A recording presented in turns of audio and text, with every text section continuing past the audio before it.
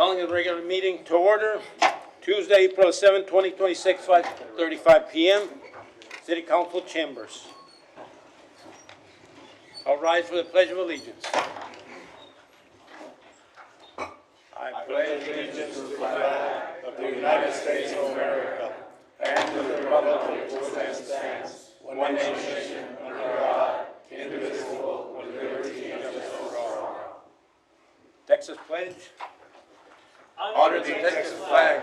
I pledge allegiance to thee, Texas, one state under God, one indivisible. Moment of silence, please.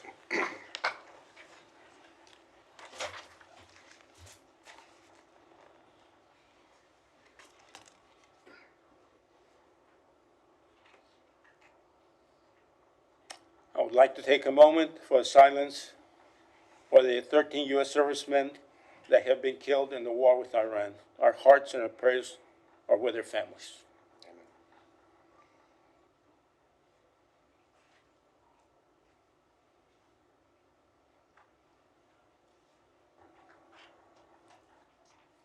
Thank you. You may be seated.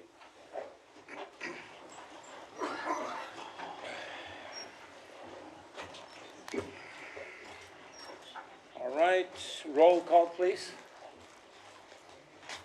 Honorable Mayor, Present. Honorable Mayor Pro Temp and Councilmember District 1 Gilbert Gonzalez. Honorable Councilmember District 2 Ricardo Richie Rangel Jr. Present. Honorable Councilmember District 3 Melissa Cigarroa. Present. Honorable Councilmember District 4 Ricardo Recarza. I'm here.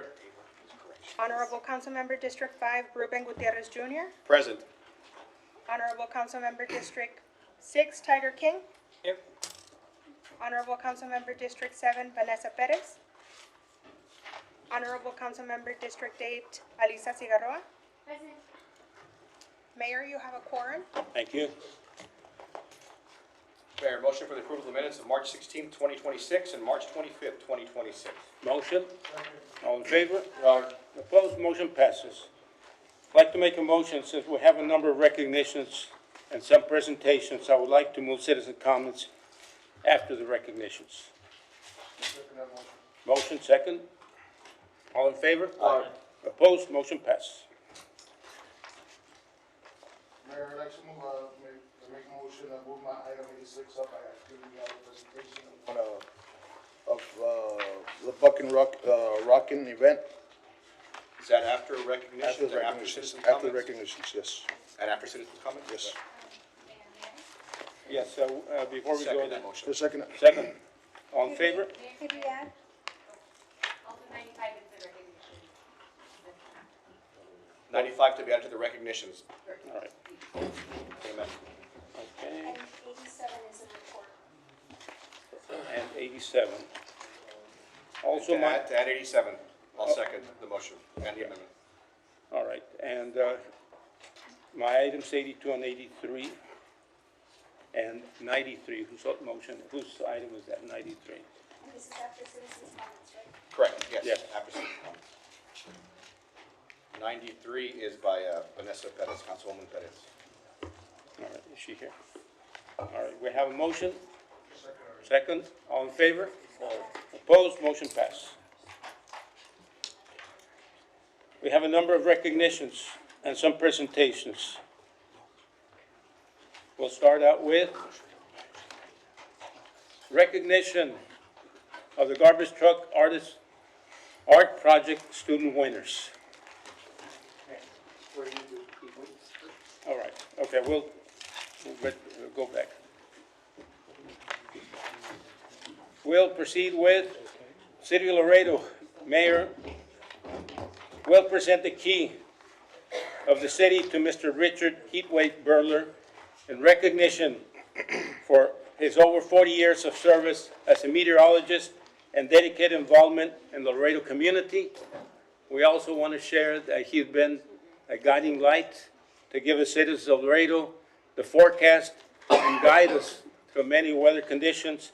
His dedication and good faith has kept the city informed and we're glad, we appreciate that, and for that, we also appreciate giving the recognition. Congratulations.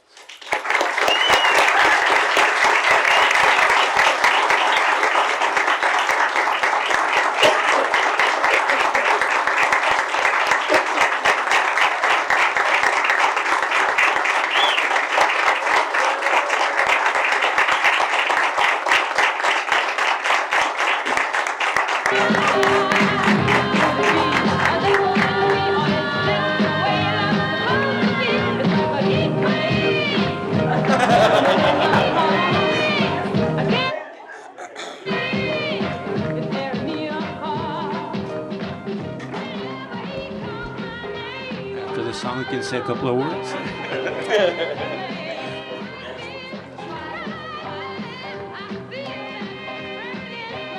I guess I'll just say a couple of words here.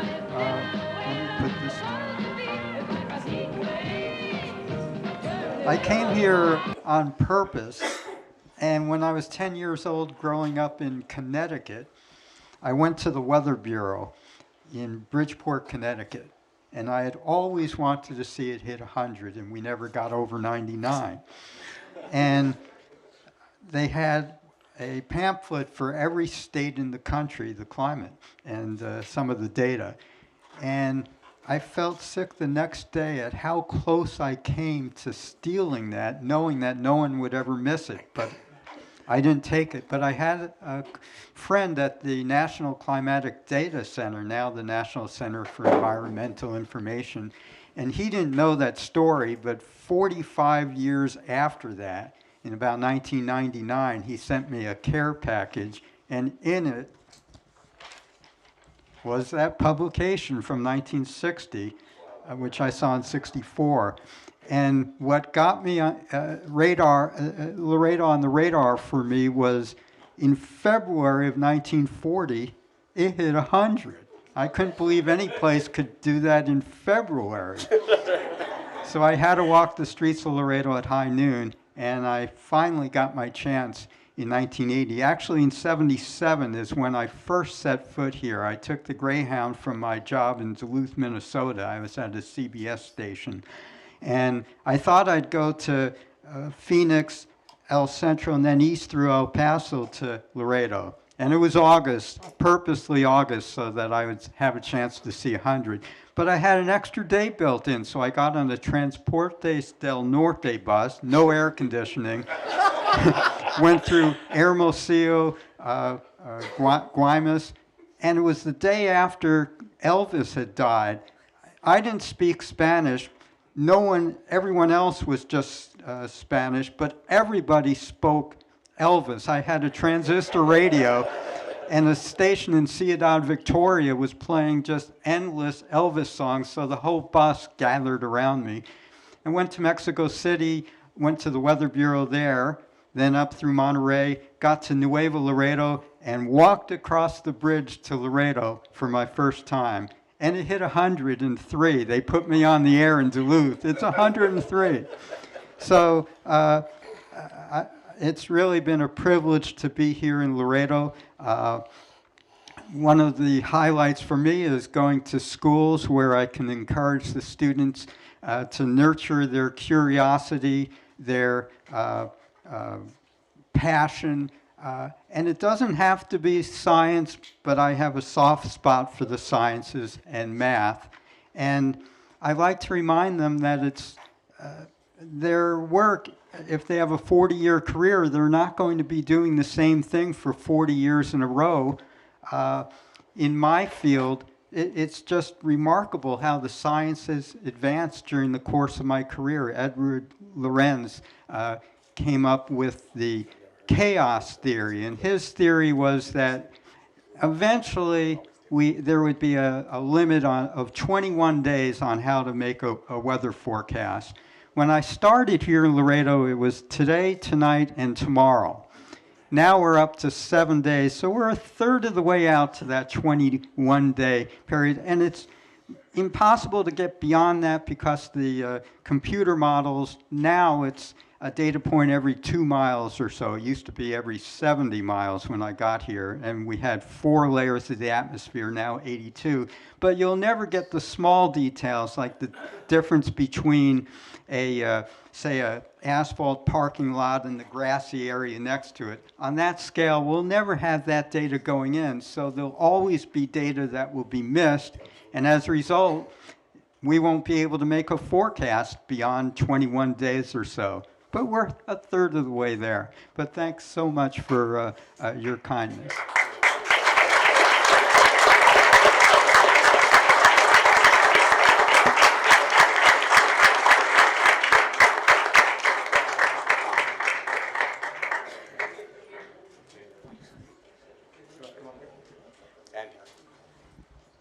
Also, on behalf of Congressman Henry Cuellar, I want to give Heat Wave a congressional record.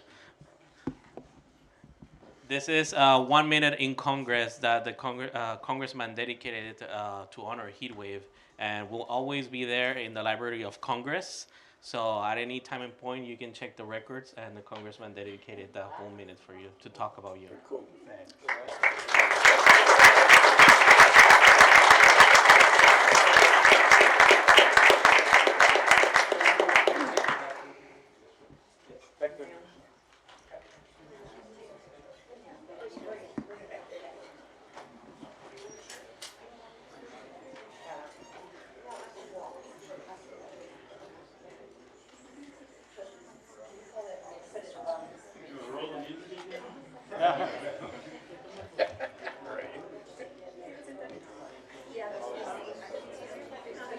Right now? Yeah.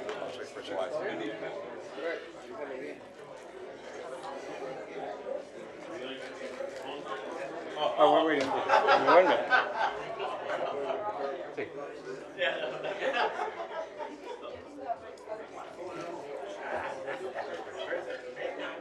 Give me 1 minute. Let me just take the first picture for the mayor.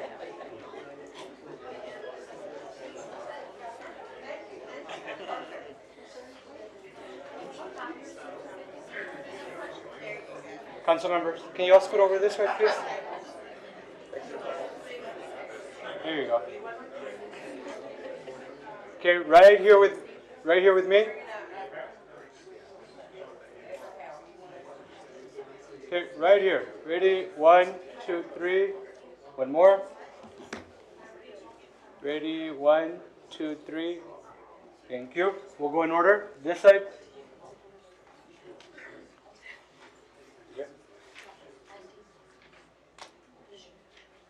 Right here with Isabel. Right here with Brenda. All right, right over here. Ready? 1, 2, 3. Right over here. Now we're gonna have the KGNS staff. Oh, wait, give me 1 minute. sorry. One more right here. Thank you. Did you get it? There. Oh. I hear a 1, 2, 3. There you go. We have one more picture, Mayor, with KGNS.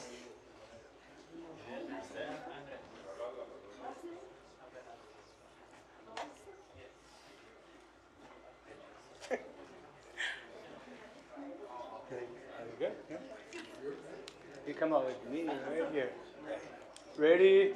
1, 2, 3. One more with me. Ready? 1, 2, 3. Here with Brenda.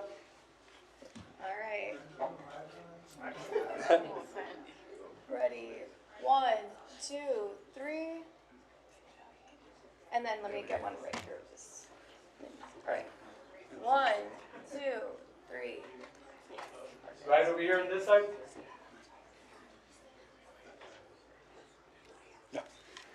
Right here. All right, 1, 2, 3. Need one more, please. 1, 2, 3. Right here with Puma.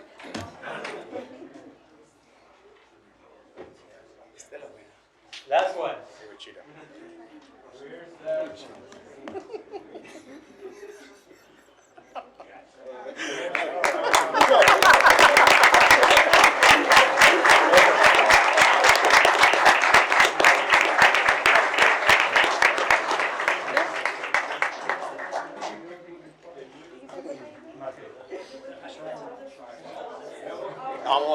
there. It's almost there. Yeah, you're gonna have to get it down pretty soon, pretty quick. Oh, I can imagine. Oh, I can only imagine. What time do you get up? Andres, Mayor. Oh, even worse than I thought. You have yourself a good night then. Good night. Good night. Right, following. Yeah, exactly.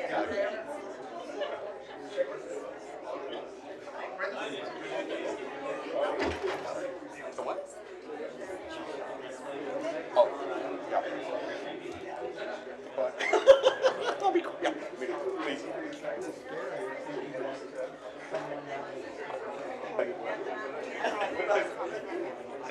Other recognitions. Oh, sorry. Oh my gosh.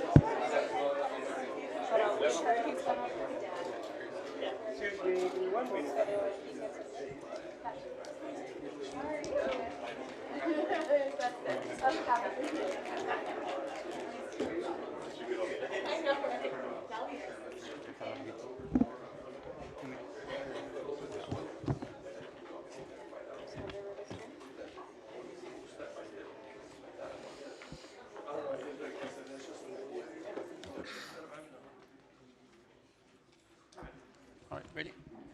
Next recognition. City of Laredo Mayor and Council recognize Charlie A. Rosales of the Laredo Police Department, who successfully graduated from the FBI National Academy in Quantico, Virginia, as part of the program 297 session. Rosales was among the 252 law enforcement officers selected to attend a 10-week academy which provides advanced training and leadership. This also communication and physical fitness. Participants represented 48 states, District of Columbia, 24 countries, and military and federal civilian organizations. Congratulations.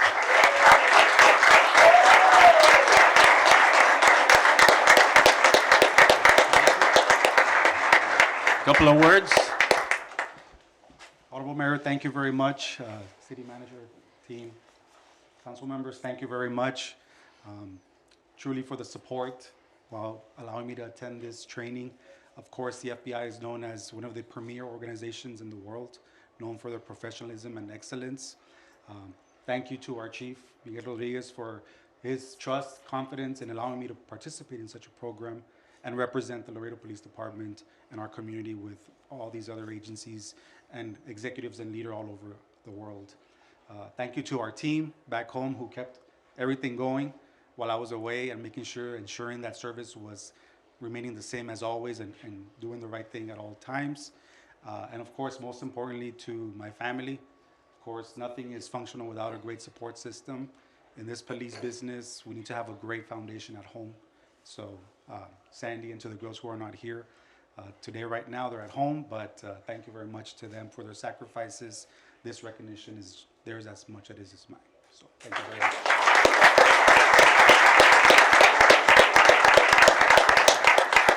Well, good evening, Mayor, Council. What can I say about Charlie, right? Charlie, he's our Internal Affairs lieutenant, and he's always been above reproach. And there was an easy selection when we're talking about who are we going to be sending to this track. And what I mean by track is when we implemented the track for our executive division, which is the future chiefs, future commanding chiefs. This is who we talk about a lot, where our new generation that's coming up, who are we going to prepare when we leave? And so Charlie was an easy pick. there's more coming. There's another one that was sent, that is going to be sent in August. And so we're very grateful with the FBI because they came in and they say, what do you need, Chief? What do you need for us to get there? And there were open doors, and now it's never been seen before where we're already at our third. Remember, Margie was the first one, and then now Charlie, and then the next one is Gilbert, and then we got Lieutenant Joshua Nunez, who is heading that way as well. So very, very grateful for management to help us put together this, because the one thing that Charlie asked before he left is, can I go home one day? And I said, absolutely, you can come back home and then go back. So Charlie, thank you very much for what you do. Keep up the good work, and we're here to support you every step of the way. Mayor, thank you.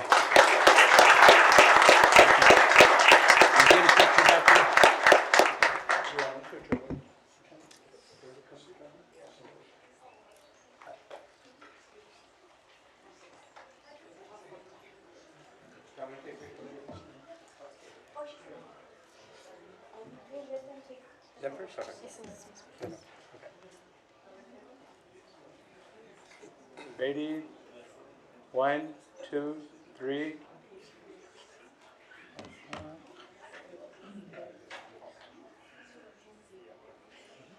Over here. 1, 2, 3. Do one more picture. Just one more.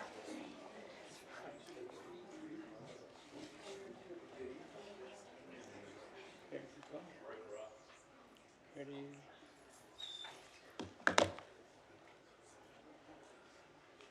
Over here. 1, 2, 3. Thank you.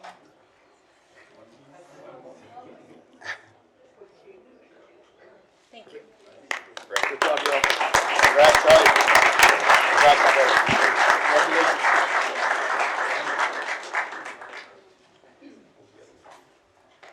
Congratulations. This is what we mean by the president. That's it.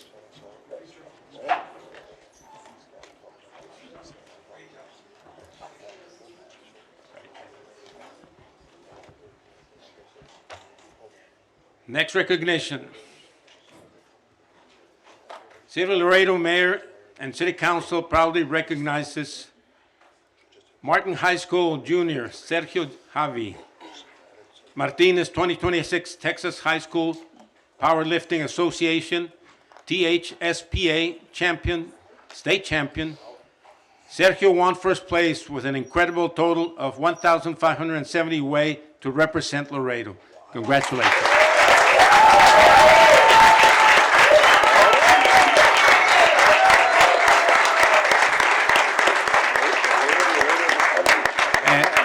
And he would like to say a couple of words. I'd just like to thank the city, the council, all the supporters from Martin, my family, and my brother, and my mom. This means a lot to me.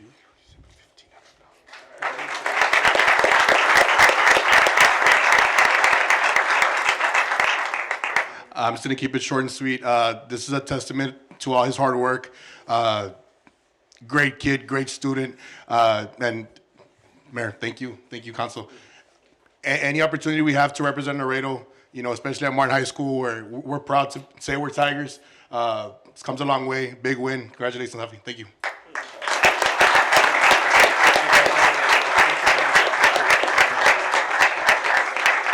Mr. Principal, you want to say a couple of words, please?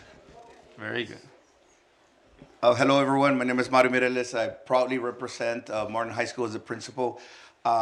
Coach Duron and Javi, they're just the type of students that we have. They get in there, don't make excuses. And I have to say that not only is he a state champion, he takes dual enrollment classes, he has his plan, and we are going to be here next year because we're going to repeat as state champions, right? Yeah.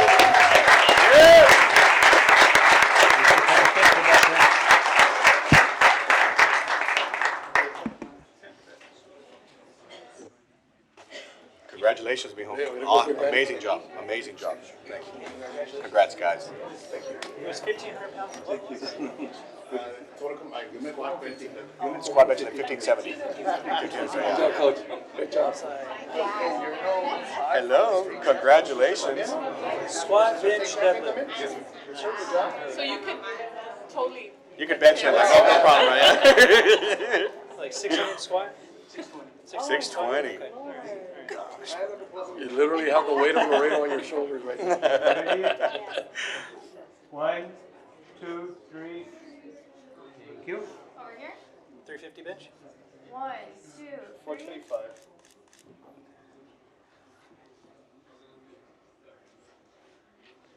That's not 620.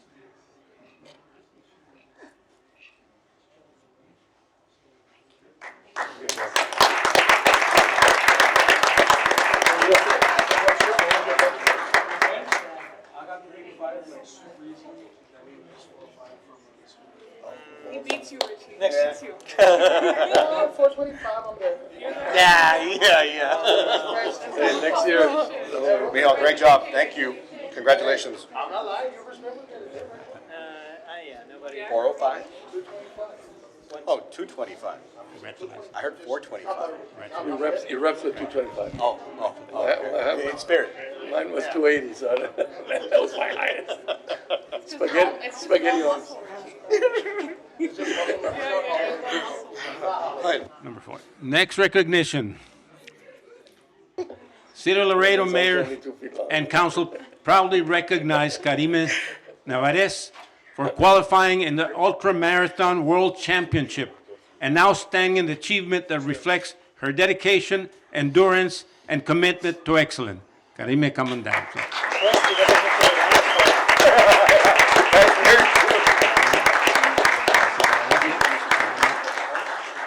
A couple of words. Español, thank you. Gracias por este reconocimiento, Mayor, Ciudad de Laredo. Estoy muy contenta. Este reconocimiento no es el símbolo de una clasificación, sino de un trabajo duro, valentía de madrugar 4 de la mañana para lograr los entrenamientos, atendiendo a mis hijos, adolescentes. Gracias, dedicado a todo Laredo y a mi familia, y gloria a Dios. Gracias.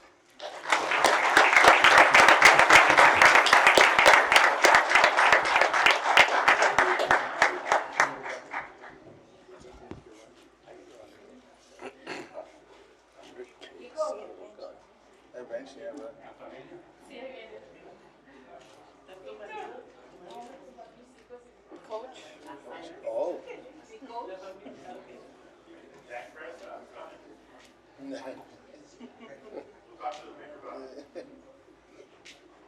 Dak Prescott. Ready? 1, 2, 3.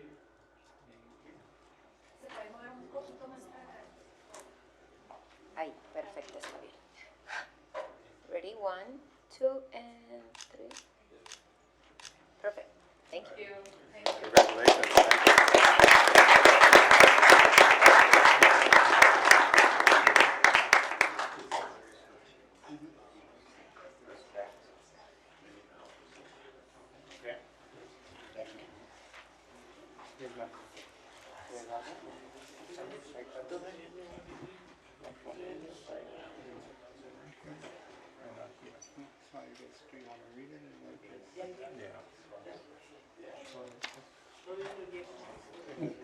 We have one more recognition, but they're not here yet.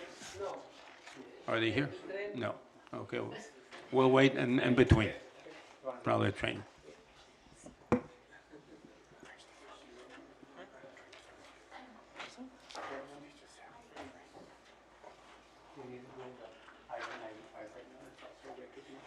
Councilmember Alexis, recognition. Did we do it? Yes. We're going to bring up item 95. Yeah, it's a recognition. Recognition. Okay. City Sec, is that what is on the agenda? Is that what we voted for, or do we need to make another motion for this? Okay, you did 86, 87, 95, 82, 83, and 93. Thank you. Motion to bring up item 95. All right, motion. Second. Second, all in favor? Aye. Motion passes. Item 95. May I, Mayor? Let's see. So, proudly recognizing the recipients of the 2026 Spirit of Laredo Scholarship awarded through the partnership between the Laredo Chamber of Commerce Foundation and Killam Development, honoring Alberto Vargas Ivana Guzman and Regina Verbonen for their outstanding scholarship submission, presenting innovative ideas to improve and positively shape public perception of the city of Laredo. The city congratulates these scholars for their achievement and thanks them for their dedication to our community's future. So before we share the recognitions, we did want to share the videos that they created, their 90-second videos of the Laredo that they would love to see. And before further ado, yes. I'm Alberto Vargas, valedictorian at Hector J. Garcia Early College High School. If I could wave a magic wand over Laredo, I would make opportunity legible by building a civic companion inside Google or Apple Maps, designed for every phone with offline access in English and Spanish. Powered by artificial intelligence, it would let residents simply ask what they need and receive an immediate answer. It would surface nearby bus routes, free clinics, food drives, job fairs, and neighborhood businesses often left unseen. Just as we invest in Laredo's physical infrastructure, we must also cultivate its digital one. This vision was born during the pandemic when I volunteered with the Laredo College Adult Education Program, teaching 8 ESL and GED professors to teach online. They were navigating the far edge of the digital divide. Step by step, I watched their uncertainty give way to understanding. Later, with the Rio Grande International Study Center, I helped create Laredo's first environmental storytelling exhibit. We shared the stories of 9 residents, including small business owners who lost income and families facing infrastructure damage, all of whom were shaped by extreme heat. Over 250 people, including city leaders, attended. I curated it to a bilingual website with audio narration, and today I continue that work through research at TAMU. By 2050, no student will wait in uncertainty. I aspire to be a professor of information technology and return to help build that future here. Education is how I lead the masses. Thank you. I am Alberto.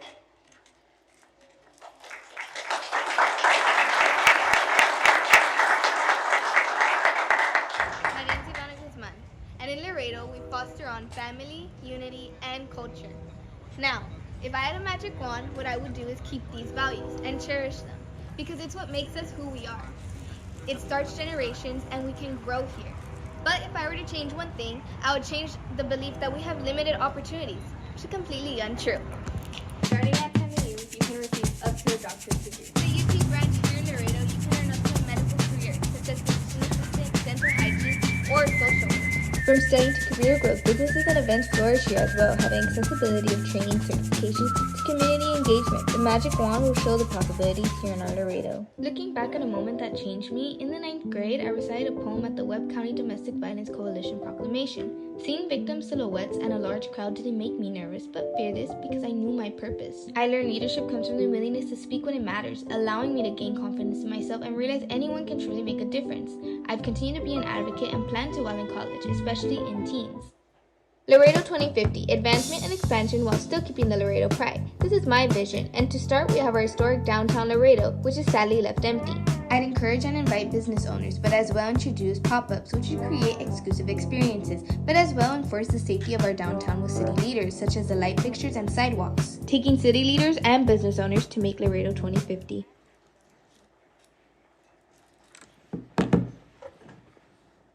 My name's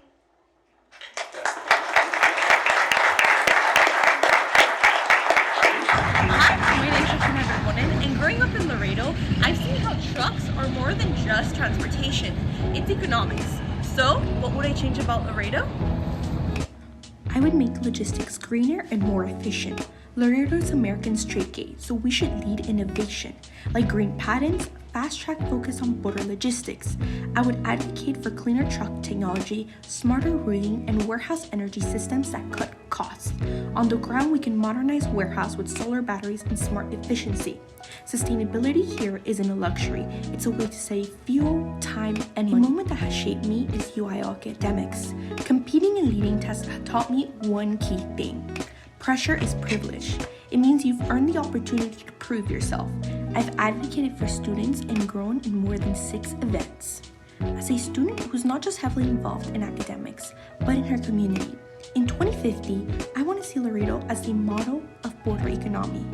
not just with faster trade and cleaner air, but powered by civic education for young people.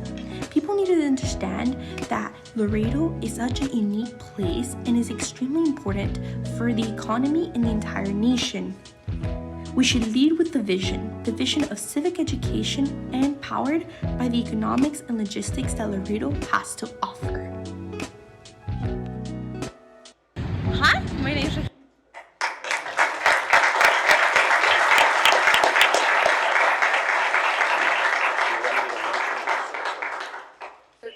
We just want to thank the Laredo Chamber of Commerce again for putting on this competition and the students for believing in yourselves and especially for believing in our community and the future that we all know we have the potential for. So we have some recognitions. Mayor, would you like to join me? Yes. And if the chamber would like to say a few words.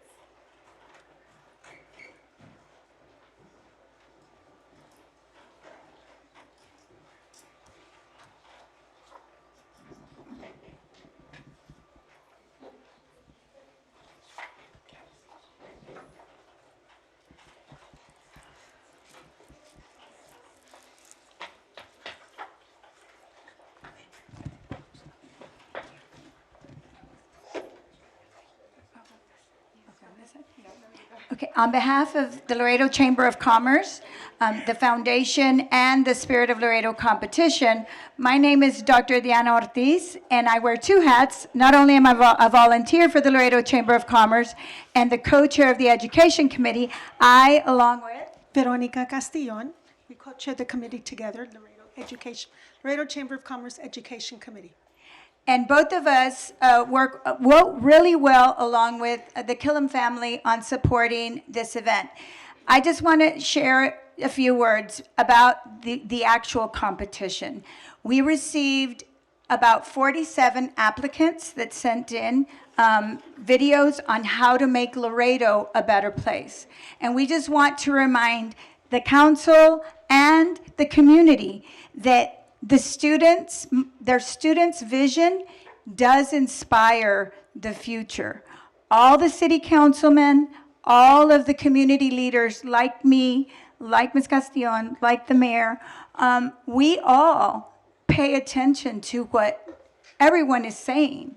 It may not make the exact change for you, but we use your vision to inspire our future. So know that we're very, very proud of the first place, second place, and third place winner, but we had 47 applicants, and we really appreciate that the councilwoman has placed this on the agenda. Thank you, councilmen and women, for actually recognizing these students, because as you could see, their vision is our future.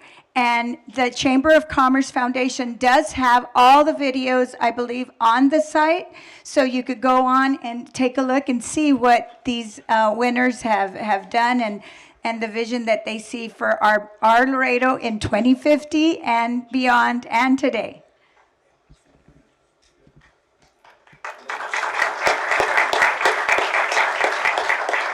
So hello everyone, my name is Alberto Alvargas and Ivana Guzman. So a little bit about my story. Originally, I was not thinking about submitting the video because I know that it was near the start of the academic semester and I was barely registering for my TAMU classes.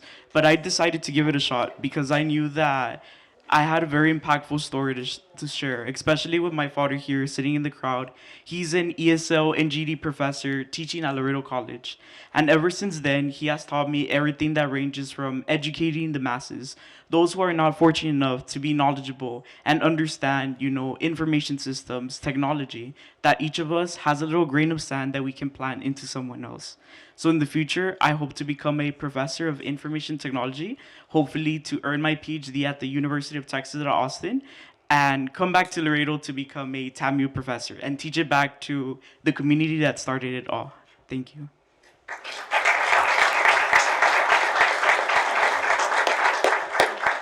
Hi everyone, so my name is Ivana Guzman. I hope you all enjoyed my video, and I always knew that Laredo is so full of culture, so full of pride, and I really wanted to display that and show that we are proud of our culture, we are proud of where we come from, and of course, the future we are going to make that change, make that happen. So being able to share that with you all and have that opportunity to voice that change, voice what we can do, it's really, really inspirational, and I say thank you to everyone who takes in the time to hear the youth and be able to work with us to make that future happen. So thank you all. And then, of course, we know that all these things are possible through partnerships. The Laredo Chamber of Commerce Foundation, Education Spirit of Laredo Competition and Foundation are supported for this particular event through the School Bell Award and as well as through the Killam Development Group that supports the money that we put in. They place half of it, the chamber puts in the other half, and each student benefits from $3,000, I believe, and then it goes down from there. But we just want you all to know that it takes a village to make these things happen. It takes bright minds to continue to fuel our community, and we appreciate the mayor and the council men and women for acknowledging our students. Thank you so much.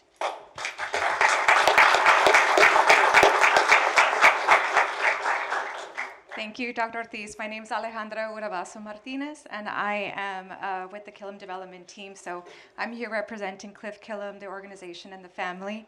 Education to us is transformative. So we're so proud to support these students, and we're so proud to see their accomplishments. And thank you to the mayor, Councilwoman Elisa Cigarroa, and all of the chamber and the council members for giving us the opportunity to recognize these great students. We are so inspired at Killam Development, and I know that they are out to change the world. So thank you for supporting these students, and we're happy to be a part of this great initiative by the Chamber. Yep.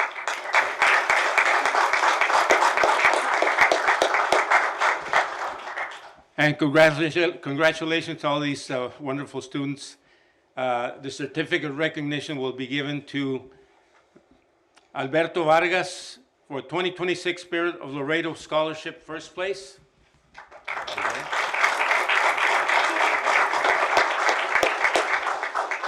Mayor and City Council recognizes Ivana Guzman, 2026 Spirit Laredo Scholarship, second place. And Mayor and City Council recognizes Regina Verbuguen, 2026 Spirit of Laredo Scholarship, third place. Congratulations.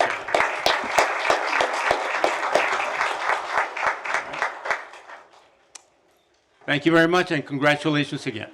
Let's go take a picture back there.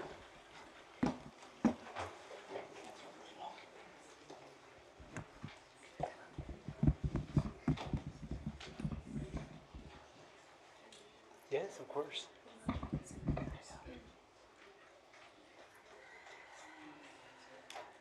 Can you all scoot over this way? There you go. Ready? 1, 2, 3.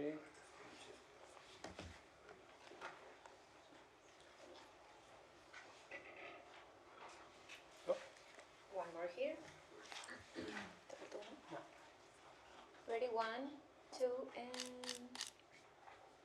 3. Perfect. Thank you. Congratulations, guys. Thank you.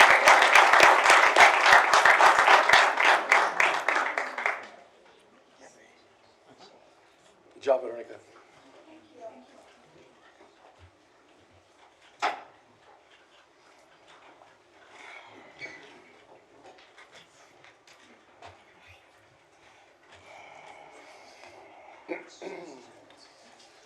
Proceed with communications.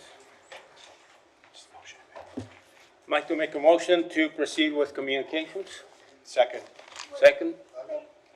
We already have a motion in place, Mayor. We still have pending 82, 83, 86, 87, and 93. All right, correct. We just brought up communications. I'll proceed with communications if all in favor. Aye. Aye. Opposed? Motion passed. Mayor, also, Ms. Secretary, if you could just recognize that Councilwoman Perez is here with us as well. Thank you. So noted. Mayor, just a point of order, I'd just like to ask where are citizen comments following? I have comments after recognitions and before, after all recognitions have taken place. And can we do citizen comments first? Let me do the communication first. We just motioned on it. Yeah, all right. Communications.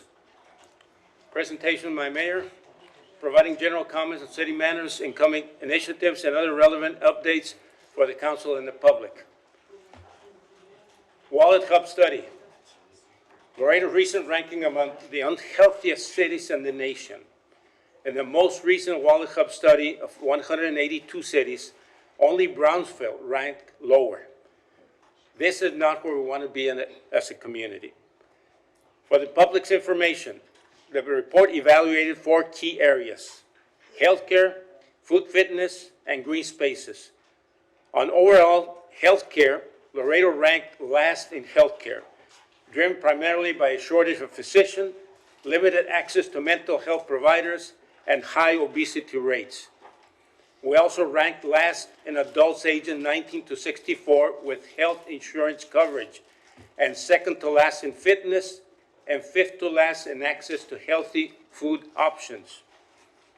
I do want to highlight and commend our health department and our public health partners for the work which resulted in Laredo being on top 70% and ranking 31 in public health systems.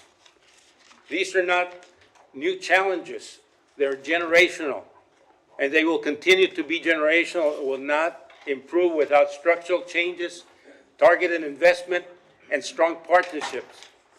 The reality is simple. We do not have enough doctors. Because of that, prevention strategies have to be our strongest defense in our medically underserved community. We must empower our community to take ownership of their health.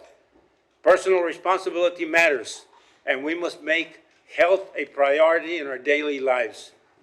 And at the same time, as a city, we must evaluate whether investing less than 2% of our general fund in public health, and would that be sufficient to meet the needs of a medically underserved community?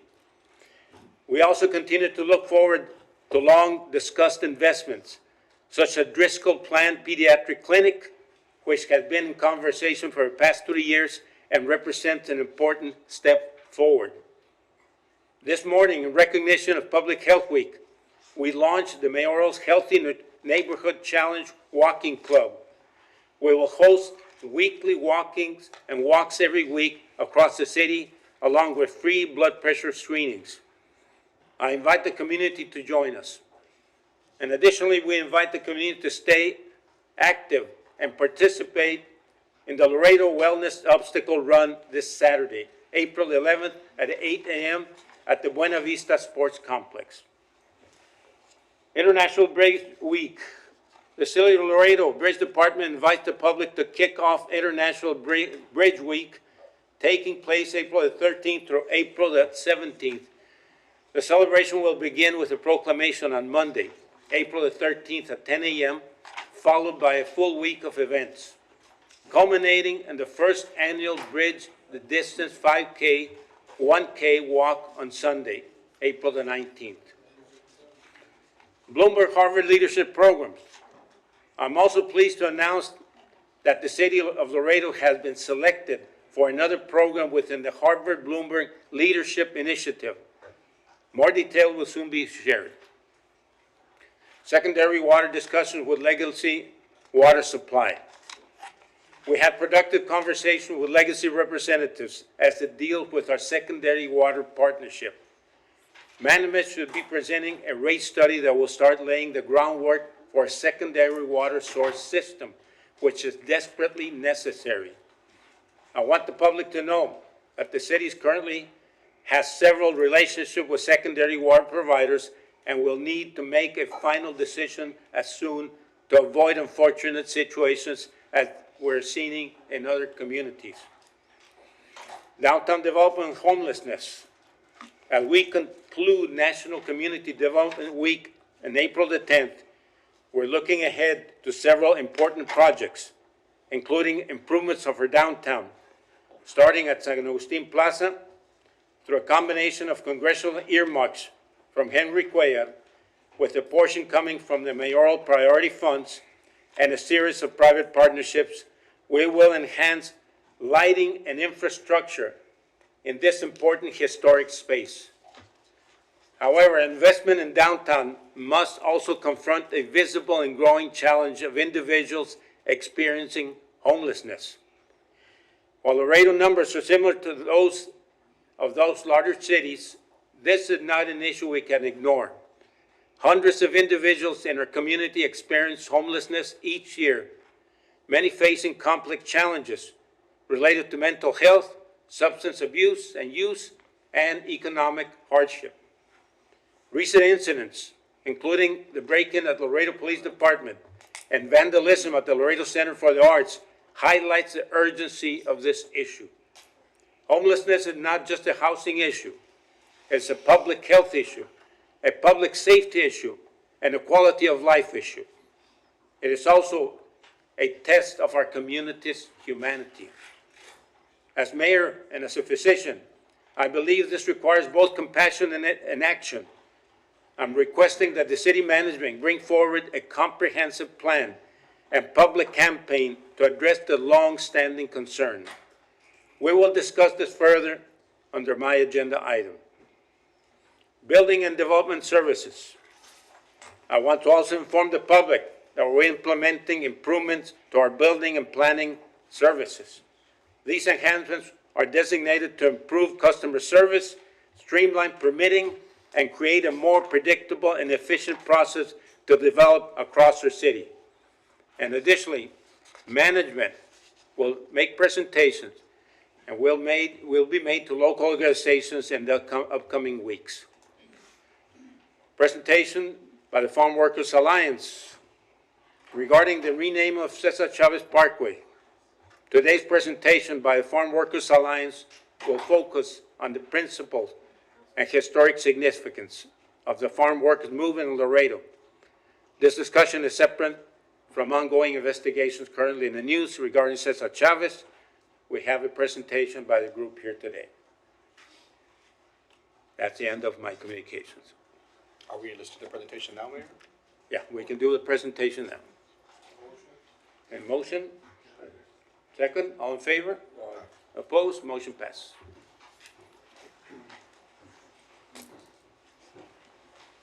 Good evening, Mayor. Evening. Thank you for the opportunity. For the record, former Webb County Judge Danny Valdez and some members of the Alliance that are here, Judge Manuel Flores, Manuel Bocanegra, and some other members that are here.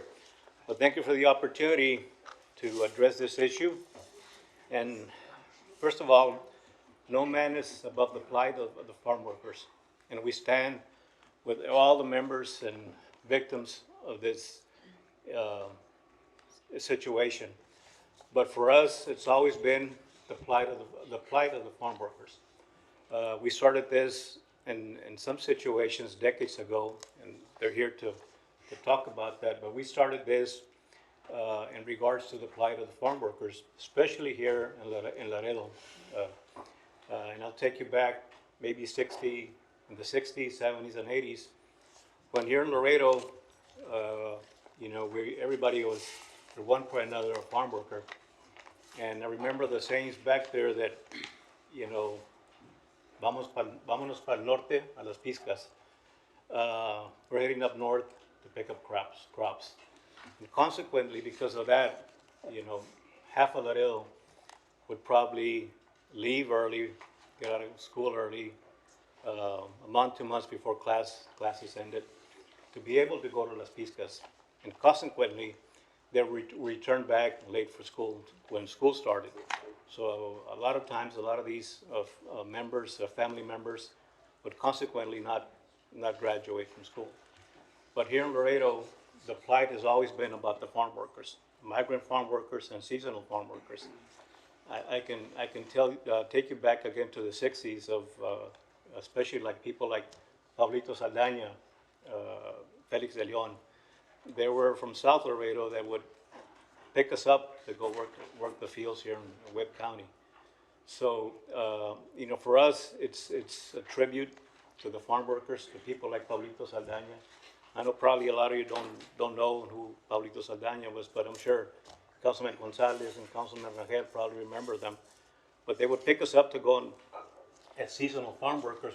We weren't the ones that would go to the north, but we would have to stay behind to pick up the crops all around here in Webb County. So, you know, for us, it's a tribute, and hopefully we can, you know, name the walkway as a tribute to all the farm workers here, and of course in Webb County. So we're hoping that, you know, the renaming of the walkway and the boulevard to pay a tribute to all these family members that at one time or another have to go to Las Piscas. So I hope that we can focus on that. You know, we stand with every victim that was harmed. You know, especially I can tell you, you know, I was a judge for 32 years, and 24 years I spent in the judicial branch, having to issue arrest warrants for people that committed sexual crimes. So I sympathize. I was very extremely disappointed with what happened, but again, we move on. You know, things happen for a reason. So we're hoping that we can continue and focus on the plight of the farm workers here in Webb County. And I think the members that are here can also talk about that. Judge? Good afternoon. My name is Manuel Flores. Thank you for the opportunity to hear me. I didn't prepare a speech because I feel a lot of emotion about this. I'm somewhat amazed at what has happened in regards to Cesar Chavez. He was a great man, and he has been taken down. But I want to talk about the plight of the farm workers. My mother joined the stream of people going up north. Some of them, you know, would board up their houses. I grew up in a neighborhood called Los Amores. We had a little grocery store, and you could see during the summer all the houses boarded up. Kids would leave together with their parents to face something that is indescribable. To live in barracks with not even an outhouse, no electricity, no heater, sleeping on the floor, working from sunup to sundown for meager wages.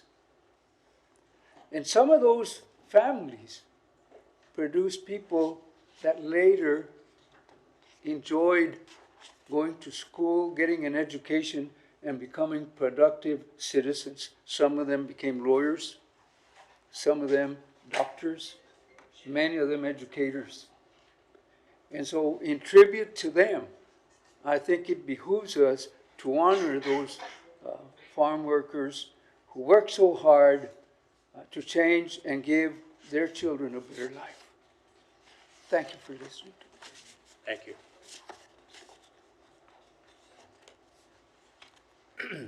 Good evening. My name is Manuel Bocanera. I was the founder and president of the movement that we had before the Alliance. And thank you all for renaming the Alliance. I started when I was about 5 years old, traveling with my parents to Northern State, North Dakota. I remember living in the sheds, like the judges said, no water, no restrooms. It was a hard times for my parents, and they went to pick up beets. Metabel, you know, that was the one. I came from the Barrio La Azteca, that was where I was born. Most of my ancestors were farmers, migrants that would travel around Texas, and some of my uncles were born in different cities. My mom was born in Floresville, Texas. One of my uncles in Palacios, Texas. And there were about 11 of them in the family. Everybody was a farm worker. And I lost one of my aunts in the fields when the pandemic came back. They were talking about 100 years back, you know. She died with the pandemic. I lost my grandma, the mother of my dad, in the fields with a bite of a rattlesnake. So most of my family on both sides, my dad and my mom were farm workers. They used to travel all the way to California, Idaho, Minnesota, and all those states. So growing up and knowing what I did learn when I was doing my work, I worked in the insurance business for 35 years, but I was also in the union, and I was a negotiator for the union. And I, for 10 years, I represented also the workers that were agents, but we had a contract, a bargaining contract that was with the company and the union. So with that experience, I said, I'm gonna do something in Laredo, and I started with the labor force, the labor movement, back in the maybe 1990s. We had the Central Labor Council here, was very strong. All the unions, from the teachers up to the communication workers, postal workers, police department, even still the border patrol of the union. We even had the ladies union, and there was the seamstress union. So through all those experiences that I had, I said I had to build something, so I started doing the marches. We were not in alliance yet. So through the years, I did the marches, getting people from all the way from Austin, Corpus, San Antonio, that joined us on the marches, representing mostly labor. Then I moved to the migrant community. I started the Alliance, and we started with the scholarship program. So since then, I've been working with TMU. They have a migrant program called CAMP, College Assisted Migrant Program, and also working with Laredo College. And I started also another program which for the homeless and foster students.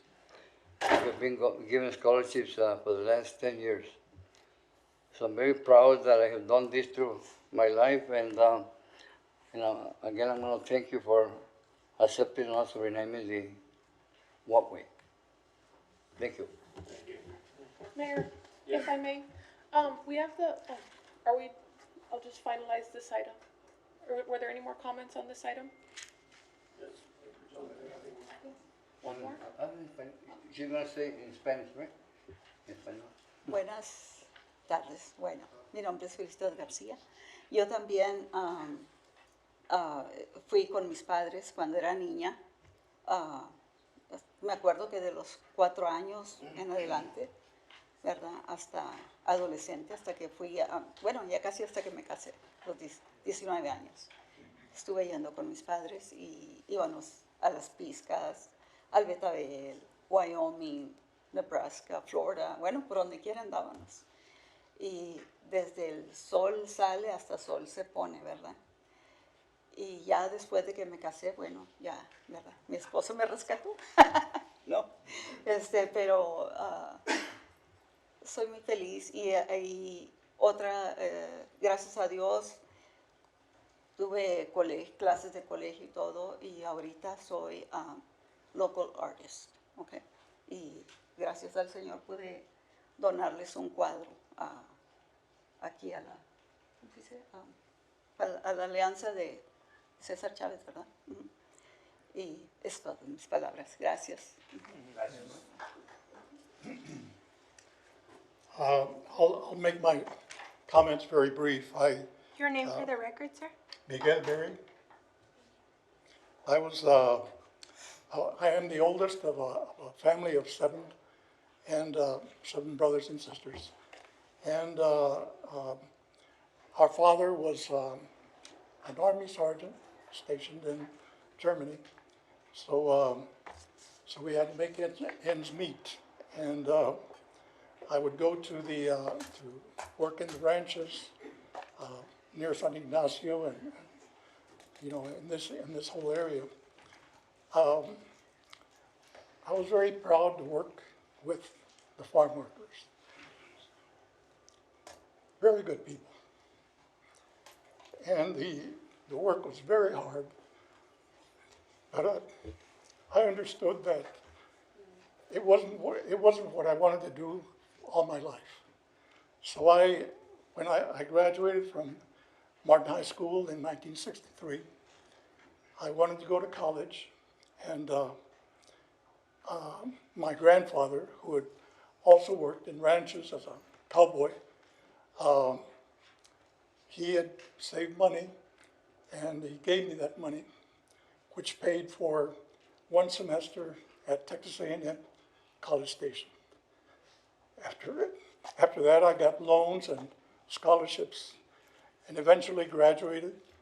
I was commissioned in the U.S. Army. I served as an infantry officer. Went to Vietnam, wounded a number of times, and many of the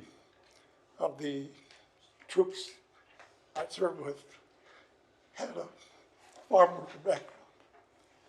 There was one young man who actually didn't even get a chance to meet him, but he was from Pueblo, Colorado, a farm worker, and he was killed in action. I think it was very powerful to work with people in this community, and I want to be able to contribute something to those young people to make their way in life. Thank you. Thank you, Mayor, for the time. I know you have a busy agenda, but again, for us is to continue and keep in mind and honor, of course, the families, the ones that gave their life to go work the fields, migrant workers, seasonal workers. So hopefully we can honor their plight by naming the walkway, Farm Workers Walkway, and also the boulevard, to be able to acknowledge and thank them for the work that they did all their lives. Thank you, Mayor. Thank you. Mayor, point of order? Yes, go ahead. This is not an action item, agenda item, because it's only an update. So are we bringing this back for consideration on the renaming at a future agenda, item? If it's not an action item, we can bring it back. As the next agenda for vote? We'll bring it back for a vote at the next council meeting. Thank you. All right, thank you. Mayor, if I may interject really quickly? I know we have a packed agenda and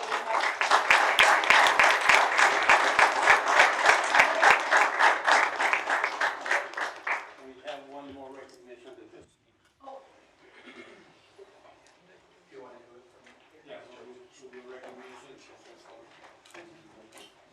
You want another? Yeah, this is one recognition that I'm not present, but we'll go ahead and do it. City of Laredo Mayor and Council proudly recognize Aitalon Tacos and Ham Hamburguesas for their community support and outstanding service in providing quality food to Laredo's residents. Certificate of recognition, congratulations for your recognition. Come on down.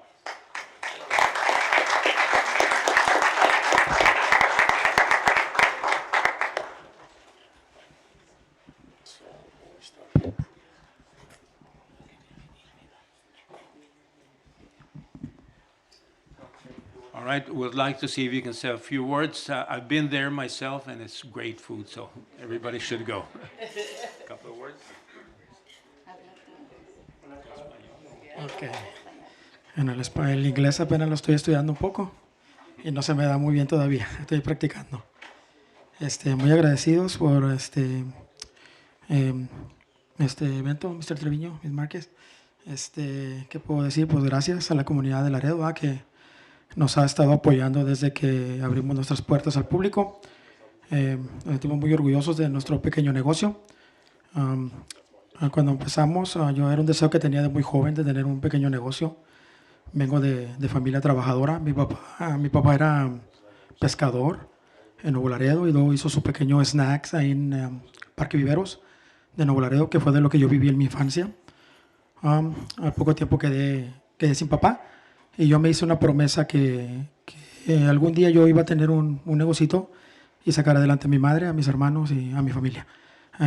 Bendito Dios, digo, se tardó un poquito, pero se dio. Y hemos trabajado con mucha honestidad, pegado a las palabras de mi madre, que cuando abrimos el pequeño negocio se lo hice saber a mi madre y me dijo, es una bendición de Dios y Dios nos da las bendiciones para que la compartamos con los demás. Digo, no te puedes quedar con ella, entonces tienes que compartirla para que la bendición crezca. Y pues hemos trabajado de esa forma, es por eso que eventualmente hacemos eventos para la comunidad. Tenemos cada mes, por lo regular cada mes tenemos un evento para la comunidad donde sorteamos ciertos premios, como por ejemplo el Día del Niño.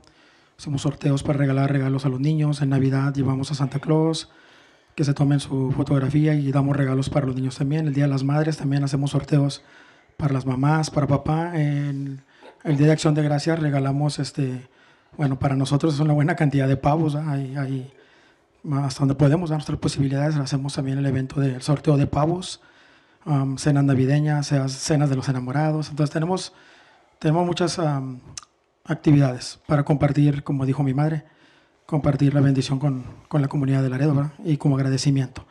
Somos de las personas que pensamos que a la gente, si te apoya, hay que regresarle un poquito de lo que te da. No te puedes quedar con todo, si no ya no es bendición. Y aparte que Jesús nos dejó un ejemplo muy grande de amor, humildad y servicio. Entonces así tenemos nosotros nuestra forma, tratamos de vivir de esa forma, con amor, humildad y servicio, tratando de ser un buen ejemplo para nuestros hijos, un buen ejemplo para la comunidad. Sabemos que hay más personas buenas en Laredo.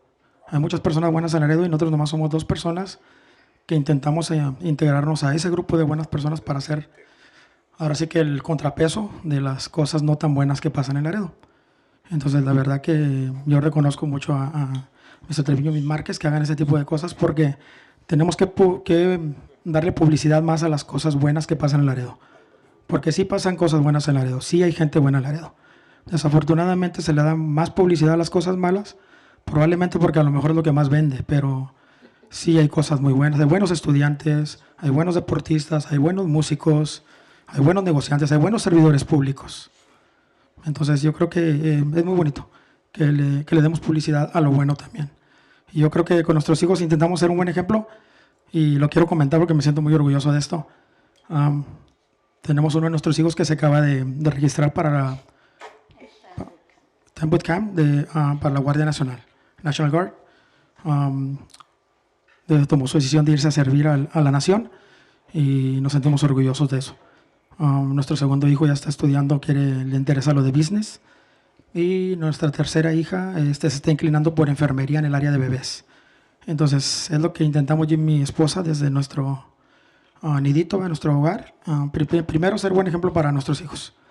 Y estamos ahorita incorporados en una coordinación de encuentro matrimonial mundial, donde estamos ayudando a los matrimonios que tengan buena relación, que tengan mejores diálogos. Ahorita los jóvenes ocupan que papá y mamá estén bien.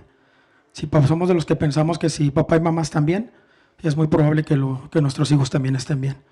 Entonces, estamos en la batalla, en las cosas buenas, Mr. Treviño, Ms. Márquez, estamos ahí intentando.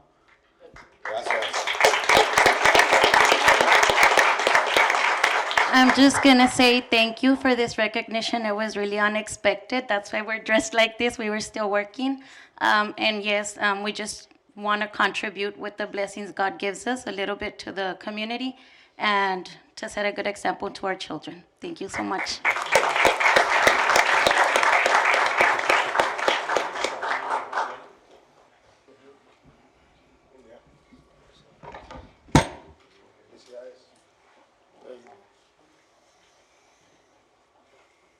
Ready? 1, 2, 3.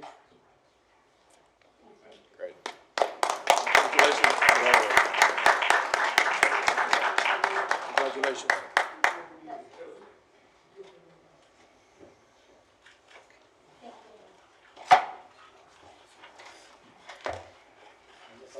Mayor, if I may, we have the public comment here from the Vaqueras, LTX Vaqueras group. I'd like to bring that comment up right now.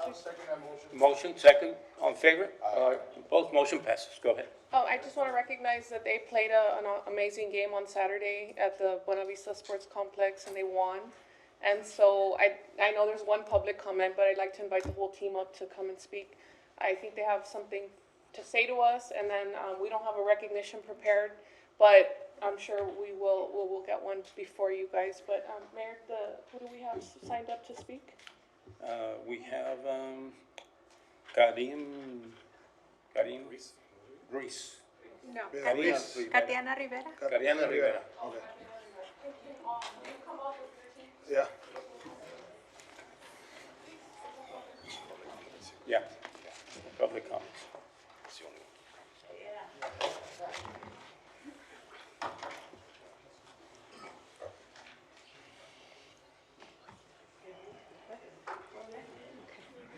Thank you, everybody.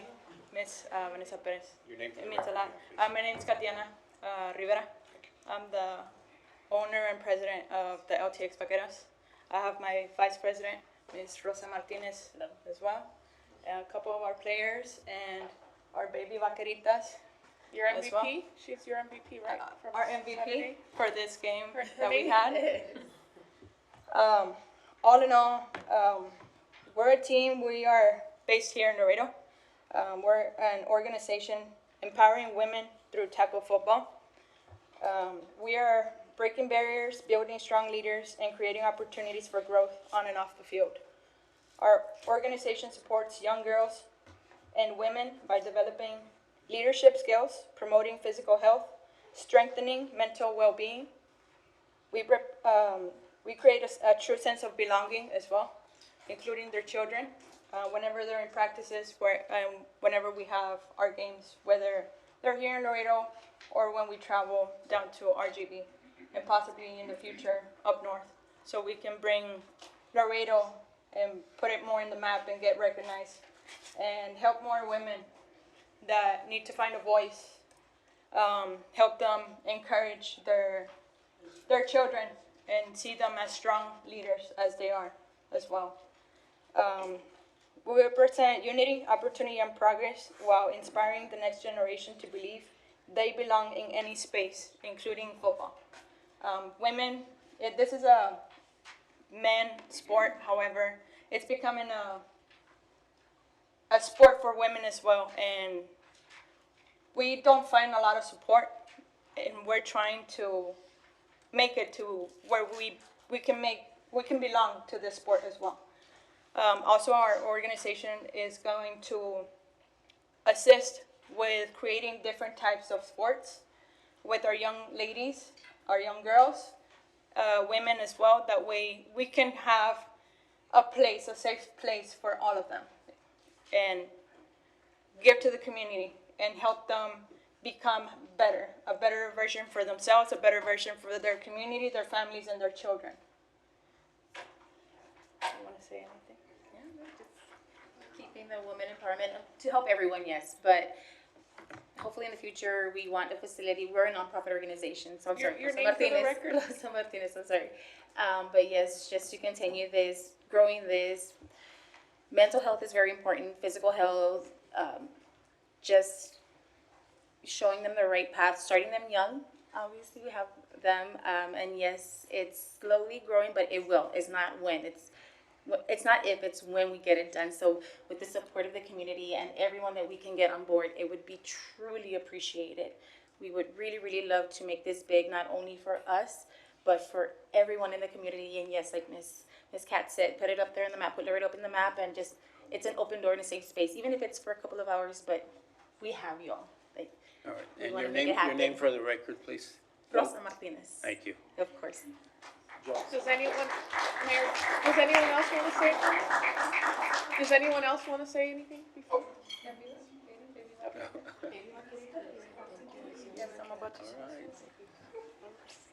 And name for the record, please. Hi, I'm Alida Valdez. I am not officially part of the team, but I'm a baby vaquerita.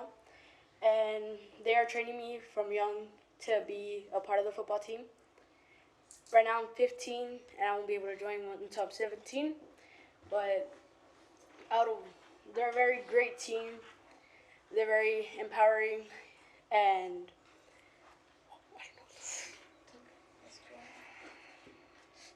but yeah.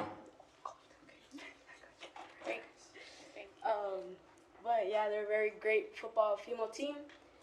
Yes, people say that it's all males for football, but honestly, these women back here, they show differently.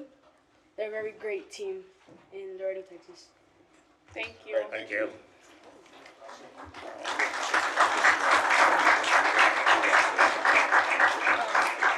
I would like to go ahead and, before we step out, go ahead and give thanks to Ms. Vanessa Perez for helping us through this process this past weekend and helping us with the complex.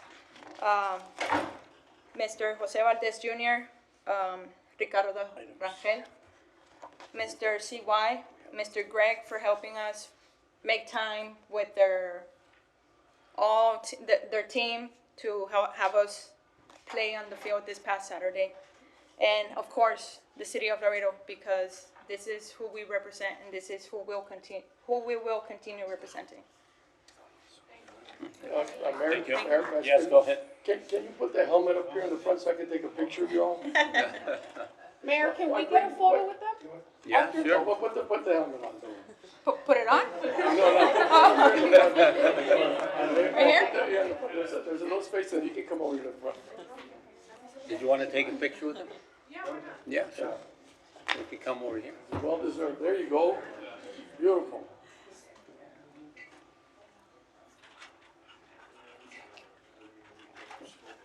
All right. Can we get Perfect. a photo? Yeah, there's a picture over here.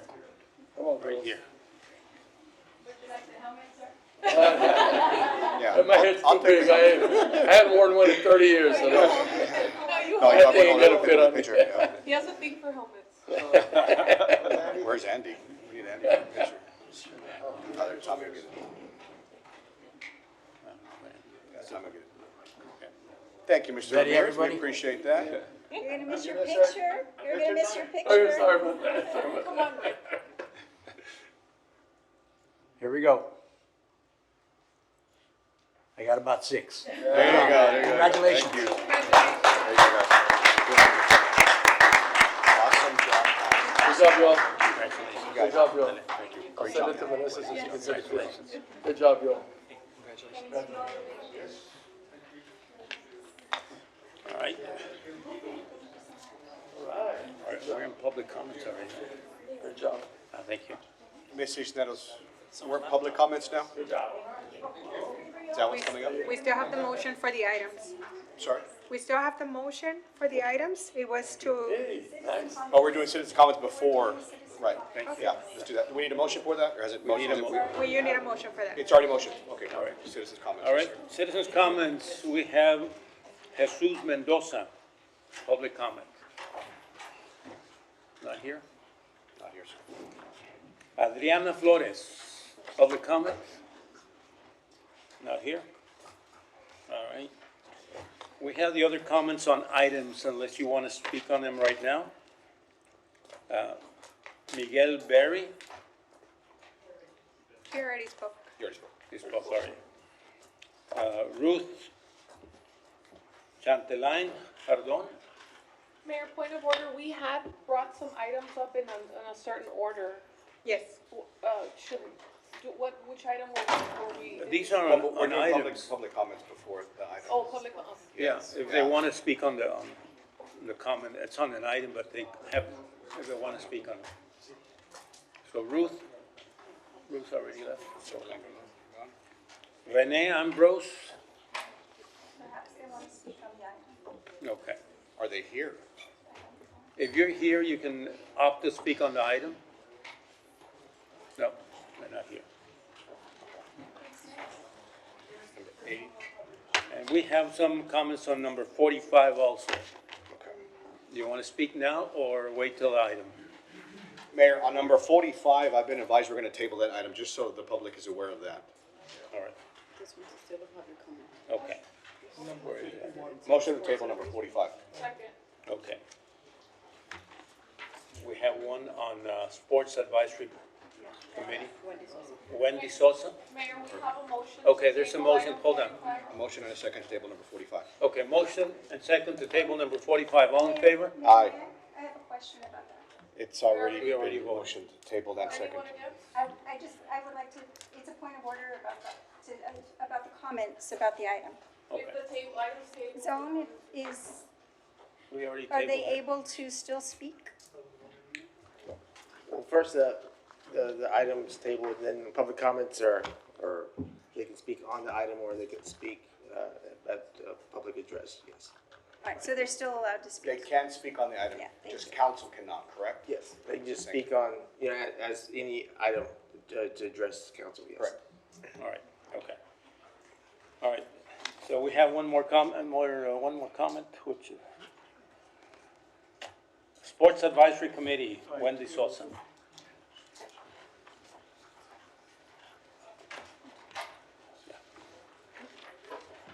Good afternoon. We're here with the Sports Advisory Committee. My name is Wendy Sosa. I have our members. I have Ms. Melissa Noyola and Ms. Liz Degollado. And we have created this Sports Advisory Committee because we have figured out that we only have one league in the city, and it is sponsored by the Boys and Girls Club. So then there has become a financial barrier in our community. It is not a south, west, east. It has become more like a community because there's a fee to go in. There's a $4 fee to go in, and there is also the fees to register for the leagues. For football, it has gone up to $450. For volleyball, $450, basketball, $450, and for track, it went up to $600, plus the $4 to go inside, right? So if we add the math and you have 4 kids, it's gonna be $16 a week. But if mom and dad go, then it's gonna be more. And going to the solution, because that's the problem. So we did contact the City and Rec Director, Mr. Joe. We had a meeting with him last week, and he did mention that there is a possibility for the city to do some leagues for the youth. But we will need your support because he's gonna need the regs so that the financial barrier is not there for us. And we're not here just talking as I am a coach, but also as parents. Some parents are staying outside their vehicles and not able to see their kids play. So we do have the regs, and we're asking if you all could please support us, and if you all can support these leagues, because in order to stop the violence, the teen violence, it's only if we keep the kids busy. Because right now, the problem is the financial barrier. But 5 years from now, the problem is gonna be that those kids are gonna be out in the streets because the gap is too big. It's getting too expensive. And then we have some areas from Laredo that they don't have any regs, especially if you hit the 359 area. The only thing that they have is able to play in a school league. With that being said, we want you to consider before you all give that third-party funding where the money's going. Because where's the money's going? Because they're making a lot of money out of the leagues. So what are they doing with the money? Why are they charging us those $4 to go in? Without mentioning that to use the football field, they have a contract and they only pay $1. But they still charge us $450 to register. So we did meet with Mr. Joe. We also met with Ms. Stanley, but they did mention that it's gonna be it's gonna be work, and the only way that this can happen is if we have the support of the city council and the mayor. Yes, go ahead. Is this on an item? It's a public comment. It's a public comment. I was gonna ask if city management could bring back a discussion item or an action item for future, because this is not something we've discussed heavily.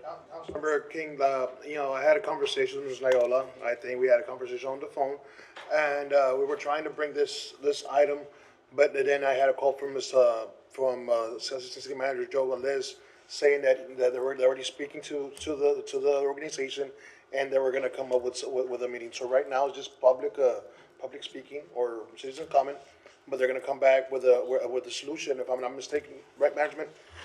Bring a conversation for us to see and to decide what we want to do. All right, Mayor, if I may. Go ahead.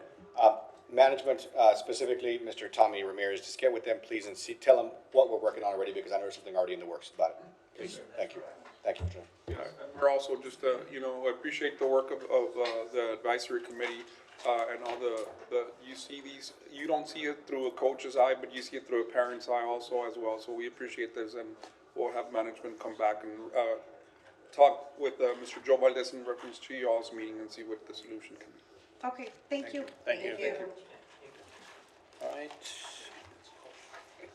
This is on number 45. We have some comments on item 45. Do you want to speak right now or wait till? We've already tabled it, Mayor, so they need to speak now. It's a public All comment.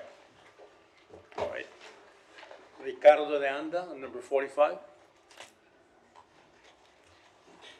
Public comment.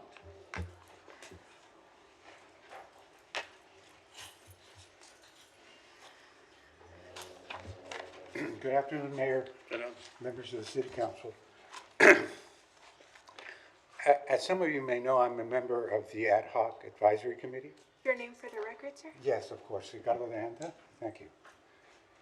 And in that regard, I wanted to point out that the committee voted unanimously recommending that City Council hire a geomorphology expert to conduct a study. That's not on the agenda tonight, but I wanted to express our vote and ask you to please accept our recommendation and commission a study.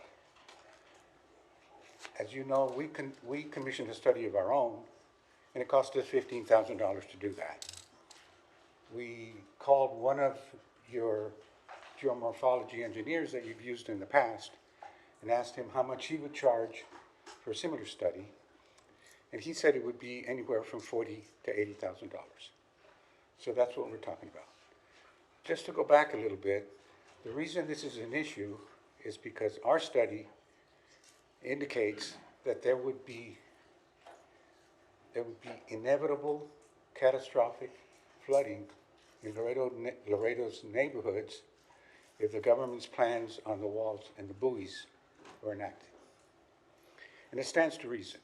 You all may remember when they had a show in the deserts of Arizona with various styles of walls that they were going to use. And the government decided on one specific design. That design was meant for the deserts of Arizona, the deserts of California, and the deserts of New Mexico, static border walls. We are facing, when they put these structures in our river, we're facing a dynamic situation where there's changes in the course of the river depending on how angry it may get.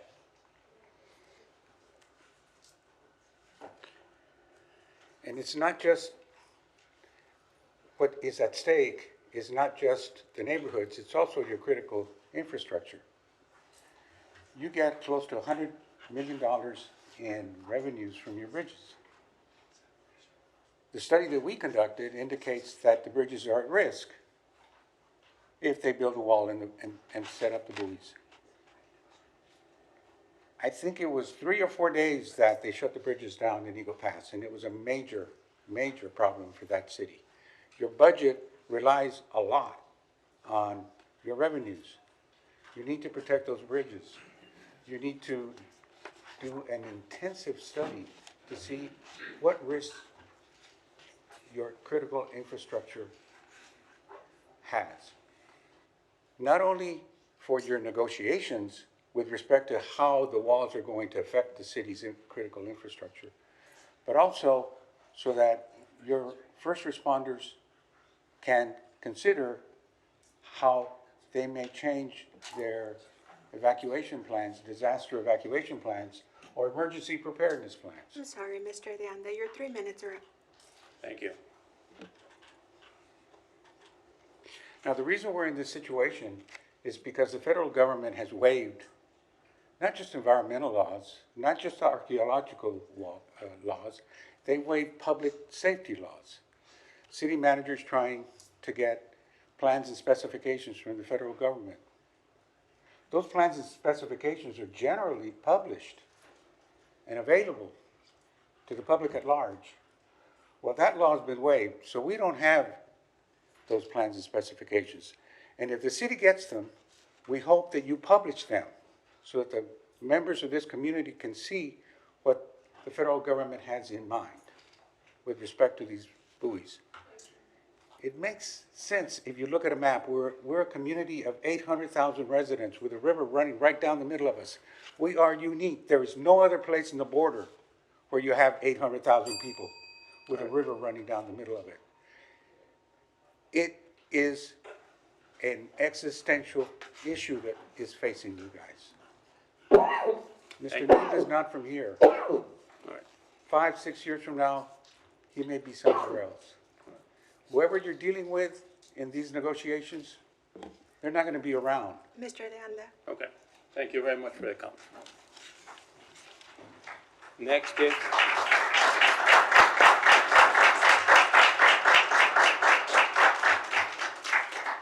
Next comment is on item 45. Want to speak right now or on the item? It's Manuel Ramirez.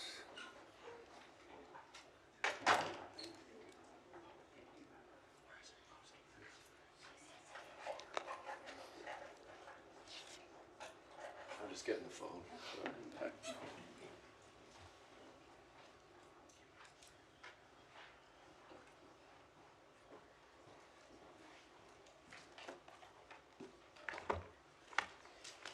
Good afternoon, Mayor, council members.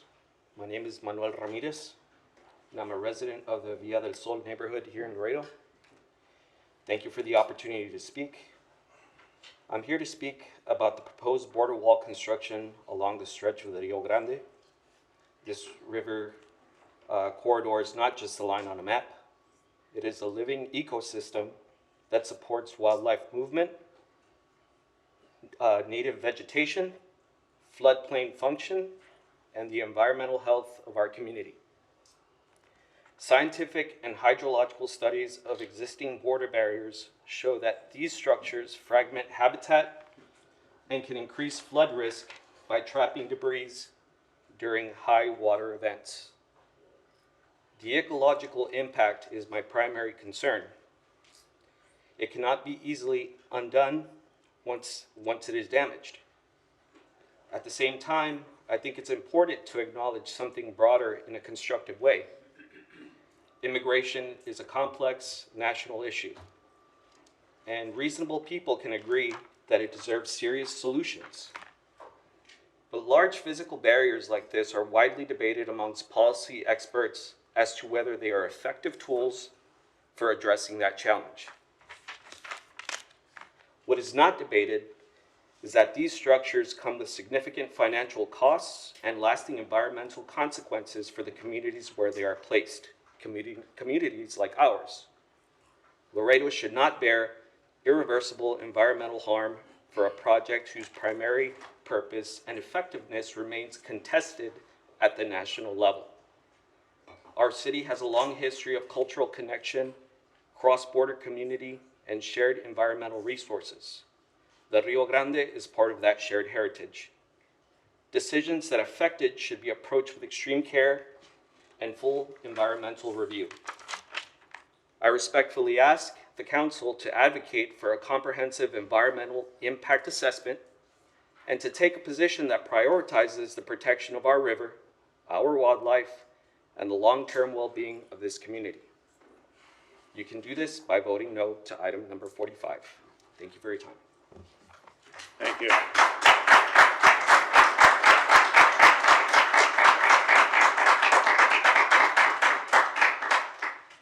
On the same item, 45, available to public comment, Melinda Melo. Melinda Melo, is she present? No? All right. On the same item, also public comment, if they wish to speak, Jack, Raul, or Paul? Paul.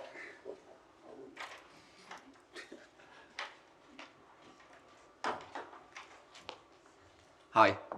Good evening, everybody. It's actually Oh, it's this one? Oh, sorry. Oh, okay, cool. Hi. I didn't really know that I was going to speak until I came in here. So I Your didn't name have for the anything record, written sir? down. Oh, Your name for the Jack, record? John Paul. Am I good to go? I'm cool. Yeah, Yes. go ahead. Yeah, I don't really want to take up a lot of time because I feel like there's nothing that I can say that the two speakers that spoke before me haven't already said. Very, I'm not as articulate as they are, or well-read or well-dressed as my tío, right? But I still think that my opinion matters, as does everybody in this city. And earlier, Mr. Mayor made a comment that was, he said that there was an issue that was brought up that was it was a test of human character, it was a test of human morality, humanity. It was a test of our city's humanity. And I believe that this one is another test of our city's humanity. We pride ourselves, there's a sign right here that says that Laredo is the safest city in Texas, and we encourage Laredoans to keep our city beautiful. And I think that we should set an example and vote no on this proposition because it's the right thing to do. I'm sorry. I wasn't really prepared to say anything, but thank you for your time. Thank you.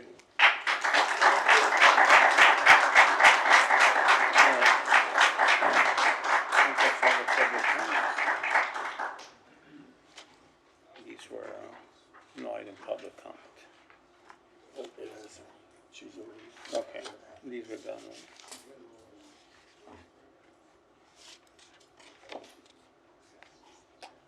All right. Anybody else for public comment? Yes, you still have one for Leopoldo Sebastian Diaz on item number 45. All right. Is he here? No?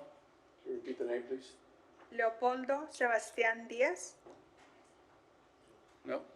All right. Anybody else? Not on that item, Mayor. All right. On any other item which they wish to speak as a public comment? Yes, we still have Jose Diaz de Leon for item number 9. Is he here? No. All right. Next. Ruth Chatelain on item number 23. Ruth, not here. Next. Rene Ambrose on item number 23. Rene Ambrose, not here. Next. That's all we have, Mayor. Okay. All right, thank you. All right. Next item, I had item 82 and 83. Yes, you had on as a motion 82, 83, 86, 87, and 93. Okay. We'll start with 82. Discussion with possible action on youth aviation pilot program as part of a city youth mentorship partnership initiative and any matters related thereto. With this program, when this program was presented to me, I thought it was a good idea, a way to keep our youth inspired to reach their potential. But let's hear a presentation first. Mayor, if I may. Yes, go ahead. This program, I think of this program, when I first heard about it, I jumped on it and, just try to co-sponsor it. I think, Mr. Trevino, you're trying to bring that program to the south area first as a pilot program, being a pilot, Ryan, pilot, right? Pilot program for the people in the south, for any youth in the south that's, needs to qualify. I know you're gonna do a presentation, but I think this program is gonna bring open a lot of doors to something that we never seen. Aviation, something that not everybody has in their mind. When you come to high school, you got your CDLs, you got your commercial drivers, they want to own their own business and stuff, but having the opportunity to be an aviation pilot, it's something, very, very special because there's not those opportunities. So right now, I know you're here to present one of those opportunities, and you have the chance to do that, do that presentation. So. Thank you, Councilman. Good evening, Honorable Mayor, City Council, and Management. For the record, my name is Victor Trevino Jr. I'm a commercial pilot, and I'm presenting a free youth pilot program for our community in Laredo, Texas. The program, which is a ground school for youth pilots, falls under what's 14 CFR Part 61, which is a self-study and represents an opportunity to invest in the future of our youth by exposing them to the incredible world of aviation. Now, the foundation of aviation includes subject areas involving airspace, understanding weather, aerodynamics, physiology, flight planning, and to name a few. The initial goal of this youth aviation program, like Councilman Ricardo Angel said, was to basically give the opportunity to youth that may not have access to these type of programs. And it would be great to basically be part of a broader citywide effort and mentorship initiative. Just shortly after a short segment on KGNS, what was initially expected of 50 inquiries turned into currently 317 inquiries. So we have 317 applications currently. Mostly moms, educators, and the directors of the STEM programs are interested in this particular program. My only request from the city would be the use of certain recreational centers in South Laredo to begin with, or spaces to teach these youth and to utilize the airport for tours of the facilities so the youth participants can see how an airport functions. It's more interesting and it keeps everybody basically in tune when they see a real airplanes, which I'll share with you a story that several parents relayed to me, which is a little bit sad, but it also gives us the opportunity to see what's out there. It came from some of the moms that some of these kiddos that are applying have never ever been in an airplane, never flown in an airplane, traveled in an airplane. They just see them in the sky. So we have an incredible opportunity to share something with them that they can take with them for the rest of their lives. With this program, they will have this opportunity, and we already have a couple of airplanes being offered to use as a classroom from local residents. So whether this program provides the inspiration to become a pilot or an astronaut, or whether it creates alternatives for enriching our youth, then why not? Again, this is free of charge, so all the kiddos need to do is show up with a little bit of ganas, and they have to do the work themselves. So I want to thank you for your time and your consideration. Yes, Mayor, like I said, this is a great opportunity for the youth in South Laredo. We do have, I think, Sierra Rec Center does have space, and I want to make a motion to direct management to get with directors from the Rec Center to see if we can host this opportunity. So I want to make a motion to accept and make the program available for the community in the South Laredo, starting in South Laredo, and then progressively moving to the other parts of the city. I'll second that. Motion second. I have a question. Go ahead. Mr. Trevino, this is just the ground school? This is, the first part of it is going to be the ground school. The idea is for eventually to have youth, basically if we add to it, I know there's been discussions of purchasing a simulator and to actually have other pilots basically come on board. But again, to give a little bit of background, a youth pilot generally starts their training early on because you can't take the actual exam until you're 15 years old. You can't go solo in a private airplane until you're 16, and you can't get your private pilot's license until you're 17. But it takes all these steps to actually train and be exposed to an airplane. So you could still take children up, youth up, young adults up in an airplane to show them basically how airplane functions. They just can't log those hours until, or they cannot receive their pilot's license or take it 15, 16, 17. So with that in mind, the idea is to take them through the ground school. The test is good for 2 years. So even if you're 13, you could save it for 2 years, take the test, and then you're ready to start basically your flight training. So the idea is to expose them to aviation. And again, everybody, there was about 20 kids that called on their own. They were usually older, 17, 18, or junior seniors, but most of them were moms. Voy a mandar mi huerco. That's okay. So they were more interested. And again, the kids have to show up. They have to do the work. It's not so easy. You have to actually pass stages. So this program is totally free for the community, and it's free, and there's just requirements. Is there any requirements that the child needs to have, like, let's say, I guess, like football passing classes, or is it going to be during the summer, or is it going to be just during, how long is this this course? Well, the idea is to take this in modules because we had so much interest, 317 kiddos. I mean, that's a lot. We plan to basically do them in waves of classes, and if they pass the modules, we'd incorporate it into the summer programs and basically carrying it forward. So the idea is, depending on their age and where they're at, we're going to cover all the books, the headsets, and we're also going to cover, I guess, there's a rec fee. We'll also cover that as well for each kiddo. There was a motion, or either second. A motion. One more question. What are the age groups, or starting at what age? We're opening up from 12 to 18. Now, 12 is a rare exception, but I will tell you this, in training, a 12-year-old about 3 years ago, I mean, they took the practice exams and passed on the first tries, which is kind of remarkable. It shows the talent that we have here in Laredo.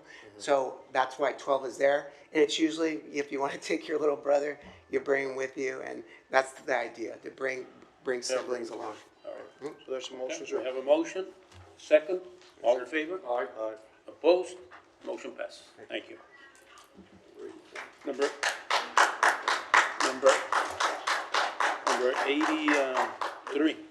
83. Discussion with possible action on creating a sustainable campaign to improve the presentation and visual experience of our city for residents and visitors, included but not limited to welcome signage, lighting enhancements, beautification efforts, and related initiatives and any matters related thereto. Wanted to bring this up because of the first impression that we might encounter when entering any city. The way our city looks, feels, and how residents experience their community and how visitors perceive Laredo. Now, this initiative is about pride, identity, and economic development. And I mentioned earlier, addressing the challenges we're seeing with people experiencing homelessness for a number of root causes. A coordinated sustainable beautification campaign can enhance our gateways, improve lighting and safety, and create a more welcoming and vibrant environment throughout our city. And some of the key points I wanted to strive for would be to enhance the visual perception for residents, to improve safety through better lighting and upkeep of our right-of-ways, to strengthen tourism and economic development, and to promote civic pride and community engagement. Now, I don't want to break the bank using this idea, but we do need to have some other priorities that come first. But please come back with some ideas. So my first motion would be to instruct management to come back with some quotes on placing lighting to illuminate underpasses and bridges 1 and 2, and I will be utilizing my priority funds for this improvement. Now, if there's a presentation that CVB has and they have been working on, we'd be glad to hear it. I'll second that motion, Mayor. All right, motion second. I'll see the presentation. All right.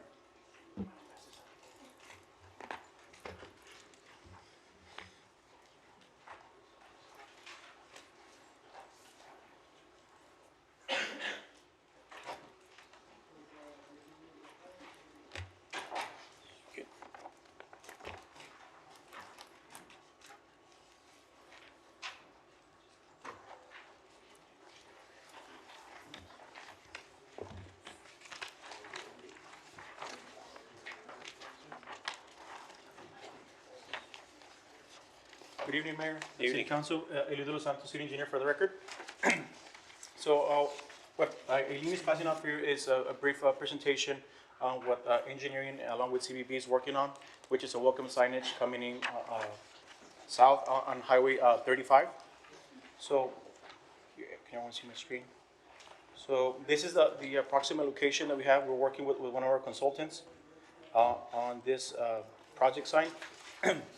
Then on the following page, you have an aerial view to kind of more or less relate where the location of this monument sign is going to be at. So if you can see on this aerial view, you have the Char Rutenjo Road. So that's probably the proposed location that we currently have, working with TechSub, is about a mile north of the proposed, where Char Rutenjo Road is going to be at. And then the following page that we have is the location where we have it right now proposed, which is between the frontage road southbound and the main lane southbound of Highway 35. And then what we have here showing you right now is the preliminary renderings of the sign that we've been working on.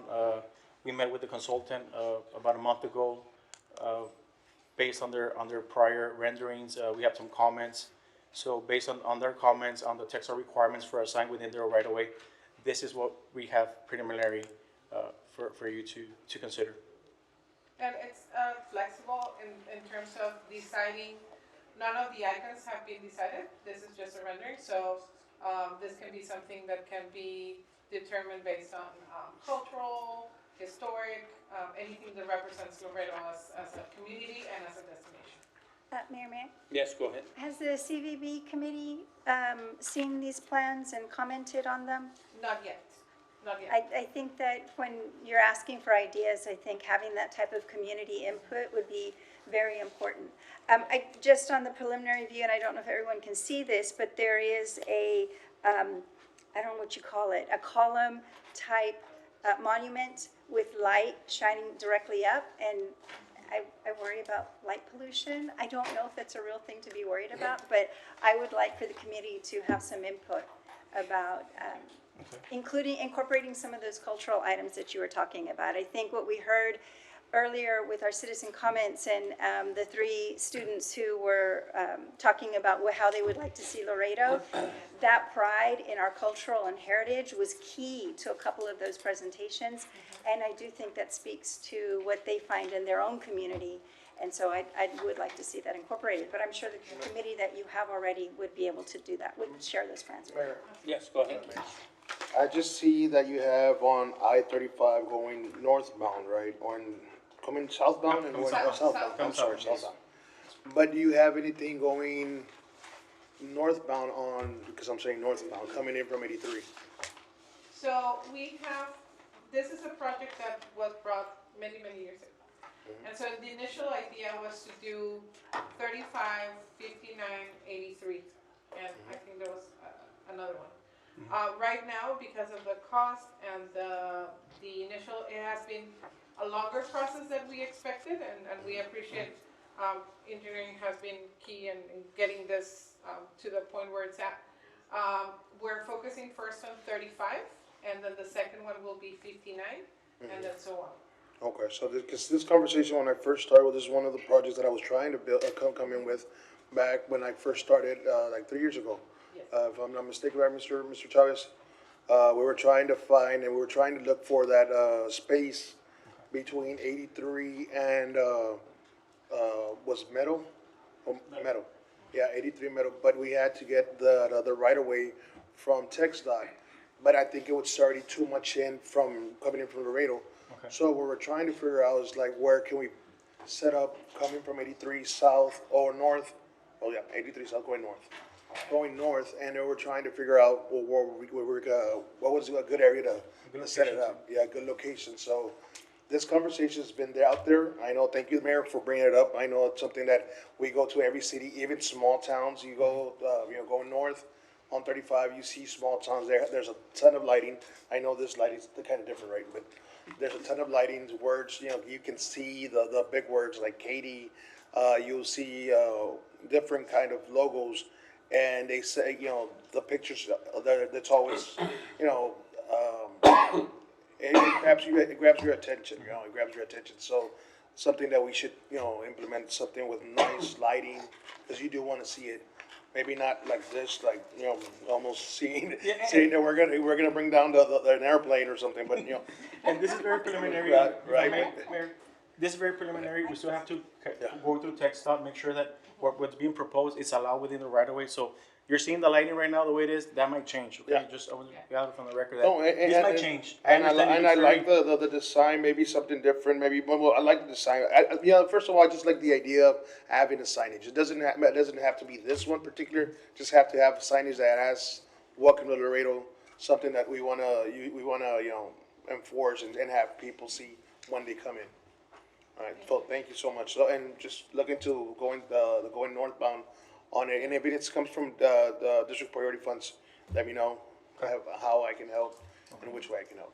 Thank you, Councilman. All right. Mayor, Yes, go ahead. just a word of, we can look into, there's a history behind doing these type of projects. A lot of towns use it as a signage that says welcome, right? I'd like to see if it has any more meaning than that for us. This is a town that shows it to be a beacon of international trade, a beacon of hope and prosperity for anybody that comes down here.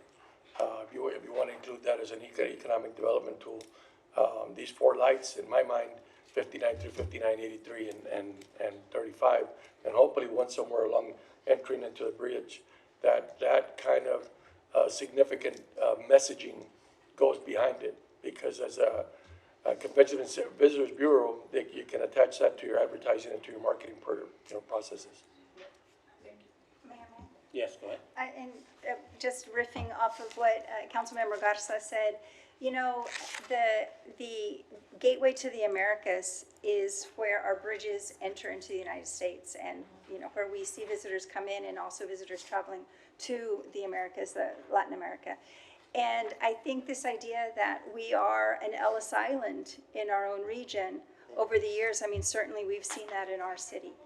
And if incorporating maybe that thing, that we have welcomed so many people who are immigrating, legally immigrating, coming here, they have stories to tell, they put in roots, and we're incredibly proud of that history. So when we're talking about adding the culture and history, I think that's an important piece of it too.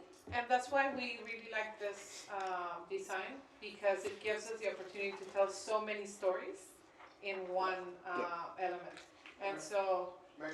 Yeah, go ahead.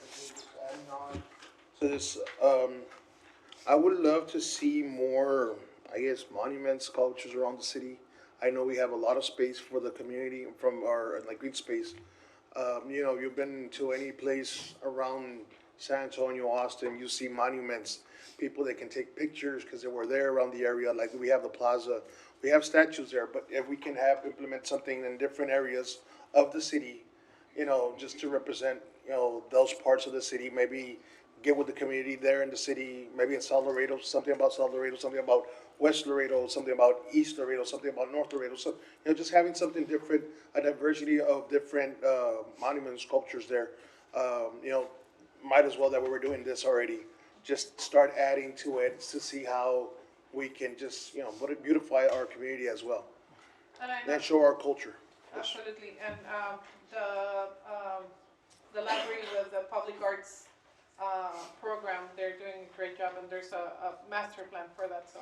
Okay. I'm sure Yeah, because now that we having that expansion for the convention center, well, that's going to be a great entertainment for the whole community. And I think sometime I think we were talking about, me and Mr. Ned, we were talking about maybe having a boulevard change something, you know, so they can, when they come to Laredo to our concerts, they can take pictures and be proud of Laredo. So that's something to just have in mind. Thank you. All right. Do we have to make a motion on this, Mayor? We had a motion, didn't we? There's a motion already for this project, so there's no need to. For this project, I think we already have it. All right, thank you. Thank you. All right, next item, 87, may I? go ahead. Thank you. Yes, I was going to make a motion. okay. Thank you, thank you.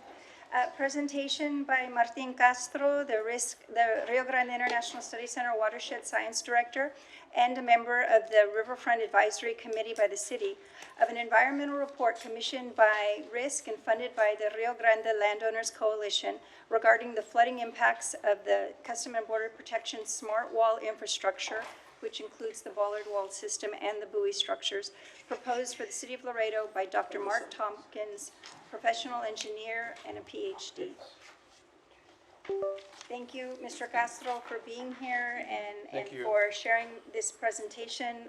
I know that there was a delay from last meeting, so I'm grateful that you were able to come back and share this really important study with us. Yes, thank you, council member. If you just give me a moment, I'm going to pull up my presentation. I promise it is a brief presentation.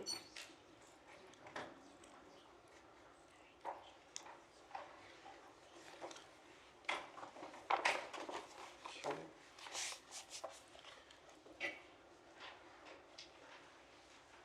All right, so good evening, Mayor and City Council members. Thank you for allowing me a few minutes to present this afternoon.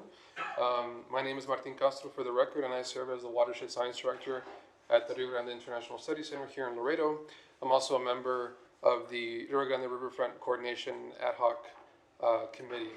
So I guess before I begin, I want to outline the purpose of this presentation. The purpose of this presentation is to provide council with information that may be relevant to the city's responsibility to evaluate the potential risks of this border wall and buoy infrastructure. Indeed, it is the city's responsibility to determine whether any federal project, such as the wall and buoys, could adversely affect our city's critical infrastructure, our international bridges, our water treatment facilities, our public parks, and other municipal property. And that responsibility, I think, is exactly why the results of this analysis are being shared with you today. So again, the proposed wall and buoy system that we've all seen by now would be constructed along, we all know this, one of the most dynamic river systems in the entire United States, if not in North America. A project of this magnitude, of which we've seen has no equal anywhere in the United States or even on the planet, can have enormous consequences, not only for our infrastructure, but also for public safety and the long-term stability of this river corridor. Because, as one of my colleagues on the Riverfront Committee, Mr. De Anda, mentioned earlier, because the laws, because the federal government has not released detailed engineering plans and specs, because those laws have been waived, this independent analyses like these, I think, have become really more important in helping communities understand the potential risks of such infrastructure. So this report, this analysis, I think, that you're going to hear about today was prepared by an experienced civil engineer and fluvial geomorphologist who used the best publicly available information and data that's currently accessible right now, including historical flood records, FEMA floodplain maps, high-quality ortho imagery, topographic data, and other spatial data and information about infrastructure along the river corridor. Much of this data came straight from the city of Laredo, from using any publicly available information through the city's OpenGIS data portal, for example. And so again, the goal of this presentation today is to summarize the key findings of this expert assessment so that council has a clear understanding of the types of risks that engineers like Dr. Tompkins evaluate when infrastructure of, again, this magnitude is proposed in a river system like the Rio Grande. So just a couple of key qualifications from our experts. Dr. Mark Tompkins is a civil engineer and PhD. He's a fluvial geomorphologist, which is just a fancy term for somebody who studies rivers and how they change over time. Dr. Tompkins has over 28 plus years of river engineering experience, and he has studied rivers in the United States, all across the United States for a very long time. And he really specializes, as we've come to know him a little bit more, in how rivers behave, how they change over time, hydraulics, flooding, sedimentation, and erosion. One of the reasons why our organization, along with the Riverfront Landowners Coalition, approached Dr. Tompkins was because he had previously studied border wall impacts in Mission, Texas. One of his clients there, the National Butterfly Center, had contracted him to study the impacts of border wall infrastructure on their property. And it wasn't long after where he had actually observed structural failures of border wall construction shortly after it was built on that property. So Dr. Tompkins is very familiar with this region. He's very familiar with the area. He has a very intimate understanding and knowledge of flooding and the topography and geography of this region. That was one of the reasons why we approached, several reasons, but one of the primary reasons also why we had approached Dr. Tompkins to undertake this study. So one of the points that Dr. Tompkins, really emphasized during a committee, one of his briefings and presentations at a recent committee meeting a couple of weeks ago in early March, and it was something very important to understand about rivers, and that is, rivers appear calm pretty much 99% of the time, but the real test of infrastructure is really understanding that rivers don't always behave like this in calm conditions. It is during that 1% of events, the extreme floods, when rivers like the Rio Grande are going to carry enormous energy, debris, sediment. That is that 1% that engineers must plan for when evaluating risk. It's that 1% that we and council as a community must invest our energy and planning efforts into. I think we're all familiar with some of these pictures. These are just a couple of pictures from the last major flood that Laredo experienced in 2010 from Hurricane Alex. As just a reminder that this is how rivers behave during that 1% that we must be very much aware about. Okay? So just a couple of the key findings from Dr. Tompkins' report. I'll go through these quickly because I have some more visuals to show. So what you need to know is that Dr. Tompkins has essentially identified 5 key risks associated with the proposed wall and buoy system. Okay? Number 1, first of all, floodwaters are expected to move higher and faster during these extreme events. The proposed system of wall and buoys introduces large obstructions into the river, and the clearing of this extensive riverbanks, because we all know that the federal government needs that 150-foot security enforcement zone, so they're going to clear both sides of the wall, is going to change how that clearing is also going to change how the water moves during these flood events.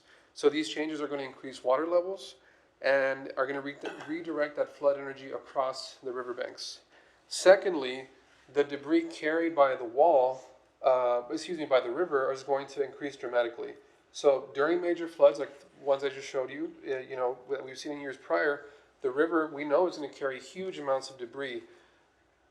Trees, mobile homes, pieces of concrete, and other, material, which is going to increase pressure on an already overstressed river system. So structures that are placed in the river are going to tend to trap that material, like the wall and buoys, which is going to, of course, alter how the water flows around it. Thirdly, there are sections of the system that will fail or are likely to fail during major floods. And all it's going to take is just one failure. Dr. Tompkins explained this in his report, where he says that debris loading combined with erosion and the scouring that's going to occur along the river, along structural anchors, for example, around this infrastructure, are going to cause parts of the system to break free during high flow events. And again, it's just going to take one failure. One failure in the entire 108-mile wall, 150-mile long buoy system, one breach to cause this catastrophic impacts. And this, of course, leads me, I think, to my next point. Those failures are really going to create increased risks to life and property along the river. When floodwaters are redirected and or obstructed, the impacts that Laredo is going to see are going to extend into nearby neighborhoods and into public areas. In our analysis, we've identified over 20 unique riverfront neighborhoods that are situated right along the river. Of course, we all know this, that in Laredo, the geography is quite unique, and that a lot of neighborhoods are built up right along the river. That's not the case in a lot of cities, for example, in the valley or even upstream of us. So these are serious risks to human life and property. And then finally, the system is going to pose pretty much, as we know, significant risks to critical infrastructure like our bridges. Dr. Tompkins explains this in his report. And again, combined with the debris loading, how erosion and scouring along the bridge piers specifically like the support systems, are essentially going to concentrate the force of the floodwaters in ways that the bridges were never designed to handle. So these outcomes are not hypothetical; they are considered pretty much inevitable under these extreme conditions. So these are slides from Dr. Tompkins' report showing some of the erosion examples that have been observed in a relatively short amount of time. The picture on the left is from 2010, downtown Laredo. You can see Teos Park there in the center. And on the right, you can see the extreme sedimentation buildup that has occurred in a relatively short amount of time. We're looking at just 15 years. So there are already observed erosion and sedimentation issues occurring. And this is before any border wall or buoy infrastructure has even been placed in the river corridor. So we know that this is happening. It's happening at a very extreme pace. Dr. Tompkins references this in his report. And the installation of the proposed wall and buoy system is essentially going to accelerate the magnitude of the ecological dysfunctions currently occurring, such as this erosion and sedimentation as evidenced by this imagery that Dr. Tompkins used in his report. And of course, this is ultimately, I think, this project, while it's often discussed, as infrastructure, the implications extend far beyond engineering. This is a public safety issue because this report has made clear that the risks associated with these structures translate directly into public safety concerns for the Laredo community. Again, flooding, debris accumulation, and all the structural failures that are going to take place in and around these neighborhoods, these riverfront neighborhoods, bridges, critical infrastructure, not to mention our water treatment facilities, are all going to be in harm's way. So that's, for that reason, the findings of this report deserve really careful scrutiny and attention. The last couple of slides I have, again, these are just more renderings from Dr. Tompkins' report. These last 2 or 3 slides are just illustrations that were prepared to help complement and visualize the risks that were identified in this report. Dr. Tompkins actually reviewed these illustrations and affirmed that they accurately represent, the types of scenarios that are going to occur during these extreme river events. Again, these illustrations are not exaggerations. They are based on well understood river processes, on science, on data, and the interactions between floodwaters, debris, and large structures that are placed in the river corridor. So this first illustration shows how the Rio Grande behaves naturally compared to what happens when a wall, of course, is placed in the riverbank. So under normal conditions, as I mentioned earlier, during high flows, the river is going to spread water and debris into flood-prone areas, which helps reduce pressure on the river system in the main channel. That, of course, can, when a continuous wall blocks that floodplain space, as a wall would, the water and debris are going to be basically forced to remain in the middle of the river in the channel instead of spreading out and dispersing that energy along the floodplain. So that's going to, of course, any structures placed in the floodplain, we all know this. Civil engineers like Dr. Tompkins study this. Anything structures placed in the floodplain is going to increase the height and the speed of the floodwaters and concentrate pressure along the riverbank. There are also serious implications for our neighbors in Nuevo Laredo, where the elevation, of course, being much lower than the Laredo side, have serious exposure to being flooded during a major flood as a result of this infrastructure. This next illustration just shows how the buoy system interacts with floodwaters.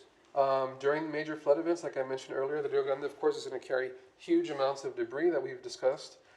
These floating buoys, which is really going to be the longer-term problem for the city, are going to tend to trap that material. You got to think of the buoys, as Dr. Tompkins has explained, as this large, it's almost like a giant litter boom system, and these boom systems are really good at trapping material, and the buoys are not going to be any different. And as debris builds up, the obstructions become larger and larger, which are going to alter water flow and redirect that pressure along the riverbanks. And finally, this final illustration, I think shows in my opinion, the most clearest example of the failure scenarios or possible failure scenarios, because during extreme floods, debris and hydraulic forces are going to cause a section of the buoy system to break loose. That will occur and move downstream. And there are over 150 miles of buoys from Del Rio all the way to, from Maverick County all the way to south of Webb County and Zapata. And one failure is going to cause those sections to accumulate around bridge structures, and it will come from upstream and travel downstream during a flood, and they're going to concentrate the force of these floodwaters.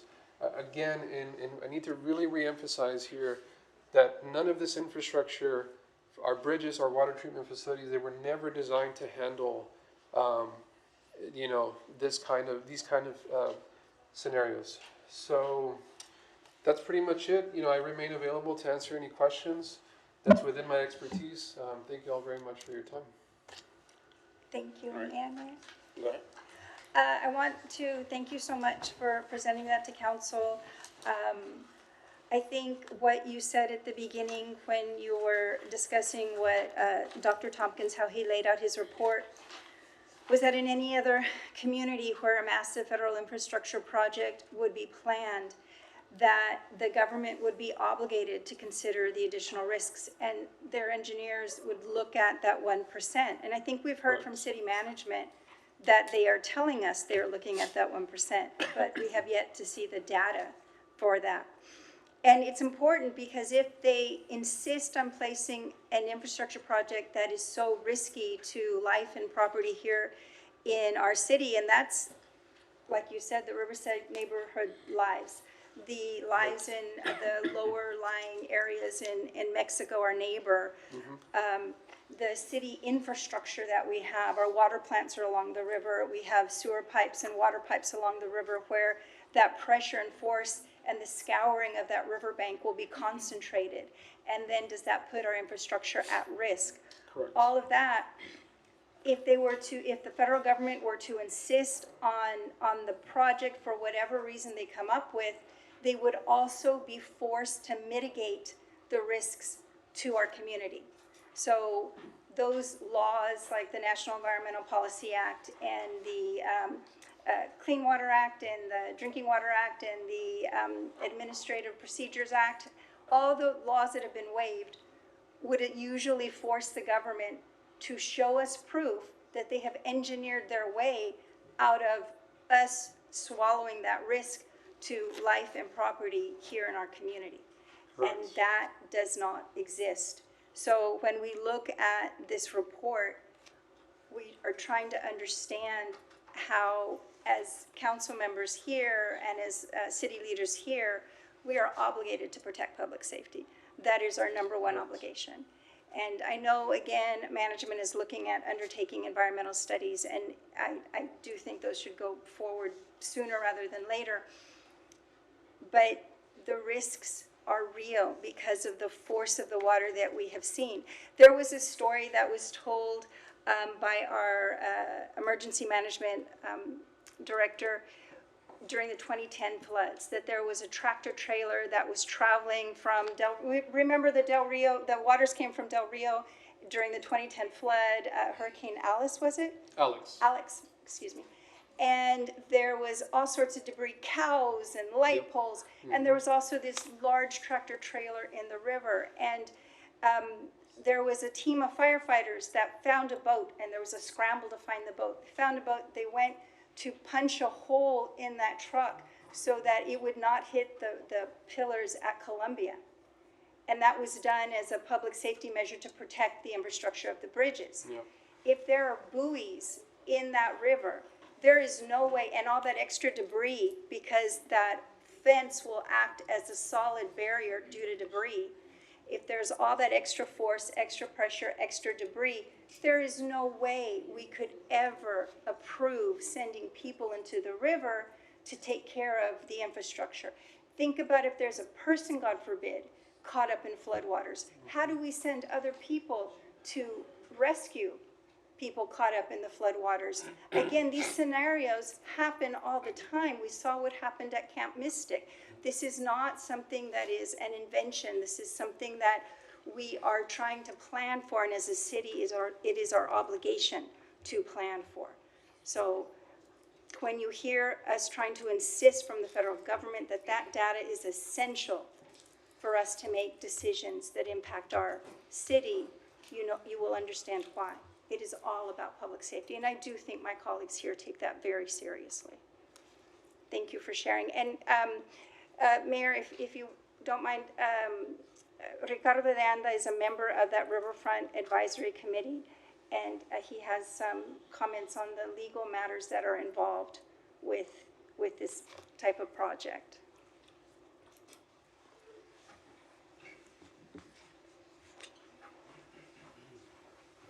Thank you, Councilwoman. So as you all know, I'm a lawyer, and I looked at the situation, and I said, given what our experts say, I can't believe that a court would allow this to happen, causing death and destruction. So I got together with my colleagues, and we figured out a way of how to fight this. They've waived these laws, but we still have the Constitution. And under the Constitution, we feel that we have a cause of action that will fly and that we can stop this wall. Big Bend is a perfect example of what unity can accomplish. You had Republican sheriffs, you had banks, you had large landowners, you had small landowners, you had small business owners, all united around the question of natural beauty. And Big Bend was removed from the walls. If they're willing to do that for natural beauty, shouldn't they do that for our lives? If we can prove that the barriers that they have that they're planning on placing will cause death and destruction, we can win in court. If you guys, while we're in court fighting, agree to turn over this land to the federal government, then we are totally united and disunited. You will sabotage our legal efforts. So whatever we do in this situation, we must be united for the people of Laredo. It's critically important that we not go our separate ways. That includes the city administration, the city fathers, city mothers, citizens of this county, activists. We are all in this together. Let's not forget that. Thank you. Thank you. Mayor. Yes, go ahead.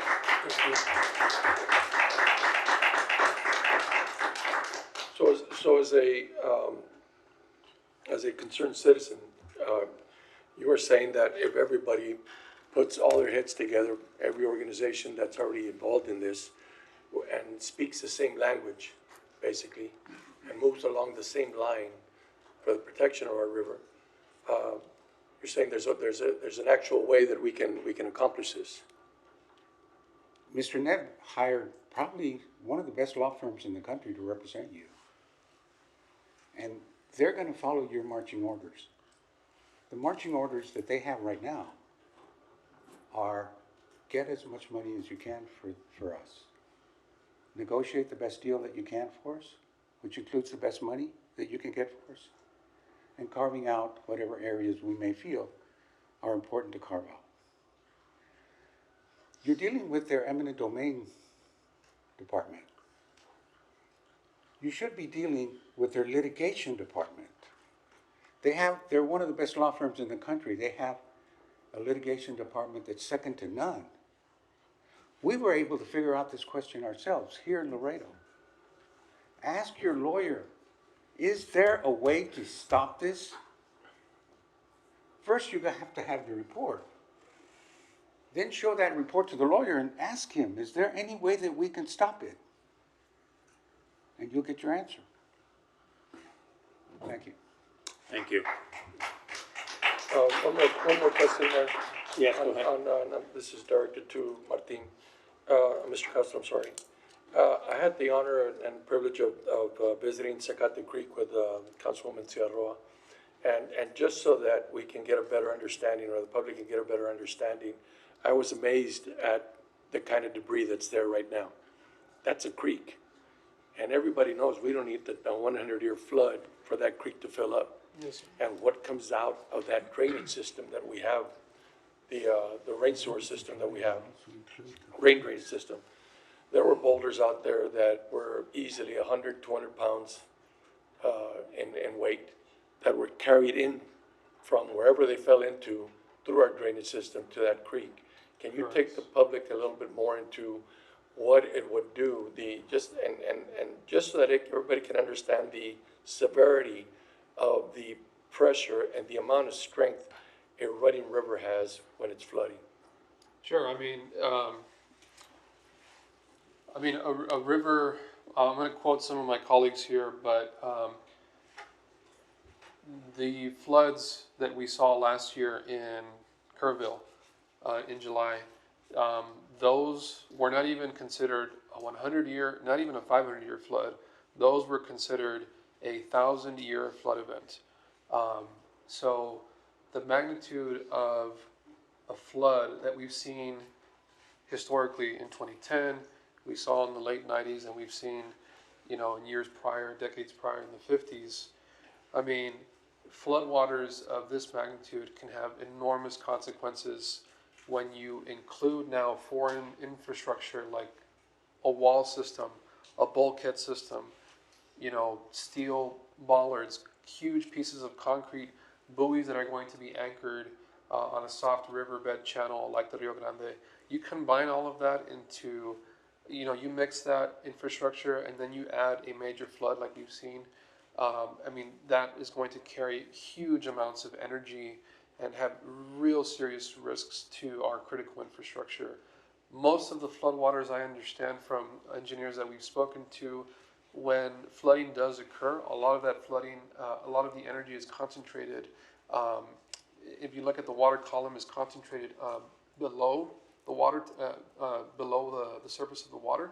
So that force is magnified, during a flood event under, at the bottom of the water column. So when you start mixing, debris like wall and buoys, it's really a failure scenario waiting to occur. That's why Dr. Tompkins has really explained that this is not a hypothetical situation. It is inevitable that this will occur. And something that Mr. Leanda just mentioned to me, to your point, Council Member, you're not going to just see flooding on the main river channel. You're also going to see flooding in creeks. All of that stormwater runoff is going to then combine and accumulate with some of with the flooding in the main channel, which is going to essentially keep magnifying the effects. So that those floodwaters are not just going to be coming down the main river channel, they're going to be coming down the tributaries that are also going to redirect that flood energy straight into the river channel where you have wall and buoys. So, it's a very serious public health and safety risk that you're facing. So, and in reference to that though, while the waters are coming in through Zacate Creek and everywhere else, and Chacon, which are two major ones feeding the river, right? That it not only might happen, I think everybody has a perception that it's only gonna happen right where it usually happened before, in front of River Drive Mall. I think that's the only picture people can see, because we don't get to see the devastation from their south. Correct. And what it looks like in San Ignacio and Zapata, or even South Laredo. So, the question that I wanted to ask you on, regarding that was that, given the enormity of of that, what happened in Kerrville, that was 1,000-year, correct? Yes. I think that people fail to also understand that climate change, yes, was as directed as it is, those 1,000-year floods are going to be 500-year and 100-year, because climate change had said that it's not whether it's going to happen that the Earth is getting warmer, is that every event becomes more catastrophic. Everything that happens, hurricanes, rain, everything is going to be more severe. So I think that's one of the other things we need to take into consideration, that it's not only going to happen because of what this study says, it's because of what, and that's just on geomorphology that you're talking about. That's just not saying what's causing, the heavier rains to come into our region. the more devastating hurricanes and all that. So that's, thank you for that report. Of course. All right, go ahead. So, you know, in trying to look for comparisons, because this is a newer infrastructure project, and so looking for examples of how we can compare how a river, Mr. Landa was saying, the wall was built for a desert environment, and here we are in the river, and how can we compare? There is a section in, I don't know if it's California or Arizona border, where the San Juan River, they have a San Juan River over there, and they built this border wall. And they put floodgates, which I think Border Patrol agents are supposed to go and lift manually and when there's a flood.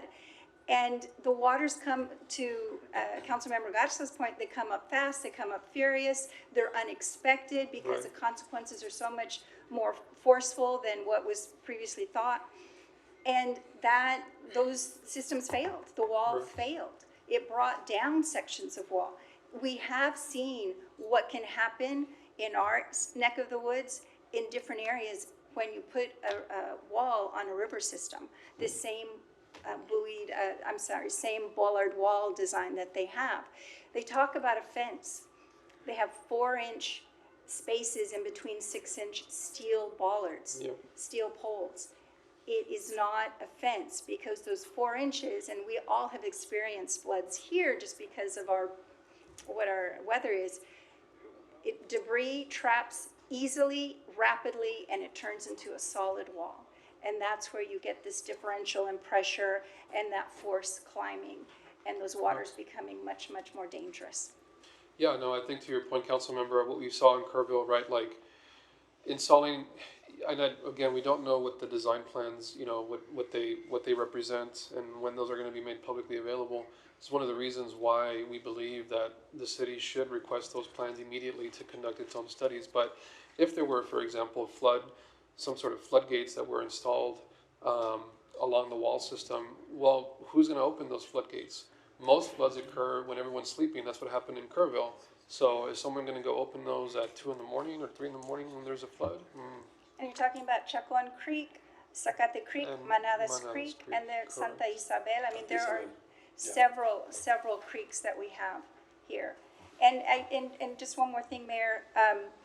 You know, Chacuan Creek is in myself and Councilmember Rangel's district, and there was a huge Army Corps of Engineer project planned to try to deal with the impacts of floods that occur regularly now.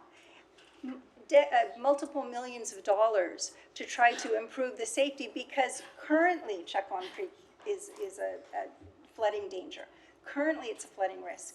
And that's going to be magnified when you put a bollard wall trying to cross it and confine that water either going out or coming in. I mean, it is something that if it cannot be stopped, it has to be changed, right? We can't accept the design plans as they exist now because of the dangers to our people. And that's something that we just can't accept. Just to highlight one other point, Councilmember, to your point earlier about the 4-foot spacing in between some of the bollards. 4 inches, excuse me. Mr. Deanda pointed out in our research that, you know, we've learned that those 4-inch spacers are really designed for desert environment and winds, not really for rivers. So, again, I think the sort of this cookie cutter approach that the federal government is trying to implement with this design is not suitable for every environment. And the river is unique. This region is unique. Its lands are unique. The floodplain is unique. And but public safety and human health and the safety of human lives can never be put above any infrastructure risks, any scenarios, any costs of studies. It just there's no way around that. We strongly believe that. All right, thank you. Thank you. All right. Mayor. Yes, go ahead, Mayor. I was wish to bring item number 10. I see the both municipal court judge, Davila, sitting there. I think it's the appointment. That's number 10. That's 86? Oh, and then 86, yes. I'll make a motion to bring up number 10 and then bring Second. item number 86. Motion second, all in favor? Aye. Opposed, motion passes. Thank you. Mr. Mayor, honorable members of council, we are here today to formally appoint Judge Nathan Chu as part of the associate judge there at the municipal court. As you know, Judge Chu has already been an associate judge there. He's going on his 8th year. This is more of a formality. The charter 5.02 was amended back in 2024. Proposition 7, which each judge, municipal court judge, was going to be allowed to appoint their own associate judge. And therefore, I'm here asking approval and consent from you all, if we can get that formalized for Judge Chu. Make a motion to accept. Second that. Motion and second. All in favor? Aye. Opposed, motion passes. Congratulations. Thank you. Thank you, council. Thank you so much. Mr. Mayor, I'd also like to bring up item 26 regarding the municipal court as well. It's an introductory item. I don't know if I can, since I'm here. I'll move to bring up item 26 since it's related to item 10, if that's okay. Yes, Councilmember I'll second. Thank you. Motion second, all in favor? Aye. Opposed, motion passes. Item 26. Item 26 was, I believe, Mr. Neff, did you want to take lead on this? No, please go ahead. Okay. Item 26 is just to amend a section of the code. I believe it's 20.7, which will, I mean, the whole code has to be changed. I think there was an urgency to change this one, particularly just for the effective date of the judge, which is a position that you all confirmed back in September, or in June, sorry. And that is so that the effective date is not going to be later than January the 1st. Is that correct? Oh, because this is an, Mayor, if I may? Yes, go ahead. Because it's an introductory ordinance, it doesn't need to be motioned. So council introduced 24, 25, and 25, 26, and 27 without a motion necessary. So we'll get that. Thank you. This, Mayor, this was just to align the dates for the effective date of the judge being, the new judge getting elected after Judge Dominguez's term expires, or ends. Instead of his term ending this May, it aligns with the rest of the mayor and the council. That's all. Correct.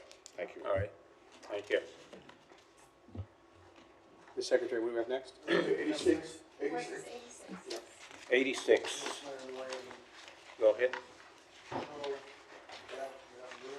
Yes. Discussion with possible action to support the second annual Bucking Blues Company Bucking and Rocking event to be held May 16, 2026, honoring National Police Week 2026 and any other matters. There are two incidents there too, I'm sorry.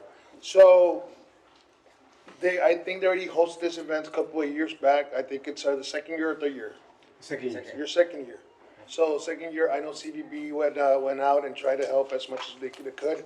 This time we met, we had a conversation and a meeting. We brought it up to we're gonna bring it up to the council to figure out, because you are gonna try to make it bigger, right, and this time.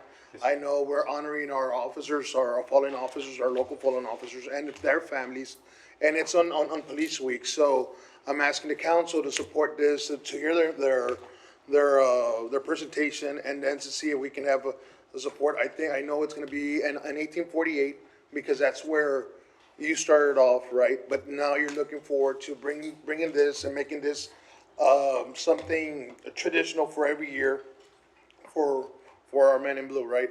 So right now, Mr. Bass is gonna do the presentation and let's see, hopefully we can get the council's approval and support.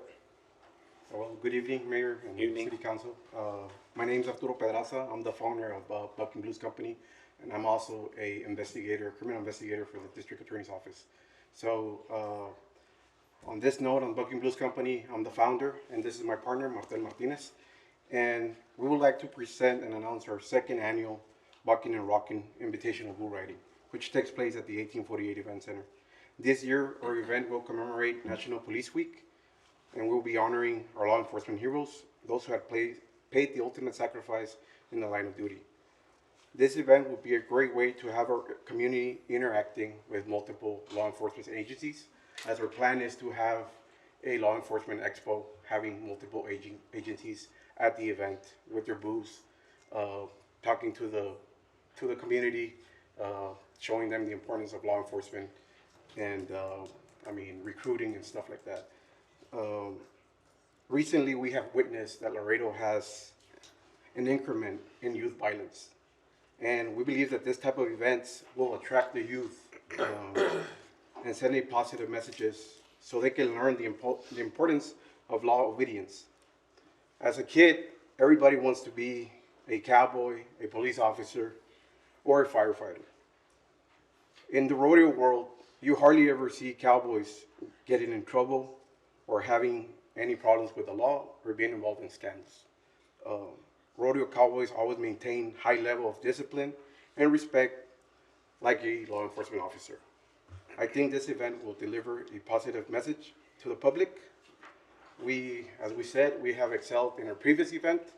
We're trying to make this event bigger and better, getting the community involved, getting the city involved, getting everybody involved, and having this as an annual thing, making it bigger, better, having maybe next year going into the same arena, having a better outcome on this event. We're also going to have Laredo PD, which is coordinating with us. They're coordinating, we're having demonstrations on SWAT during intermissions of the rodeo. They're going to present SWAT, canines, robots, drones, all this stuff so we can show the community what our city is capable of and what our law enforcement agency is capable of. So basically the theme of the rodeo or the bull riding is to show the community how law enforcement works, and we have everybody involved, which is federal agencies, county, state, and local. So, Mayor? Yes, go ahead. Mr. Pedraza, thank you for the presentation. A couple of questions on what's going on here at this rodeo. And I don't want to sound rude, okay, please. No. Is this PBR sanctioned rodeo? This rodeo, we invite PBR, PRCA, CPRA, multiple riders that are all recognized. They have their pro cards. Okay. So this is a professional event. Okay. We're having 30 bull riders that are coming into town. 30 bull riders? Yes, okay. and they all have their pro cards. Okay, and are these gentlemen, ladies riding, because there may be some ladies, right? No, Are they all law enforcement officers, or are they just No, they're just professional bull riders? Professional bull riders. Okay, and then is it a full-on rodeo type of thing, where you're gonna have saddle bronc riding, you're gonna have barrel racing, or it's just bull riding It's just specifically? strictly bull riding. Okay, perfect, thank you. So, Mayor, if I may. Yes, go ahead. So, I brought this to the council it's something, I think it's a great opportunity to show our city that we support our men in blue. We always go out there and say we're the number one safest city in the nation, and to have these officers, I think it's a moment to show them off and tell them, hey, we support you. Especially the ones that have lost lost a loved one and the moment of work and line of duty. So I ask the council for their support, and hopefully we can go forward with this.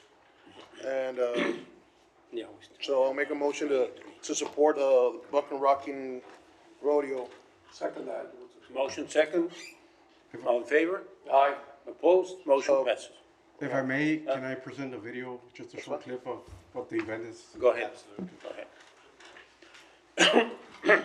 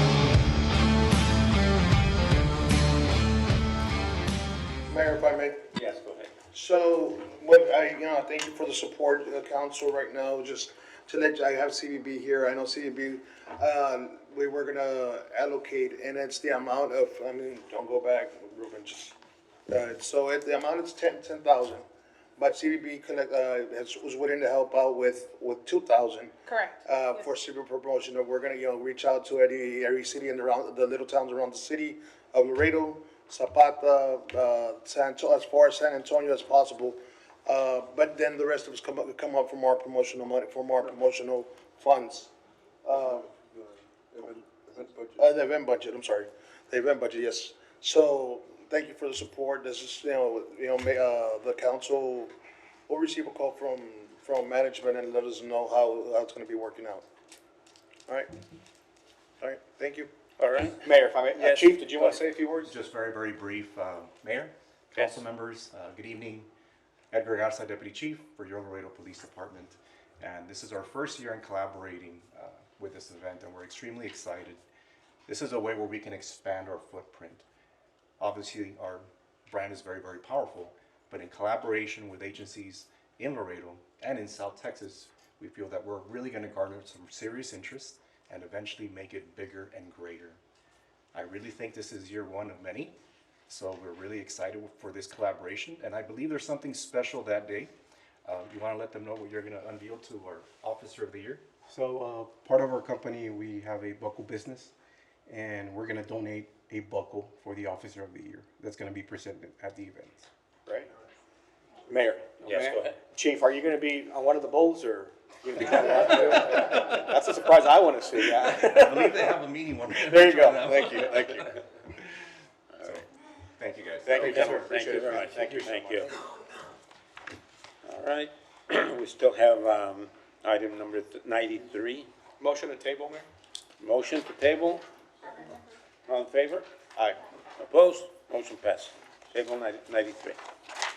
Okay, are we done with all the motions? Are we at? Yes, Councilman. Okay, thank you. Mayor, then I'm gonna go ahead and motion to approve all the appointments to commissions, boards, and committees. Except for number 12, is it, or 11? Number 12, please. Number 12, that's, my appointment, so there was a. With the exclusion of number 12. Conversation, yes. All right, that's the motion. Motion with the exclusion number 12. And table number 12, yes. All right. Second, all in favor? Aye. Opposed? Motion passed. Motion to open and read public hearing introductory ordinances 15 through 24, and also, or no, that's it, 15 through 24, sorry, my bad. Motion. Second, all in favor? Aye. Opposed? Motion passed. 15, authorizing the city manager to amend fiscal year 2025-2026 capital grants fund budget by appropriating revenue expenditures in the total project amount of $797,890, consisting of $664,890 in grant funding from the Southwest Border Regional Commission under the Economic Infrastructure Development 2025 Grant Program, required 20% local match of $133,000 funded by the 2022 Certificate of Obligation Bond. Grants fund will support facility improvements associated with the development and implementation of economic development programs and projects. Number 15, public hearing introductory ordinance, City of Laredo, Texas, authorizing city manager to amend the budget for the fiscal year 2026 financial task force of the Rio Grande Valley HIDA task force by reducing revenues and expenditures in the amount of $165,000 in the 2025 award due to de-obligation from the agency. Both grants are funded by the Executive Office of the President, Office of National Drug Control Policy, and the High Intensity Drug Trafficking Area. Funding was authorized for personnel salaries, fringe benefits, overtime, travel, and operating expenses from January 1st, 2025 through December 31st, 2026. The funding is available in Financial Task Force Fund. 17, public hearing introductory ordinance authorizing city manager to amend the City of Laredo fiscal year 2026 general fund library department by appropriating $9,000 in revenues and expenses for the Texas State Library and Archives Commission. Family Place Library Training Grant will be allocated to the general fund. Number 18, public hearing introductory ordinance authorizing city manager to amend the City of Laredo fiscal year 2026 police general fund budget by increasing revenues and expenditures in the amount of $69,044. The revenues are for the forfeiture cases involving abandoned and unclaimed money from the Laredo Police Department property and evidence section. Funding will be used to purchase police equipment, law enforcement software, and building repairs. 19, public hearing introductory ordinance authorizing city manager to execute a lease agreement between the Laredo Transit Management, Inc. and the City of Laredo Police Department for the lease of 340.72 square feet of building space located in the first floor west wing of Laredo Transit Center, 1301 Fairfield Street, for a total monthly sum of $400 for the term of 3 years commenced on January 1, 2024. Lesser covenants, and agrees to allow the lessee to occupy the premises beginning January 2024 without paying for the rent until October 2024. Funds available to the lease general fund. 20, public hearing for ordinance authorizing city manager to amend the community development department by housing rehabilitation fund fiscal year 2025-2026 annual budget by appropriating revenue expenses in the amount of $3,150,000 from the U.S. Department of Housing and Urban Development for the lead hazard reduction grant program. Grant match in the amount not to exceed $250,000 is available through Community Development Fund 2025 CDBG grant.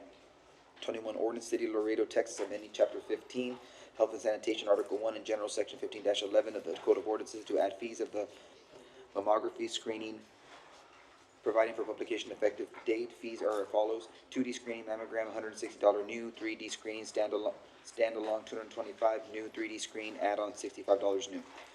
Number 22, public hearing for ordinance amend the City of Laredo Municipal Housing Fund by fiscal year 2026 annual budget by increasing revenue expenses in the amount of $65,800, establishing the rental rates and tenant policies for the Southern Hotel Apartments located at 1210 Matamoros Street, and amending the full-time equivalent position listing by adding one building maintenance mechanic. 23, public hearing and consideration of a motion to consider the new construction of a solar panel pergola and the additional solar panels of the existing residential structure, Lot 1, Block 201, Western Division, located at 1602 Washington Street. This property is within St. Peter's Historic District. Historic District Landmark Board failed to establish quorum on March 12, 2026. Therefore, the item is presented to City Council consideration pursuant to Municipal Code of Ordinances, Section 22-156 states, to the extent permitted by law, if a committee is unable to establish a quorum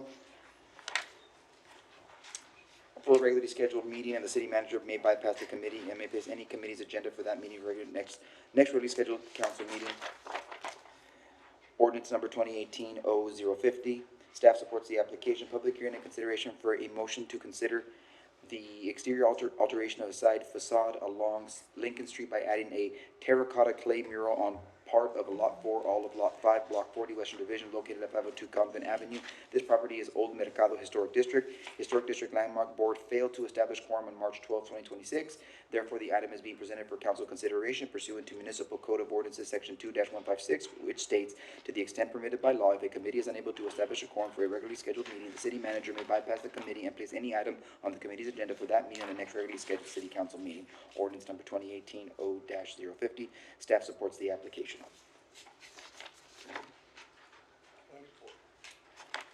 24. That was 24. That was 24. Is that it? All right, awesome. Okay.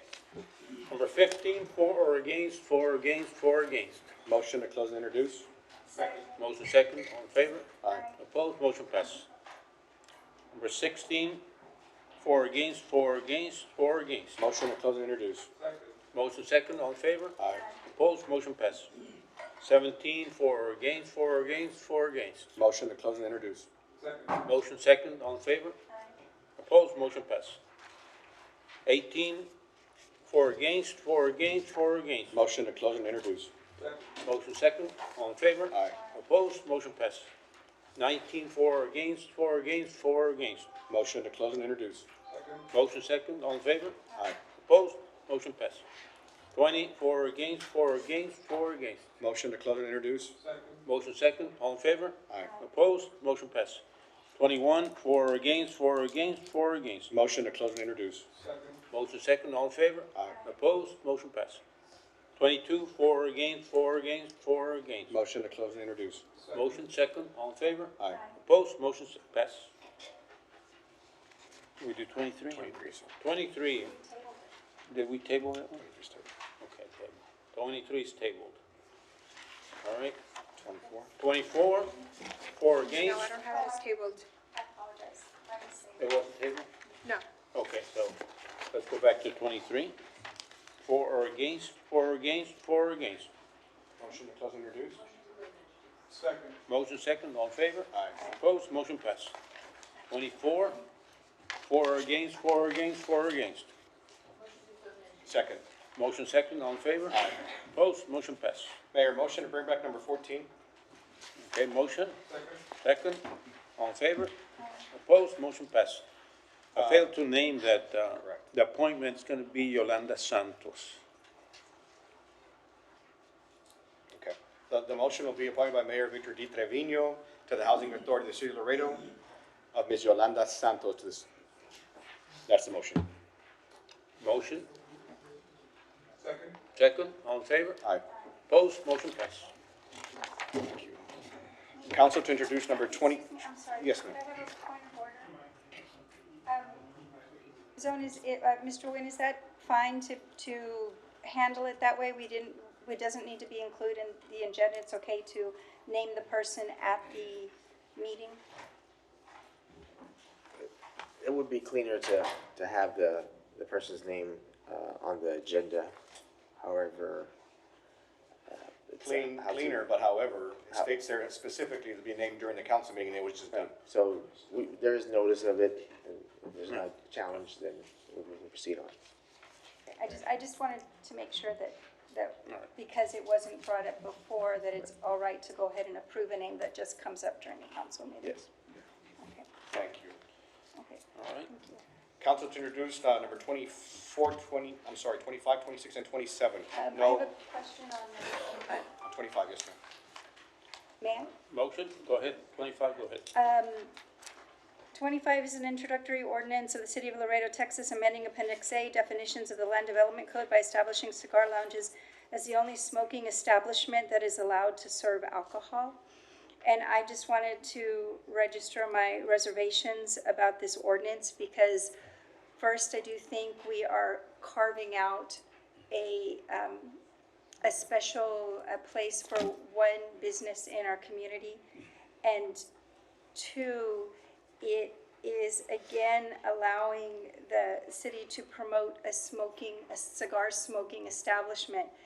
You know, last meeting, we had an extensive discussion on our health insurance costs and how these catastrophic cases that are coming forward in our city are really putting pressure on our health insurance system.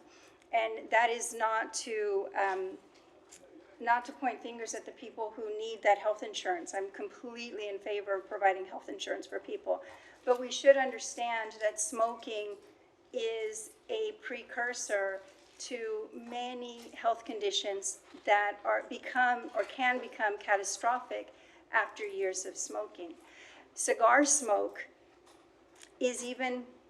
can be more, have more health problems than even cigarette smoke. It contains more tar than cigarette smoke. It has higher levels of other toxins such as carbon monoxide.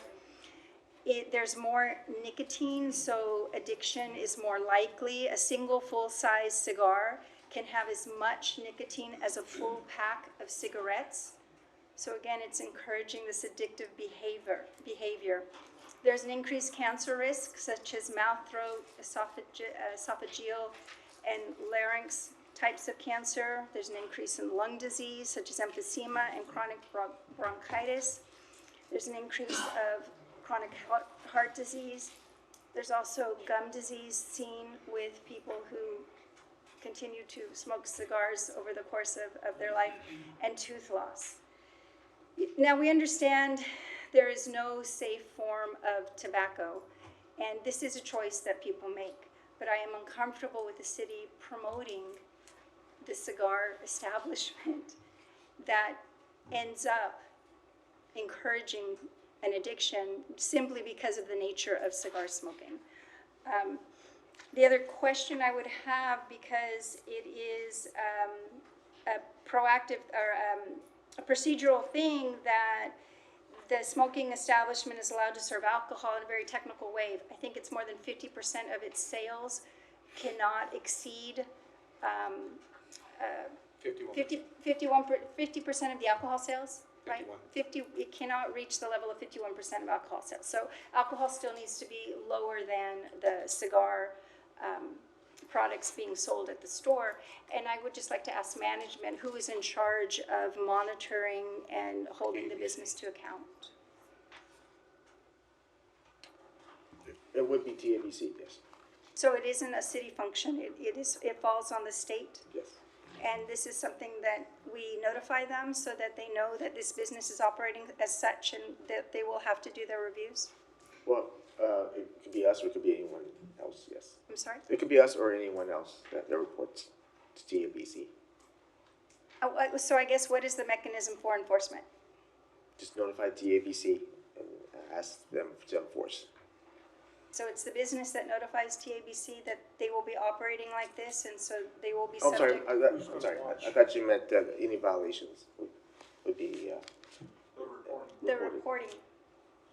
function. This would be a licensing, so that they would report to TABC, yes. And then TABC would be the enforcer. All right, so in order for them to receive the licensing for the alcohol sales, they report themselves to TABC, and then that incurs the enforcement mechanism, Sorry, yes. triggers the enforcement mechanism. All right. All right, well, I don't believe that we motion these We at don't, all. they're just introductory. They're just introductory, so there is no vote for me to take against this measure. All right, thank you. Thank you. All right. Mayor, motion to accept number 28, motion to approve number 28, second reading. All right, motion. Any second? Second. Motion for 28, any second? Second. All in favor? Aye. Opposed? Motion passes. Motion to approve final readings 29 through 42. 32, the exception of 32. All right, motion, accept 32. All in favor? Aye. Can I pull 38? 38, yes, ma'am. Okay. 32 and 38. Motion to accept 29 to 38? No, 29 through 42, To with 42. the exception of 32 and 38. accept 32, 38. All in favor? Aye. Opposed? Motion passes. 32.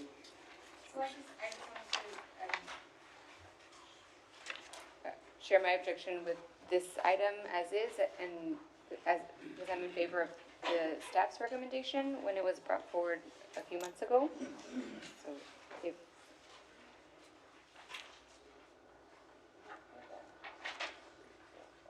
So, Mayor? Yes, what was the question, sir? just, well, could I motion to, well, I'm not entirely sure what the motion would be, but if we could bring it back with the recommendation of staff. You're wanting the motion to deny the acceptance of number 32. That would be your motion. You don't want it to go through, right? Right, so your motion is to deny number 32. Yes. But could we bring back the recommendation of staff, which was, I have it pulled up here, one second. Not today. Not today. Because it's the final reading. We have to bring them, we have to reintroduce. Start all over again. So, question, so if we were to deny this, does it come back next meeting as another final reading, the way it stands? Because the council members' wishes in this district would want it to be approved. But of course, there's people that don't want it, right, to go through, so would it come back to us as another final reading? It can come back as a final reading if it's a minor change, but if it's to deny and reintroduce in a different format, then it would have to start over as a first reading. Right, if we were to start over again, but the councilwoman for this district wants it to go through as it's read right now, or as it's in the agenda. So would it, if we motion to deny it right now, and she wants to bring it back, she's not here, would we have to start it again as a first reading or introductory ordinance? Yes, because it's been denied. Motion to table then. All right. Table, motion second, all in favor? Aye. Opposed? Motion passes. 38. 38. Mayor? Yes, go ahead. An ordinance of the City of Laredo amending zoning ordinance of the City of Laredo by rezoning Lot 6 and east half of Lot 5, Block 92, Eastern Division, is further described by meets and bounds and attached to Exhibit A, located at 720 Laredo Street from B1 to B3. And this will be used as operating as a used car lot. And I did approve it the last time, and that actually is not an issue. What I would like to see, because it is a used car lot, I would like to ask, and I don't know if this needs to be a motion or a directive, if we can have the Laredo Police Department Task Force to evaluate used car lots, the quantity that we have in the city, the activity, and comment on a possible moratorium, or what would be a trigger for a moratorium on the proliferation of used car lots.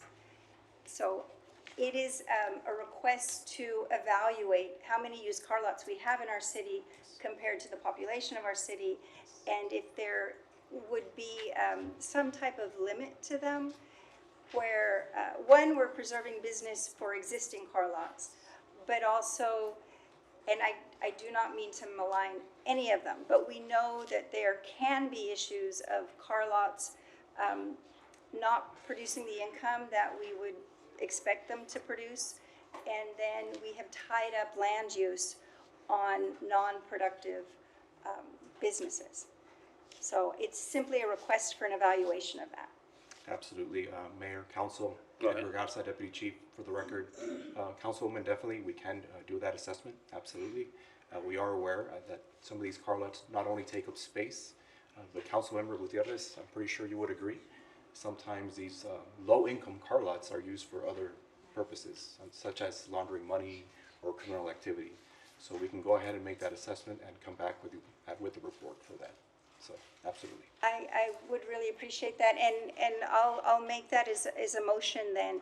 And again, we are not maligning any operating business, but this is, I think, a function of good governance to make sure our land use is being productively used in the city, especially because these seem to be popping up in our more dense areas where you would want to have a business that is attracting customers and you know, providing activity in the area. Mayor, I'll second for discussion.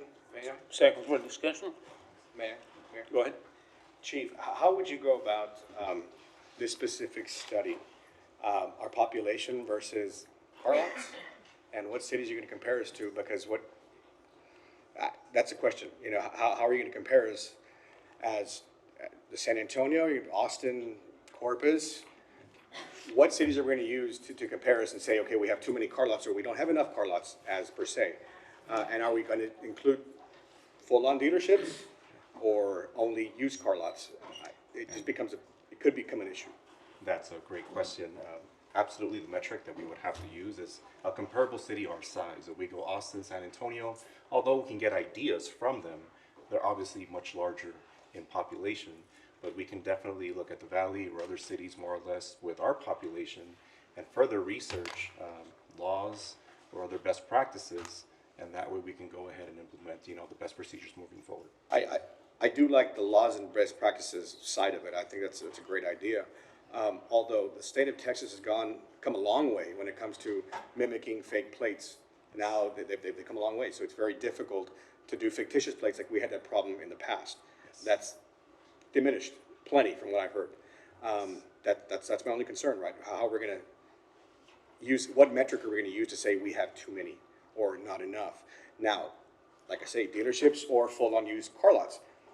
A lot of people in Laredo, especially in the economy we're living in now, can't afford a new car. They need to go to these shops that you can pay as you go on a weekly basis, monthly basis, whatever it may be, right? And they don't check your credit. And a lot of people are struggling with that right now, especially, again, in the world we're living in right now. I just caution us with that in particular. So once again, we're very fortunate to have Chief Rodriguez. He is the chair of the Motor Vehicle Crime Prevention, and in doing that, he does communicate and convey with other chiefs across the state. They're always continuously looking at different things to get things better, and these are topics of conversations that they have regularly. So we could also visit that angle to see what everybody else is doing and present you some good facts. Great. Really appreciate that. All right. And Mayor Mann? Yes, go ahead. And I'd like to suggest too, management of economic development could maybe participate and help where needed as far as evaluation and metrics. I think leaning on Police Chief Rodriguez's experience and his participation in these broader conversations is going to be great. But I do think economic development can assist with, you know, since it is looking at businesses. And I would suggest it be the used car lots. I mean, it's just, we're seeing a proliferation of them, and we want to make sure that, you know, it's best land use for our city. Absolutely, we'll leverage every variable that we can. Thank you. Thank you. All right. Thank you. There was a motion. Oh, I'm sorry, but the motion, was it just to approve this final reading? Oh, I'm sorry, the motion, well, can we do a motion, or does it need to just be a directive? Just a All right. directive, yes. Fine, then I There's no move motion that on we approve item 38. Thank you. Motion second, all in favor? Aye. Opposed, motion passes. Mayor, motion to approve consent agenda 43 through 74, with the exception of number 51 and 55. And 46, 46, 73, and 58. 58, and 73. Okay, motion and second. All in favor? Aye. Aye. Opposed, motion passes. Mayor, for number 51, Uh, a motion, 46. I'm sorry, 46. Correction. Mayor, Mayor? Go ahead. Consideration to amend Resolution 2026 R-19 that establishes the Rio Grande Riverfront Coordination and Advisory Ad Hoc Committee, expanding its scope to include the river band and associated buoy infrastructure. And I just wanted to express my support for this. I know at first there had been some restriction because the proposed federal infrastructure was on city land, the steel bollard wall. And for some reason, the buoy system had not been included in the original scope of consideration for this riverfront committee. I think including it only makes sense because the federal government is not presenting an either or. They are presenting the smart, what they call a smart wall infrastructure. So that is the buoy system in addition to the bollard system, the bollard wall. There's no separating it because that is how they are presenting it to us. So I just wanted to clarify that and say that I'm grateful that we're expanding the scope. I know the committee has been seriously meeting and trying to find out as much information as they can. I hope this council will help them find that information that they need. They've been asking for technical data. It's the same question the city has had for the federal government. I know that has come up at the committee. They would like to see more data as well. And if we unite, as was expressed previously, so that our questions will be answered, so that public safety always remains at the center of our demands to the federal government. So with that, if there are no other comments, I'll move to approve Second. item 46. All right, motion and second. All in favor? Aye. Aye. Opposed, motion passes. Mayor, for number 51, motion to table. Motion, second. All in favor? Aye. Opposed, motion passes. For number 55, just a correction. A resolution of the City Council of the City of Laredo, Texas, authorizing the city manager to ratify the submission application. The submission. The submission, correct. Not the acceptance of the grant, it's the submission. Okay, submission. Motion to accept number 55. Okay. Motion Motion, to approve. all in favor? Aye. Opposed? Aye. Do we have a second? Do we have a second? Yes. Yeah. Okay, second. All in favor? Aye. Opposed, motion passes. 58. Mayor, Mayor? Yeah, go ahead. Consideration to select and negotiate the RFQ 2026-003 Wildlife Management Professional Services Contract with sole bidder Brewster Environmental Quality Services LLC, Laredo, Texas, for developing and implementing wildlife population control plans. The primary objective is to reduce the population of wild hogs, Sus scrofa, and javelinas, Pacari tajacu, within the city limits and surrounding areas, which have increasingly become a threat to public safety, property, and the local ecosystem body. The funding source is to be approved, and I think that is where my questions are, Dr. Chamberlain. Do we have some type of funding mechanism for this proposal? Do we have it perhaps broken down in phases? And what are you looking for when you're looking for funding this proposal? Good evening, Mayor and members of the council. Dr. Richard Chamberlain, your Public Health Director. I'm in for Ms. Lauren Bluestone, who's out on business travel right now. Specifically, we brought this item back through the direction of our purchasing department. As the last council meeting, there was a directive to go into negotiations, but for the black and white of council, our city operations, we brought the item back. As we go through the negotiation process, we want to learn about the full scope of how much it would cost, and then to ask them if we can bring it back in an a la carte fashion. We would also want to bring it back for discussion on the May 4th council meeting to be able to discuss funding opportunities that could be then potentially even be pushed into the budget process. Yeah, Mayor? Yes, go ahead. So, and thank you for pulling this item out, Councilmember Segarra, because this is based on the motion and directive that we gave last time to, because this item got sat on for several meetings, so we didn't get to it, and then I found, then it was, so, oh, well, we're just waiting on council to tell us to move forward with negotiations. I assumed you guys could start at least negotiating, like, without, because there were several other directives for that, but nonetheless, okay, I know this needed to be on here as a formality, understandable, but Mayor, I mean, our residents in, not just North Laredo, I think in South Laredo, East Laredo, maybe even Central Laredo, their yards are getting absolutely destroyed. Thousands of dollars that they're having to spend to replace their entire yards. And then even those who unfortunately do want to put a small fence in front of their yards, I'd hate the idea of people having to do that, but many are doing that to preserve their lawn and not have to that extra expense again and again and again and again, because once those hogs find that one spot, they just keep going back to the same yard over and over and over again. And it's just really, really sad. And it's something that we as a city, I just can't, and I think I hope you would agree, Mayor, that it's not something we can just throw up our hands and say, oh, that's too bad, it's nature, and we have to do something proactive. And it's getting to the point where, because they replicate 3 times a year. They replicate fast, and not to mention the hogs do bring the public safety issue at play, because if you corner a hog, they are deadly. And the Lakeside HOA hired a Border Patrol agent off duty, and I'm pretty sure they've trapped and killed over 100 hogs,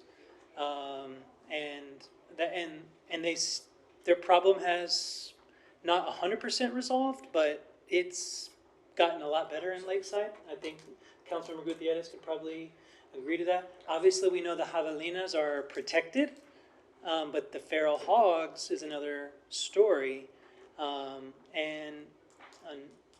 It's just going to, I know you're going to bring both lethal and non-lethal options. I also hope we look at options of being able to donate the meat, and I'm not joking at all. If there's a way that we can feed the hungry and or donate it to churches or whatever we can do. I don't want this to be in vain if we end up pursuing something like this, but it's just getting out of control, and I hope that we can agree that. Sure, we don't have a blank check, but there might be a significant cost. But I think our people do deserve us to invest in addressing this issue in a variety of ways, not just with cutting a check, looking at creative ways, looking forward to the ideas that are coming. But this is a really hard, and I know it sounds trivial, it's a yard, it's grass, but it really does impact people's lives and finances, so, and not to mention safety. So look forward to hearing it, and then whatever that price tag is, finding a way to get that or some version of it in this upcoming budget. Hope the council can support that when we do budget workshops. So, yeah. And yes, go motion ahead. To approve that. Oh, I'm sorry. Yeah. Just as a reminder, when we were up in Austin on our on-year, me and Dr. King brought it up to Parks and Wildlife, and they were mentioning that there was going to be some grants available in the near future, which is probably now, but I know Bluestone has been in contact with them, so we can consider those grants towards this. Any financial resource support that we can find, count on us to do that, outside of the city of Laredo. Yeah. Thank you. I'll move to accept, to approve. Thank you. Second. All right, motion second, all in favor? Aye.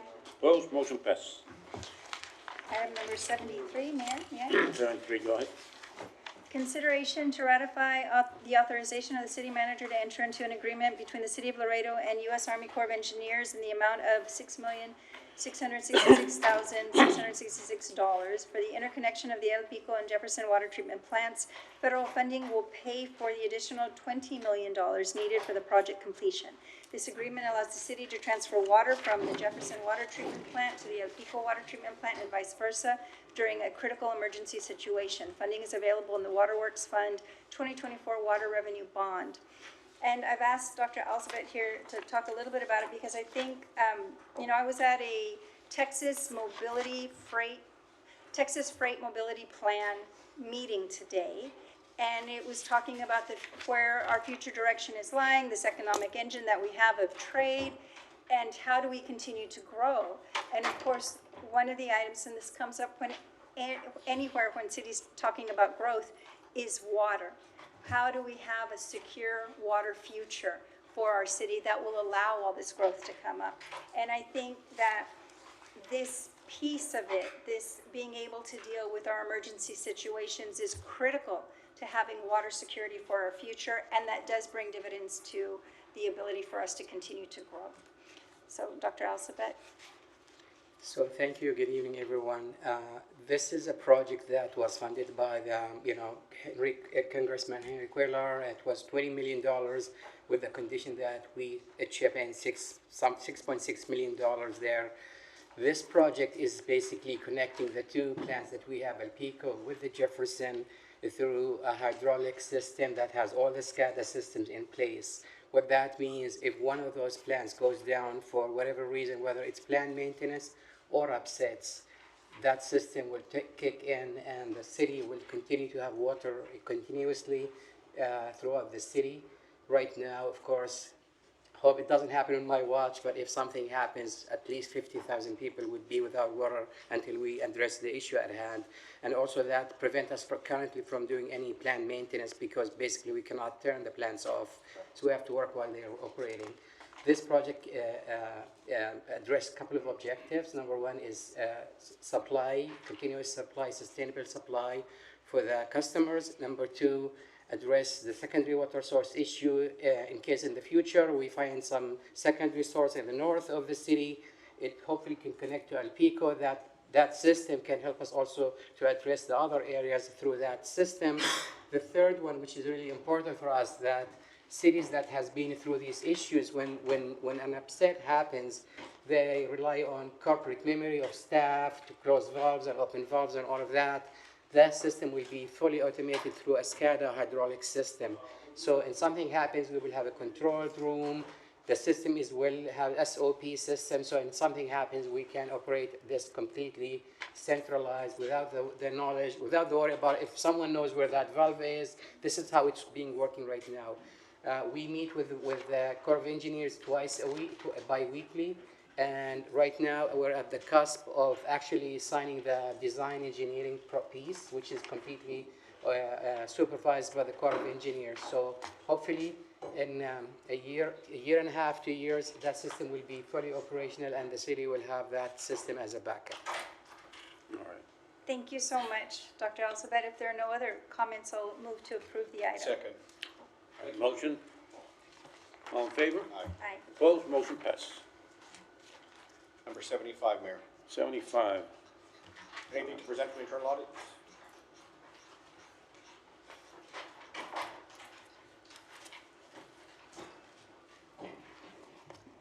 Good evening, Mayor, City Council. For the Evening. record, Tina Rodriguez, Internal Auditor. I'm here today to submit for your approval the unannounced inventory and cash audits performed December 2025. Overall, the audits did not identify any significant control deficiencies, and based on the procedures that were performed, cash handling and inventory control practices were generally operating effectively with only very minor variances noted. Motion to approve and accept. Second. Motion second. All in favor? Aye. Opposed? Motion passes. Thank you so much, Ms. Rodriguez. Number 76. 76. Environmental and Solid Waste Department staff reports with possible action related to residential services, public education efforts, and related issues with commercial services in accordance with the city ordinances. Good evening, Mayor. Evening. Council members. Bishop Wagner for the record, Director of Environmental and Solid Waste Services. I will pick up where we left off some time ago. If there are any questions about what we had already viewed, I'm going to click through some of the slides that we went through that was basically talking about some of the services that we provided in both of the divisions of the department, some of the responsibilities, some of the agendas and operations that we're dealing with trash and refuse. I believe I stopped here with stormwater. Really, what I wanted to kind of put a highlight as the division that the environmental division, not only does it work on the management of hazardous materials and the permitting of such, but we also are in charge of inspecting and remediating and cleaning out any of the stormwater blockages. So the relationship between the two divisions of this department really meet very directly here. If there are materials that are left on the curb for too long, for example, and we have a rain event, those materials, they end up getting transported and they will end up in our storm structures, which mean that we'll have to come back and send the crews in to try to clean these things up. And so a lot of the job that they do is they inspect, they'll go around through the city and they'll inspect these as things come up to try to prevent any of this from happening. So just some images of some of the things. These are lawn clippings, and one of the things that happens when lawn clippings get left on the curb, for example, they get transported really easily, and then they will clog a storm up, and they're quite difficult to clean. We have to utilize some pretty expensive equipment to try to get those cleaned out so that they can have fluid pass through them regularly. So one of the suggestions that I would like to bring before you today is another option, a potential different way. And some of you have already witnessed that for the last several months, we've been going around from different areas, parks. We did the Metro Park and Ride. We did a couple different locations throughout the districts of what we've been calling our mobile convenience centers. So what the idea has been here is to allow for this location that's proximal to the citizens and give them the opportunity when they have bulky items or if they have any waste really that they want to get rid of, they can bring it to us directly instead of having to drive out to the landfill. And as the landfill on Saturday is free of charge to citizens, this is also free of charge to citizens for them to use, for residents of the city to use. So that is building toward what I would like to propose as a future direction for the city would be the implementation of more permanent facilities. Well, by more permanent, I mean permanent facilities. Now, the facilities wouldn't take away from our normal collection operations. The 96-gallon containers that we pick up, the 2 calls that people get in to the city for the bulky item collection, those things will still be in effect because we have to also be able to address the people that have issues with transportation and won't be able to get these. But this allows an option for the person that's in the middle there, that has a truck and has the ability to get something. They purchased a couch or they purchased a new sofa, a new mattress, and they want to have a place to get rid of it. They can drive there and my idea would be that this would be open the same hours that the city landfill is. So instead of them driving out to the city landfill, a resident can come and bring this material there. This is really a plan that we're seeing right now. Is a model that I utilized in my previous role as a solid waste director for Rutherford County, Tennessee. And this was a very effective way not only to collect and manage materials, but also as an education facility. This is a manned facility, so it's got a gate, locks and closes when we're on, when we're off. There are at minimum 2 people that are operating. The idea is with these stations, we're removing the necessity of rear load trucks. So you're taking the driver of the rear load truck, they become a roll-off truck driver, which services the collection of all these containers, which can be collected by that 1-man operated truck. And the 2 men that are on the back of the collection truck, or men and women, or to be fair, they can operate the facility. So they become, they're making sure that this lot is clean, that nobody's disposing of anything that's hazardous or illegal. And there's an opportunity there for education because one of these are these units over here are actually compactor receiver units. So people drive in between the aisles, they throw the materials that they want to dispose of in the compactor. If it's waste, it goes in one. If it's recycling, it goes in the other. And it's an excellent opportunity for staff to educate people on what is recyclable and what isn't. So if it isn't, it's not a big deal. They just pick it out with some grabbers and throw it over into the waste thing, and it becomes, and my hopes are, and what studies have shown is that this is an opportunity in municipalities that utilize curbside recycling collection to decrease the amount of contamination in the curbside Mayor, contamination. Go ahead. Mr. Wagner, question, or a couple of questions. Sure. The most important one, is this with current staff that we have now? As you all know, our budget's really tight and we can't hire any more. I'm hoping we don't hire any more people right now. Yes, this is modeled to be able to utilize staff that we currently are using. And I'm sorry, I may have missed it. Location for this project? So right now, we've been discussing with utilities the possibility of using 3 properties that are city-owned right now as kind of a start. But Where, I'm sorry? 3 properties that are city-owned right now. And which are they? Excuse me? What properties are we talking about? The wastewater treatment facilities. Okay. So 3 locations that would be about 4 acres on each piece that we're looking at. We've made a working arrangement with the utilities department on the management of their sludge for the trade for an opportunity to have some land to spot To some. have 3 of them running simultaneously, or one of the 3? No, they would all be running. So the idea. You're okay with staff and still running the landfill at the same time? You're okay Yes, with sir. the staff you have now? Yeah, because, so the collection trucks, the rear load garbage trucks, their primary job for the most of the city is they go around and they pick this material up and they carry it back and forth to the landfill. So we're removing the necessity of having those large, heavy trucks on our streets doing that job, and we're taking the driver and we're making them the servant for the center as far as taking the trucks back and forth to the landfill from there, the collecting containers. And then the 2 collection guys that are on the back of the truck, they're actually inside of the facility and are manning the facility. Mr. Wagner, I just want to commend you. Great job. I'm glad somebody's finally thinking about this. Long overdue. Thank you. Thank you. Any other questions about this idea? Motion to approve. All right, motion. Second? Second? All in favor? Aye. Opposed, motion passes. Thank you. Thank you. That was a stale. We're falling asleep. Do I go home now? As you can tell. Would you like me to continue with I do have one, Sure. Yeah, go ahead. another item here. So this is what the machinery looks like, in case you're interested on what it is. That's what we're losing is the rear load truck, and we're gaining the roll-off truck with the stuff up top. And this is some costs that are associated with, so the roll-off truck is a cheaper, and it requires 1 operator.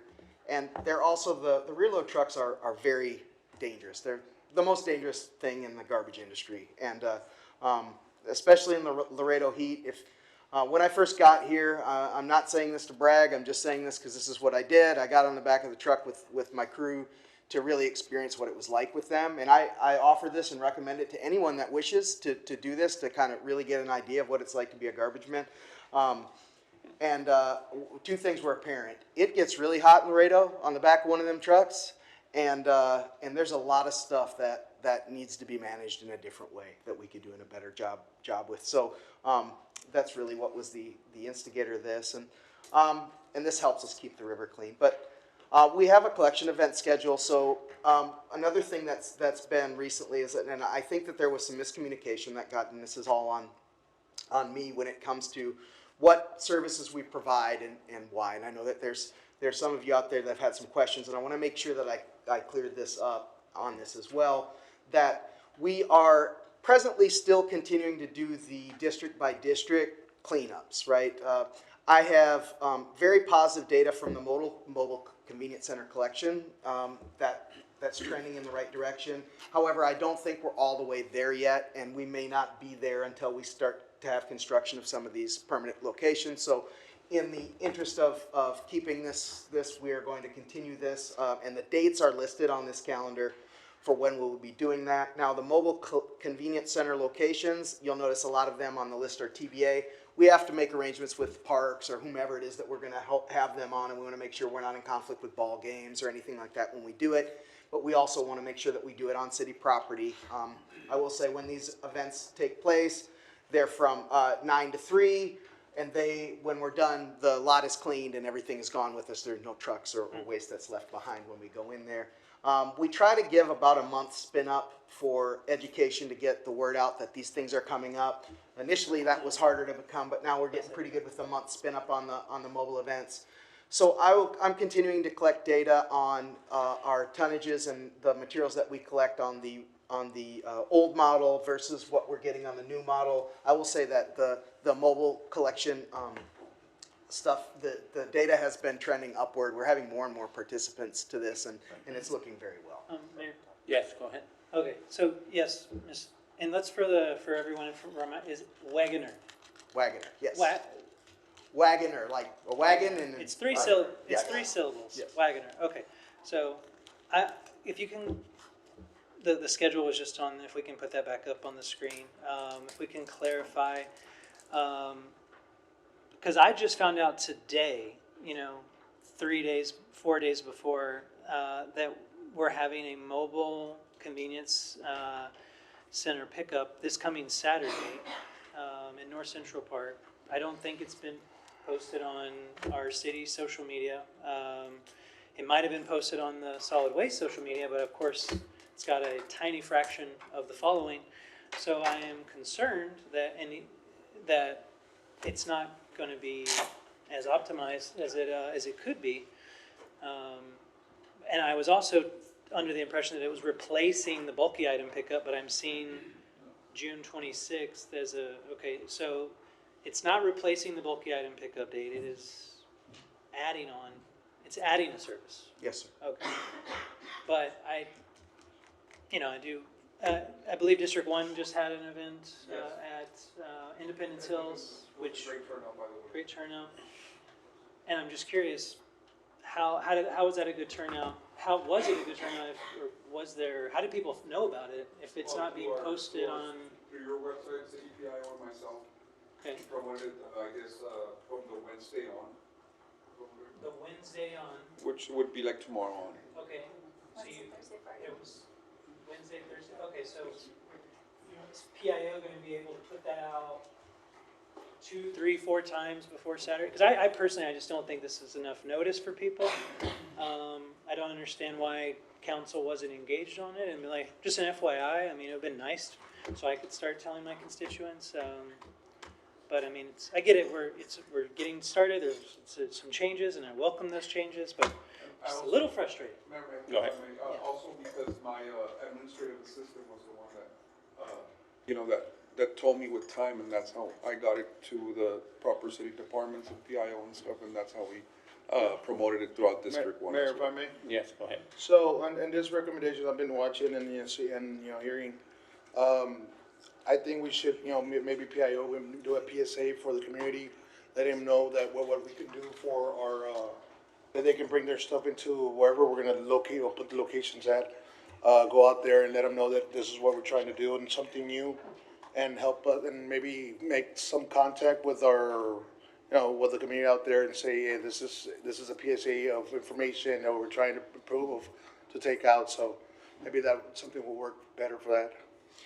These are all great ideas. In fact, I was just speaking with Norita about it as well. One of the hurdles, the obstacles that we have here in this is that it is a new program. We do utilize our website and our social media, and we have had some positive returns. However, we are working with management. Has actually had a directive that they put out today with us to get our folks more on page with Norita's team and to do a training on how to better communicate more as a city together on some of these items.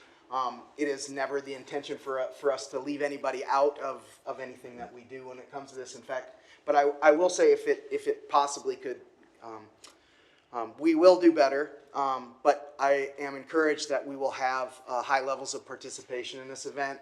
A 3-day spin up on this has been it's proven to be pretty substantial. Word of mouth spreads pretty quickly, and then even during the day, we have so right now we've had advertisement at Danny's on the screens. We have advertisement on our social media. We also utilize our CSR crew of 7 individuals that spread this word out when people call in for other items to let them know, especially if they're in the district. But this is also, this is a citywide, anybody from the city can come up and utilize these as well. If I may, just really quickly, Go ahead. at the actual, Your name for the record. graphic, sorry, not Aina Negron, Public Information Manager, thank you, Mayor. So when we received the actual graphic for that District 1, we did post it on Wednesday. It went like a wildfire. It actually had 70,000 views in 2 days. So it does work. A lot of people are actually looking for these kind of things. That's what we've been seeing a lot, especially on the comments. So as soon as they give us, you know, the graphic, we're more than happy to post. And I appreciate that. I believe if we do the same thing in North Central, it'll probably work. My event was bumper to bumper, and we had a lot of tonnage there, so. You had to bring in extra trucks for.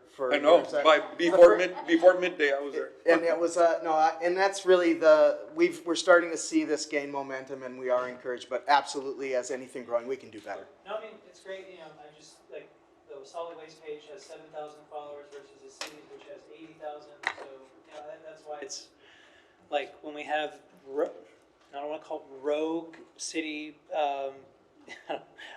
you know, pages doing their own thing in a vacuum, it's not optimizing the following that we have, which is the point of having a centralized communications and engagement strategy, right, Mr. Neb? You know, that's the idea, is we're having centralized communication so that we're all aware of what's actually being done. Sorry, beating the drum, just. Thank you, sir. Appreciate it. And I don't think we should wait until Wednesday of every time we do this, though. Yeah. Like, that's fine that it worked one time. That doesn't mean that that's the replica moving forward. Okay, I'm just, please, okay. But ultimately, Mayor, if I may? Yeah, go ahead. Ultimately, we appreciate you bringing your expertise from where you come from to the city and having these separate events and throughout the districts. They're a great idea. Yeah, Thank you. We've had positive response back from the citizens. Mr. Reisner, I think it's a great idea, like when the Councilman Gonzalez says, I do share some of Councilman King's views of how maybe we can, post it, make sure we do it once, and then we can repost it again, and keep the ball rolling, just to keep the community engaged of what's going on this, and doing a PSA, time back, I'm always congratulating Councilman King for his video that he did, and something that it's, like I told him, hey, you got your favorites? He was like, no, I did it by myself. So he did an awesome job, and I think it's something that can work. PIO does an awesome job. I know Roger does incredible videos, and they reached the magnitude of the whole, almost the whole city.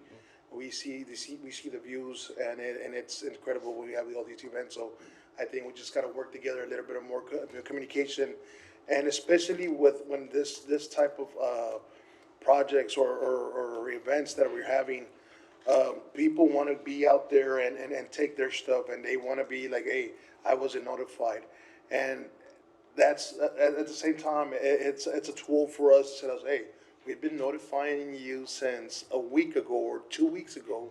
It doesn't mean, or by when we have to do, we got to get a letter, we go out there and do something, set a citation. Well, I didn't know we had this. Well, we were advising, we're doing newspapers, articles, we're doing TV, radio and everything. We've been promoting this for the past like 2 or 3 weeks. Now it's too late. Now our officers have to do what they have to do and cite you for whatever it is. But at least you had a reasonable time to take your stuff to that area where we're gonna have all that collection. So I think we just more communication, and that's something that we should have. Absolutely, I can do better for sure. Yeah. Thank you, sir. All right. Appreciate it. Thank you. Thank you.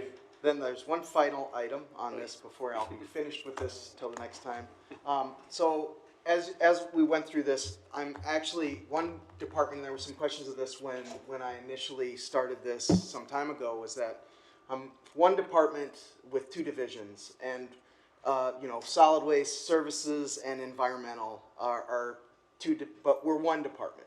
And one of the things suggestions that I made to management that I would like to bring up for your consideration is, would be changing the name of this department to reflect what we actually do and the unity of that for the 210 employees that I have there to have consistency. We'll combine services to create efficiencies in cost and time while increasing service levels. We evolve to exceed the needs of a growing Laredo. And we're one step in breaking down divisions within our city by removing the divisions within my department. So what I propose is that we change our name from Environmental Solid Waste Services to the Environmental Resources Management Department. That logo was something that was designed by a staff member. I think it encompasses exactly what we represent, where we're protecting the water, we do the recycling and the management of all of the murals, and we even got a leaf in there for the brush. Mayor, if I may. Yes, go ahead. You know, I don't have a problem with the name, but the problem is, it's just, does it come out and the bill, does it said solid waste or different, is it breaking down differently, or is it gonna be just under one name on the bill? One name. Just asking for that. Mr. Nev, what do you say? Give one name under it. We have two fees on there, though. Yeah. One's solid waste, yeah, the fees are broken down. We can work that out though. Either way, we work it out. Yeah. All right, managers, just bring us some. We can work it out from this point. All right, just have management. Yeah, just bring the idea is something to build that cohesiveness, I think, within that structure, but we'll look at that and figure out exactly how that should be done. And again, it's All right, thank you. it's just an idea, a proposal that I wanted to have an opportunity to bring before you, but I do appreciate your time this evening, and as always, I'm always available to reach out anytime. All right, thank you. Thank you. Mayor, Mayor? Go ahead. Thank you. Mr. Wagoner? Is that better? I didn't even hear it, so I apologize all this time. I do have a question regarding the stormwater management function of your department. Yes. I understand management has been asking different departments to look at the river and what the city services that would be impacted by this federal infrastructure. Has that been asked by your department? And do you, is there data that you would like to see from this federal government infrastructure proposal in order to better calculate what the changes will be to, I'm assuming stormwater management means you're getting the drainage of stormwater to the river. Correct. And with a solid structure that's going to impede that flow.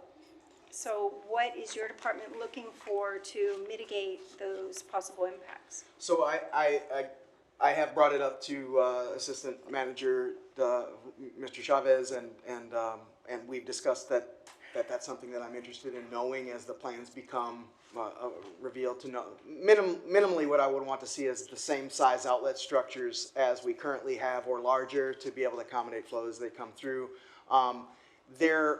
I have done a little bit of study on some of the other areas that are already developed and some of the structures that have been placed in there to be able to manage and mitigate some of these flows. There are opportunities within the construction of some of the other areas that will allow for this. And yes, it is important that the water that gets collected and transported through the city has the ability to exit. And then there are some things that we need to do on our end to ensure that we're not sending projectiles downstream and clogging some of those thoroughfares, but also any structure that would be built needs to accommodate the ability for us to get that fluid out of the city as well. And do you foresee that it would require new structures that the city would have to pay for, or do you think that that would be something because of, is it a new design that's going to require new infrastructure for our own stormwater management? Having not seen the plans for the design of it, I can't really speak to that. I would say that if there is a structure that is going to be in between, that's going to be beyond where our current outlet point is, there would have to be inclusion for the ability for that fluid to move from our outlet structure to exit to get to the river. I would hope that the engineers involved in the design of whatever these structures or proposed structures would look like would take that into consideration. I would say that as soon as I have the opportunity to look at a set of plans, that's one of the first things I'm going to look for. So we know that the bollard wall design in other areas where it's been built has a 6 to 8 foot concrete footing that goes into the ground. Is there any way that that does not disturb our current stormwater management pipes? It could, I would say, but in those areas where it has that buildup, where it's effective is when they put the pipe inside. So basically we're flowing into another similar sized pipe that would be in a discharge area. But again, until I see those plans and their proposals that they have, particular my concerns would be in the 3 major creek systems and their discharge points there to ensure that fluid can get moved out of the city and not basically become back into the city. Those are important for us, not only for us for the initial transportation of that material, but also in mechanisms with making sure that we're doing an even better job at removing materials that could be transported and impede that flow should there be a rainwater event. So essentially you're talking about the debris fields that would then create that solid wall. If we have a lot of debris in our streets, then that's exactly what's going to create the solid wall. Correct. A tire in the wrong size pipe can cause a flood, a backwater flood from that. So all of these materials that I'm concerned about that are on the curbs that get left on there, that's what I'm really thinking about, is where do they end up once they get transported. So it's really going to take, to be effective in this, with the amount of material that we have, it's really going to take efforts on all of our parts to do what we can, from having better opportunities for disposal, from having more participation from the public and being proactive and responsible for the materials that they manage, and then cracking down through our codes enforcement on the businesses that are engaged in activities that are doing things that are putting these responsibilities on the back of the city. All right. I'm sorry, just one quick question, I'm sorry. And I heard you back there on some of the things that I don't know that you touched upon it. We had a good rain this past weekend.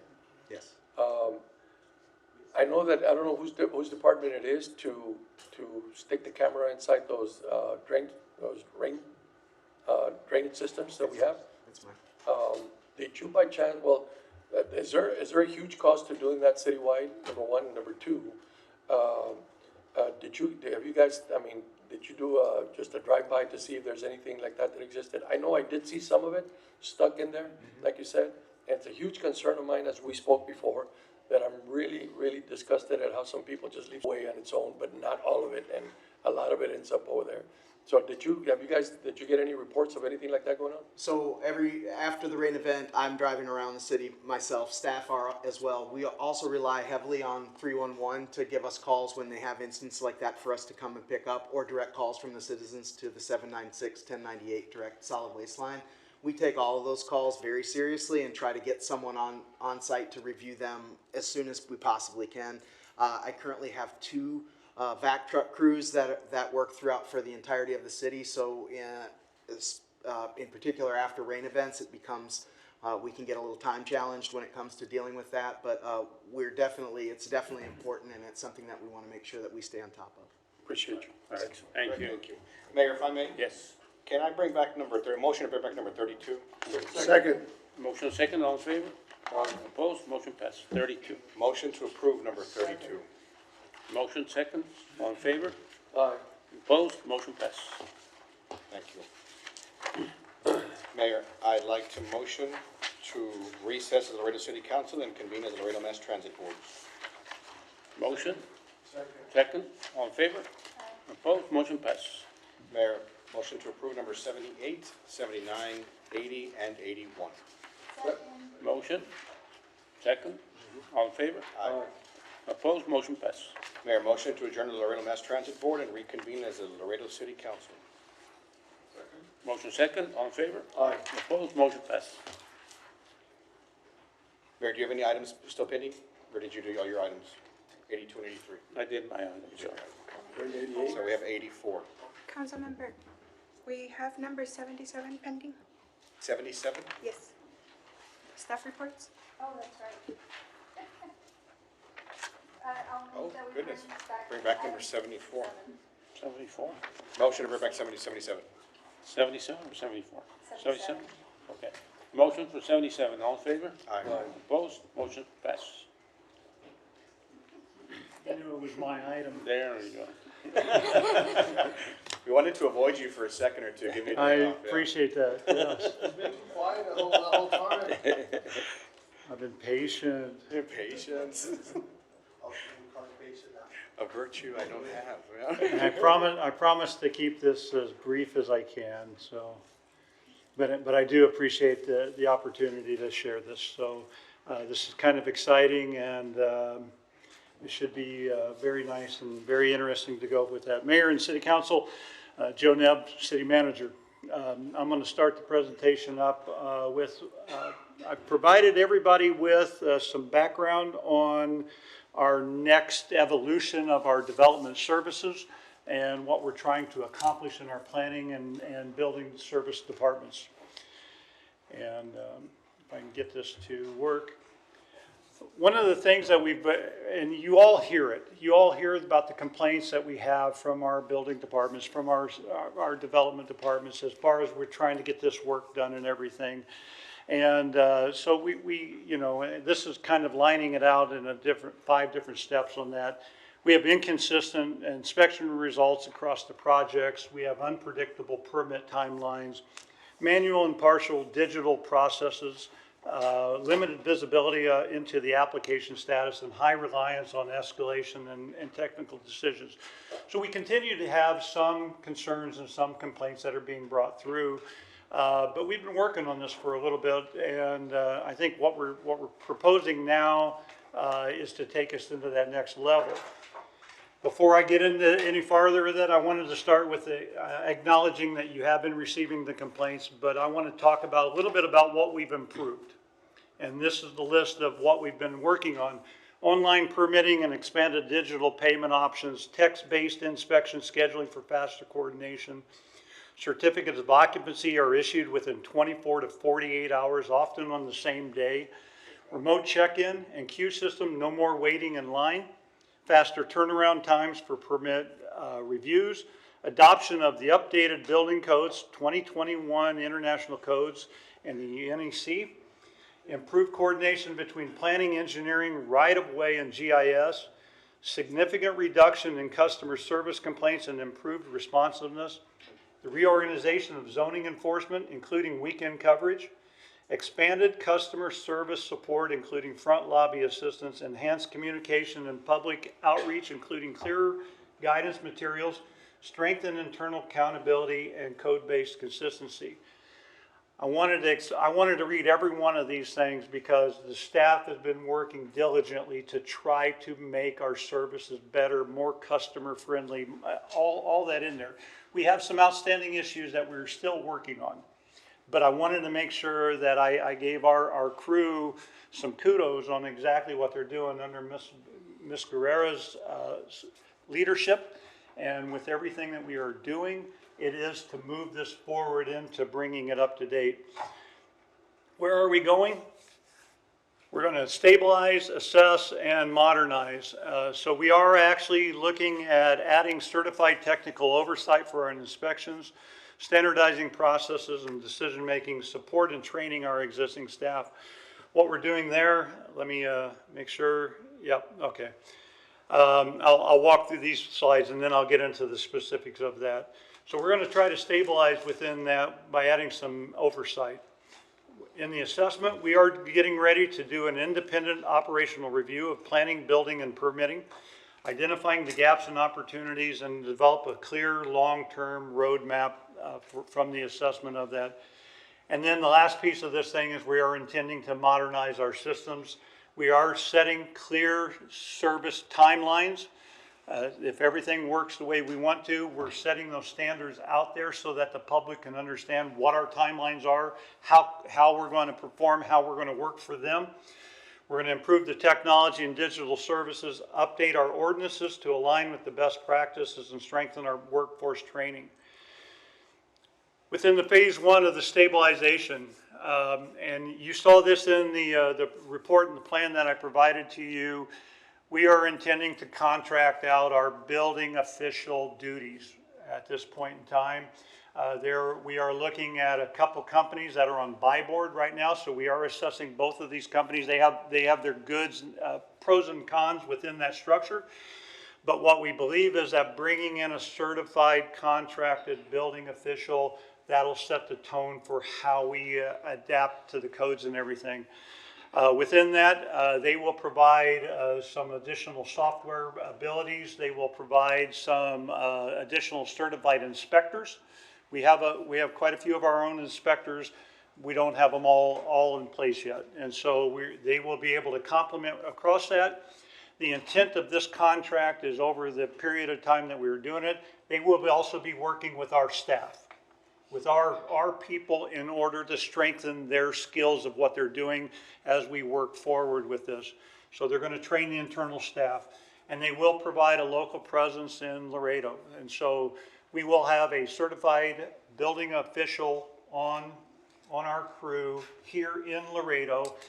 They will utilize the online services that they can do with the building inspections, the reviews of some of those plans for the building side, and then it will incorporate and synergize across our group. We actually believe that this is going to help us in moving forward. We actually believe we can fit it within our budget right now. It will be what we estimate is a 3-year contract with a potential of 2 additional year contracts, so up to 5 years. Coming off a buy board, we have that ability to do that if we can isolate down exactly what we're trying to get accomplished. So that's what we're going to try to do on the building side. There's a gentleman, and he had an emergency phone call, but this is his first day on board. He's our executive director. We brought him in for a temporary basis. Very similar to what we did on the utility side, we are now doing on the planning and building side. And so he's going to complete a 90-day independent review. He's going to recommend the improvements that we can do to our plan, identify the gaps and benchmark best practices. Mayor, I believe that he will be in attendance to the mayor's breakfast in the morning, so we'll introduce him at that point in time. But because he had to step out, I do want to at least talk a little bit about him and his expertise, because I want to make sure everybody understands the quality and the caliber of the individuals that we're bringing in to help us do the assessment. But it's Mr. Charles Graves. He brings over 3 decades of leadership experience in municipal planning and development services. He has served as the Director of Planning and Buildings for the City of Cincinnati, the Commissioner of Planning and Community Development for the City of Atlanta, and Director of Planning for the City of Baltimore. Across these roles, he's led large multidisciplinary departments, implemented comprehensive plans, modernized zoning codes, and improved permitting and inspection processes. He has graduate level training at the Harvard Kennedy School for Senior Executives in State and Local Governments. Former executive overseeing 80+ staff in Cincinnati and 250+ staff in Atlanta. He led development of award-winning comprehensive plans and form-based zoning initiatives. I want to make sure that you understood that Mr. Graves is a well-balanced professional within the field. We're going to be able to utilize his expertise. Ms. Guerrero is going to be able to have a long conversation with him about what we are doing. They will assess our entire department and then help make those adjustments as we are going through where we're headed with that. The last phase is our modernization phase, and we've been working on this for a while. I mentioned already about the service standards. I believe that what we are trying to do is to have our timelines and our dates and our completion of all of our work to meet or exceed the best practices of any other city out there. We believe that we have the ability to get there for that. We are looking at technology upgrades. We came very close to implementing a software package last year. We found that there were some problems with getting it to translate the information to our financial software as well too. It appears our financial software we really need to look at updating, but it causes some conflicts with how the softwares speak to each other. So we are looking at a secondary technology software package as well too. We are looking at ordinance updates. We have to do a lot of different updates for that. I believe that we The state law actually implemented a third-party building inspection service. Last year, I think in 2024, 25, said that a developer can go out there and hire their own certified third-party inspection, and then we accept and adopt that. We have to update our ordinances to allow for that to happen. And so we are bringing those ordinance updates forward. And then, of course, workforce development. My whole goal within this whole structure is have our staff get additional education, get additional understanding about how we can serve our people and our public, and so that we can kind of maintain this moving forward. So we're going to try to utilize this expertise in order to help strengthen our internal staff and then complement them as we move forward. What does this mean for Laredo? More predictable permit timelines, consistent inspections across all the projects, clearer communication and fewer delays, a more reliable and efficient development process. And the bottom line is that we made progress. I want to make sure that you understand that our crew has been working hard to do the best that they can with that.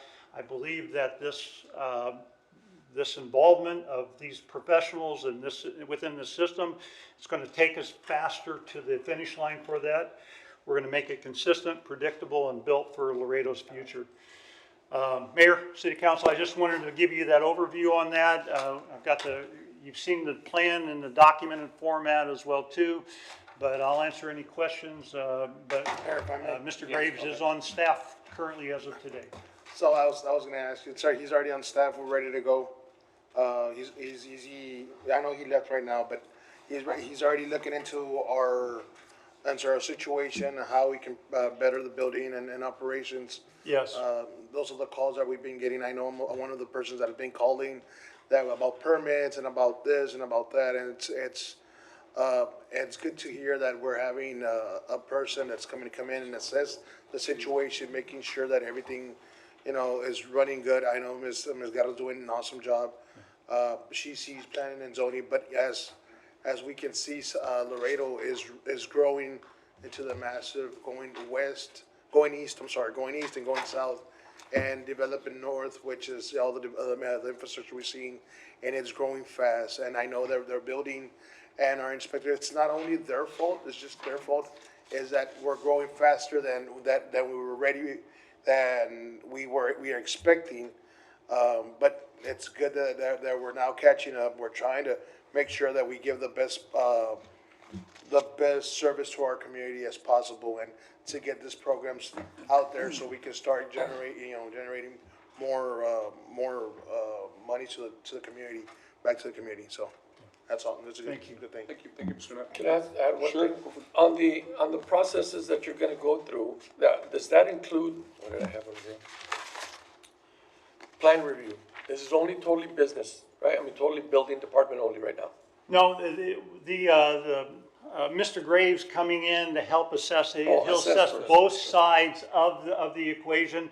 Because the planning side is so regulatory within the structure, right? We have a system that they have to deliver all the plans in order to get it to the plan commission at the right time and as all the way through there.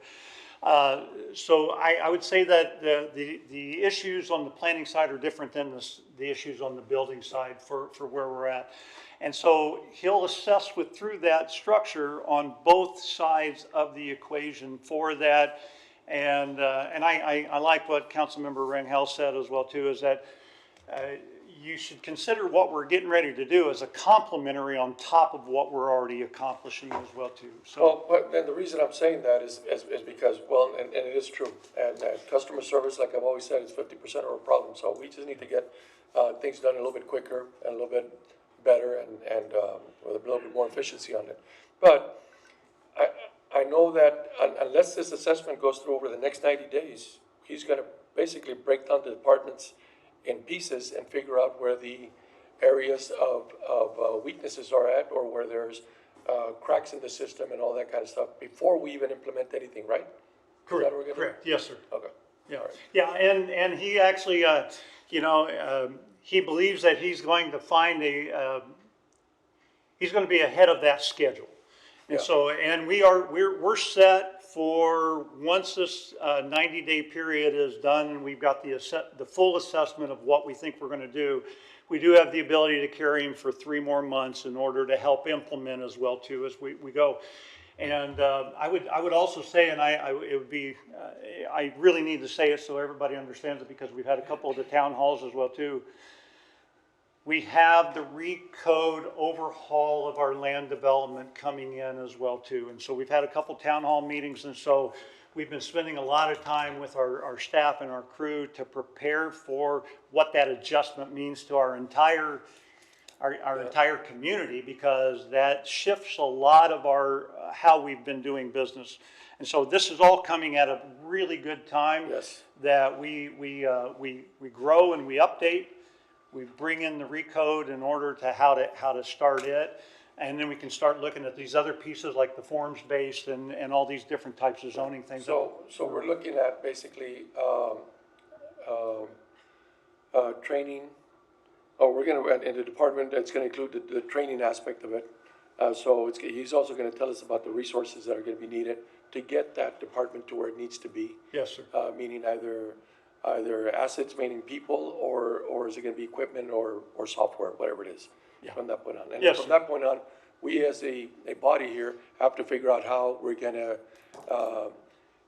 either fund it or structure it so that you can move on, so that it can be successful. Yes, sir. Okay. Yes, sir. Thank you. Did you have something? I was Thank you.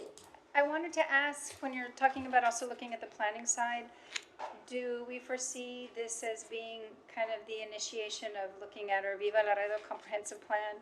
And the next step would be to seriously look at revising it, bringing it up to date, because it is outdated at this point. So Viva Laredo, our comprehensive plan, was adopted in 2017, I believe, is when it was completed and everything. Every comprehensive plan is good for about 10 years of whatever the 20-year mark as well. So it is time to, we actually talked about that with Mr. Graves as well too today, that we will be looking at a renewal of the comprehensive plan very, very soon within that in the next couple of years for sure. So. Mayor, if I may. I've been to those town hall meetings, and I know that I saw Mr. Ramon, I know the Councilman Cigarra, we were there, and I think they're using some of the comprehensive plan from 2017 to do the recoding, but at the same time, it's good to recode or to add to it for further future, right? So right now, I think we're using 2017s. We went through a pandemic. We went through, a lot of things that stalled. Some of the things we haven't catching up from COVID. There's things that we haven't catching up. Being a border town, we lost a lot of tourism after COVID. If tourism was low before 2017 or before 2020, it went lower after 2020. So it's a good thing that we're doing all this. My question to you, Mr. Neb, is just real quick. Calls that I do get, and something that we got to get that information, Mr. Ramon, and I know Mr. Neb is right here, but I'm just, because I communicate with Mr. Ramon most all the time. Mr. Neb, is that there's people that are trying or to educate our community to say, well, and I'm not trying to encourage anybody to go do this. Well, we don't do this with a permit, but is there going to be information out there there's people that say, hey, I know how to do this by myself. I know how to do a driveway. I know how to do this. What is it? Are we going to be able to educate the people or those people that is just going out and getting an architect? Maybe they know how to do it, but they don't have the license, or they've been doing it, but they follow certain rules. Is there's going to be a certain, document or checkbox that I can, go out there?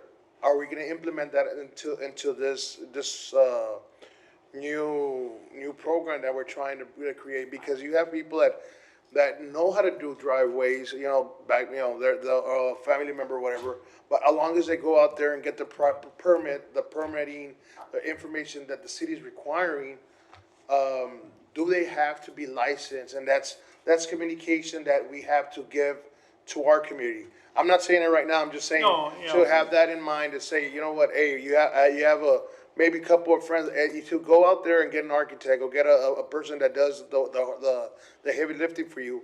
It's expensive. Some of us like to do the do-it-yourself, projects, but if we have to go through a program and say, you know what, or through a paperwork and say, well, if you want to do this, you got to follow these steps. And I think we can, there's people, if we can inform the community how to do that, or how to show them to do that, because I have been getting calls of, I know how to do a driveway, but I can't. I got 4 brothers that we all know how to do cement, but I gotta get an architect or an engineer to design my driveway. Is that information gonna be out there? And Mayor Pro Tem, if I'll answer the council member. I'll go down a couple different paths on this one as well too, because the first thing is that we have to make sure and understand that building inspections and following the building code is a benefit to everybody, right? It has to be done correctly. Yes. Otherwise, it creates other issues with that. I usually have utilized a different example for that. If you're replacing the very similar hot water heater with an exact same hot water heater where you're just disconnecting and connecting, those are the times that I would argue that it probably can be installed differently. It just has to make sure that it passes inspection for whatever that process is. I think that's the challenge. What we can do within our building code is that we can provide those exceptions with how it's done. Yes. So I mean, you Not how how to change the water meter or the hot water meter. It's just that you're able to do it, because people like, I come from the District 2 our community. Most of my community members, we do things our own, because it's kind of expensive to go out there and get it. But most of us do their hard labor for a company. Right. But then we got to do it at home, and we want to do it for, like, we want to do it, and it's like, well, don't do it because you need a permit or whatever. Just show us, hey, you can do it because you work for a company to do that, does drywall, does all that. But just inform them, say, hey, you can do it on your own because that's your profession. But at the same time, you got to get this permit. And there are ways to assist within that process. I guess the challenge that we will always have is that if the property ever sells to somebody else, we have to make sure that it's been properly done, right? I mean, that's the only thing about it is, and so we talked about that with some of the smaller companies that don't have the capacity of the engineers and the architects and everything. How to actually allow for some of that to work within that, the chicken scratches on a napkin and stuff like that. There are ways around that, or ways to assist with that. But it's just to educate them at Yep. the same time, to have that information, just to have it. And then there are certain areas that we always have to say life and safety and Yes, say it's it first has to safety, meet yes, every sir. condition, so. Yeah. Anything else, sir? No, that's it. I just, if I could, I would ask for, Is your action? agreement that this method is good. Just so Yes, I have sir. the coverage for that, I'll We'll bring make back. a motion to agree with the agreement, so. Second. There's a second there, so. All in favor? Aye. Opposed? That's what you needed? Thank Your you. reassurance? Staff reports passes. Now it's 84, item number 84, and that's my, one of my agenda items that's been in the queue for a while. It's status update regarding the voting system installed in council chambers and any other matters incident thereto. I brought this item forward because I was remembering that we bought a system cheap a while back, more than a year, and it was implemented for a couple of meetings, and then we found out that, the kind of at the rate that we go and how we move on from, to the mass transit, or how we put the most important items in the beginning at first. This is kind of a hard system to continue using, right? Do we know where it's at? So, good evening, Mayor Pro Tem, Council, Joe Rivera, IT Director for the record. So, yeah, we did quite a bit of testing with the software. It is functionally available to us, and it is obviously intended for council meetings and agenda, following agendas and all. We did find through our testing, and we did quite a bit of testing. We sat in this room, we did some mock council meetings and stepped through that. We did find that the software, in order to use it successfully, it would probably require either some changes in the way we conduct council meetings because of the limitations of the software, or adjust to that. Because I'll give you some examples of where we might see some issues.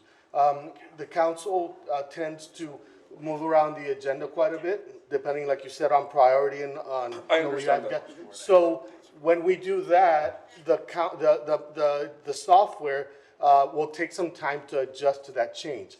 So that could potentially slow you all down during the meeting. When we have council members leave, come and go during the meeting, that's also a point where we have to adjust in the software that someone is no longer present for that vote. When Mayor Pro Tem Mayor leaves and Mayor Pro Tem sits in that seat, again, we have to make some changes in the software on the back end. We can do it real time, but again, it can be at times time consuming. Yeah. So it does have, our finding was that it does have the potential to slow us down a bit during the meeting. Yeah, and I understand that, but I believe we knew that before we purchased it. Yeah, so again, if you all decide that we want to use it, like I said, it is functionally available to us, but you do have to take those things into consideration. Yes, and I know everyone here considers that. The most general question that I get asked is, there's people up staying watching the council meetings, and there's some important things to some audience, and there's other important things to other audiences. They just want to note at least how some of their representatives vote, because sometimes there's an item which might be important to someone, and some of our representatives, or even sometimes we don't even raise our hand. So if we can kind of acquire or implement the system where at least they show where we set every vote on per item. So just so you know, I do have a question out to the software developer to see if there's a way to simplify the system to maybe not be our agenda management system as much as just, like you said, allowing us to use just a function. If you recall, and I was new when you all were implementing it, so I think I saw it for 2 meetings and then we didn't use it after that. But if memory serves, the software, when you all would vote, it would show on the screen, and it would, for those at home, they could see how everyone voted. That's why I brought So what I've asked the software developer, if there's any way for us to minimize some of what the system requires us to do to manage the meeting, and just allow us to use that piece where it integrates to the viewers, and just allow you all to vote and show that to the home audience. Yeah. The thing with that, and where I'm having to work with the software developer to see if this is going to be possible, is that there still has to be some kind of tie into the agenda, in the sense that we probably want to show the viewers what you're voting on, as opposed to just a random show of votes with maybe no context. So that's what I'm trying to figure out right now, how we simplify the software to your needs, but also allow the viewers to know what you're voting on. So I am currently working with the software developer to see if that's possible. And thank you for that. Go ahead. I believe Councilman Fierro. Go ahead. Show defer to you, brother. You sure? Just a couple of concerns. Look at the time. It's 10:05.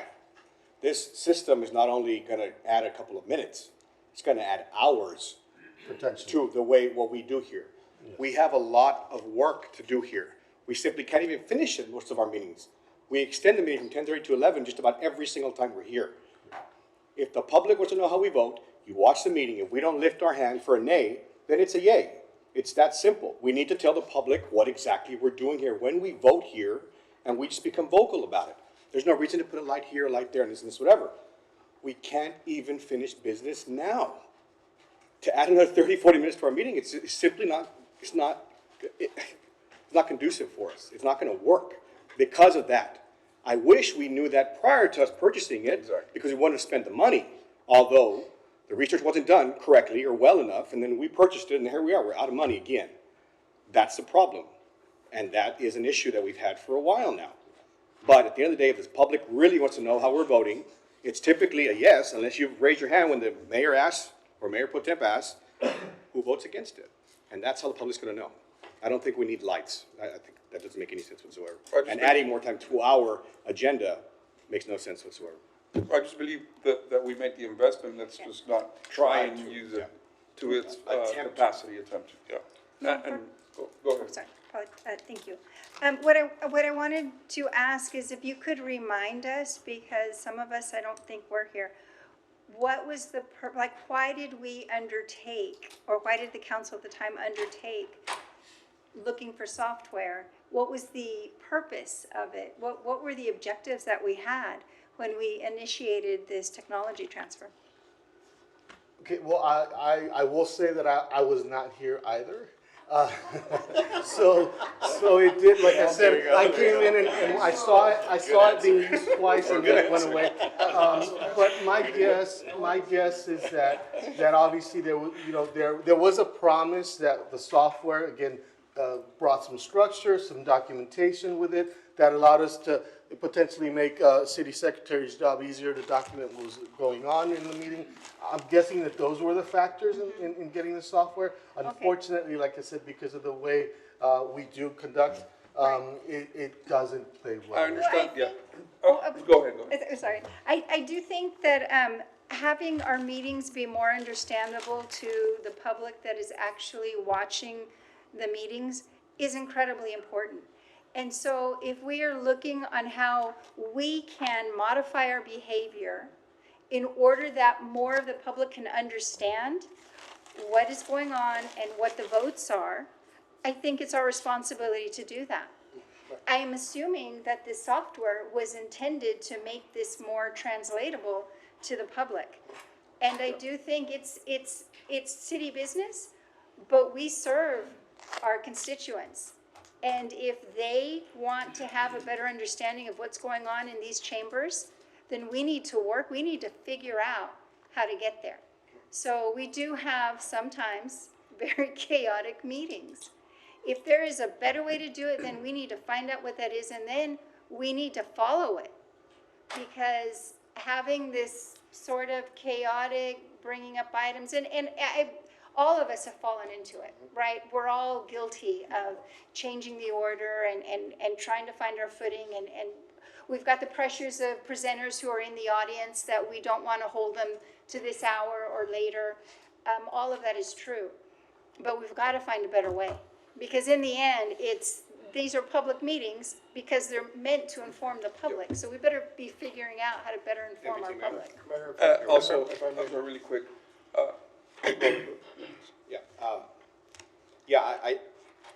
I want to clarify, I don't mean that the public doesn't need to know. I want to clarify that. We need to train the public so they know what's actually going on here. Let them know what's happening. If you come to a meeting, you'll know what's going on. You'll know how your council member votes. It's either a yes or a no. It's very simple. The public's not stupid. They don't need a light. Fact of the matter is, you watch the meeting, you know what's going on. If you're here, you're going to know what's going on. If you want my vote, I'm going to tell you what my vote is. It's going to be a yes or a no. And it's that simple. And typically, if it's a no, the mayor always asks, raise your hand. If it's a no, it's that easy.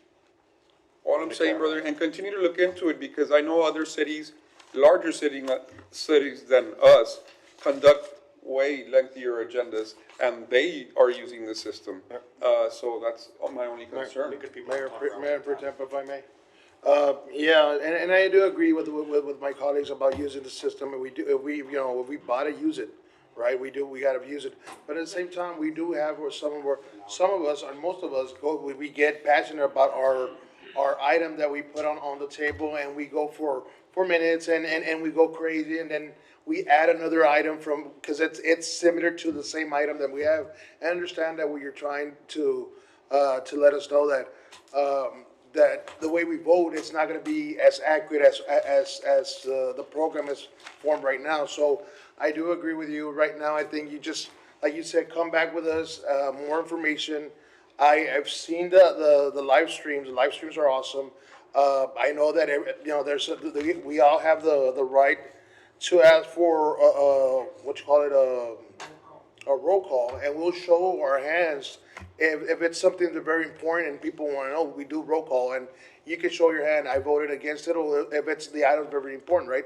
But at the same time, we did invest in this project, or we did invest in this program, and we gotta find a way how to, you know, tweak it to the point that we can use it as a city council.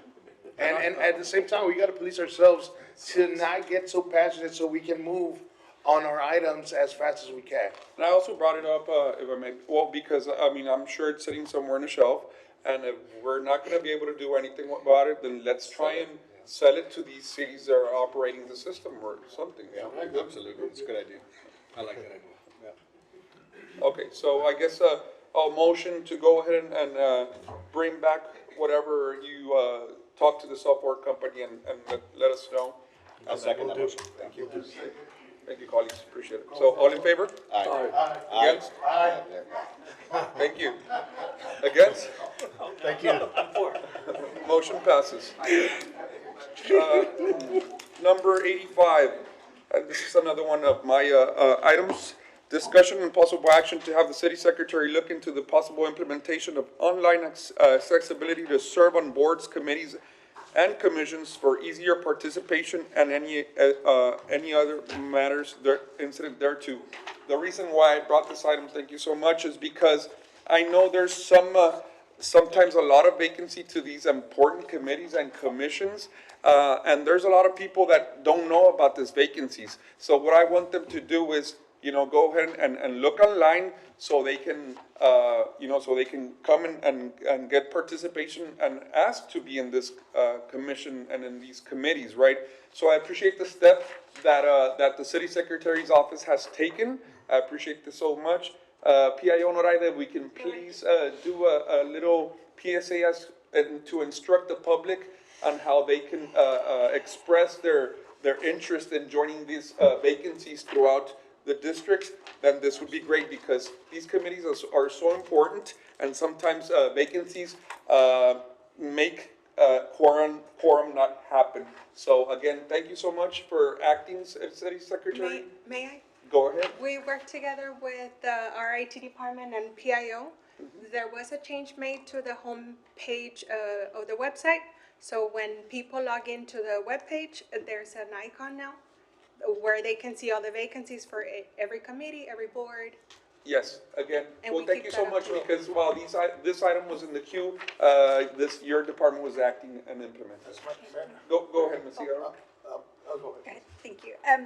So I just, I appreciate this because, you know, sometimes there are so many committees, and to keep up, I shouldn't admit to this, I guess, but sometimes people fall off and committees need to be staffed. And so trying to find someone in the districts to staff it, it's time consuming. And if you can't find that person, you know, that door is closed until you stumble across somebody, right?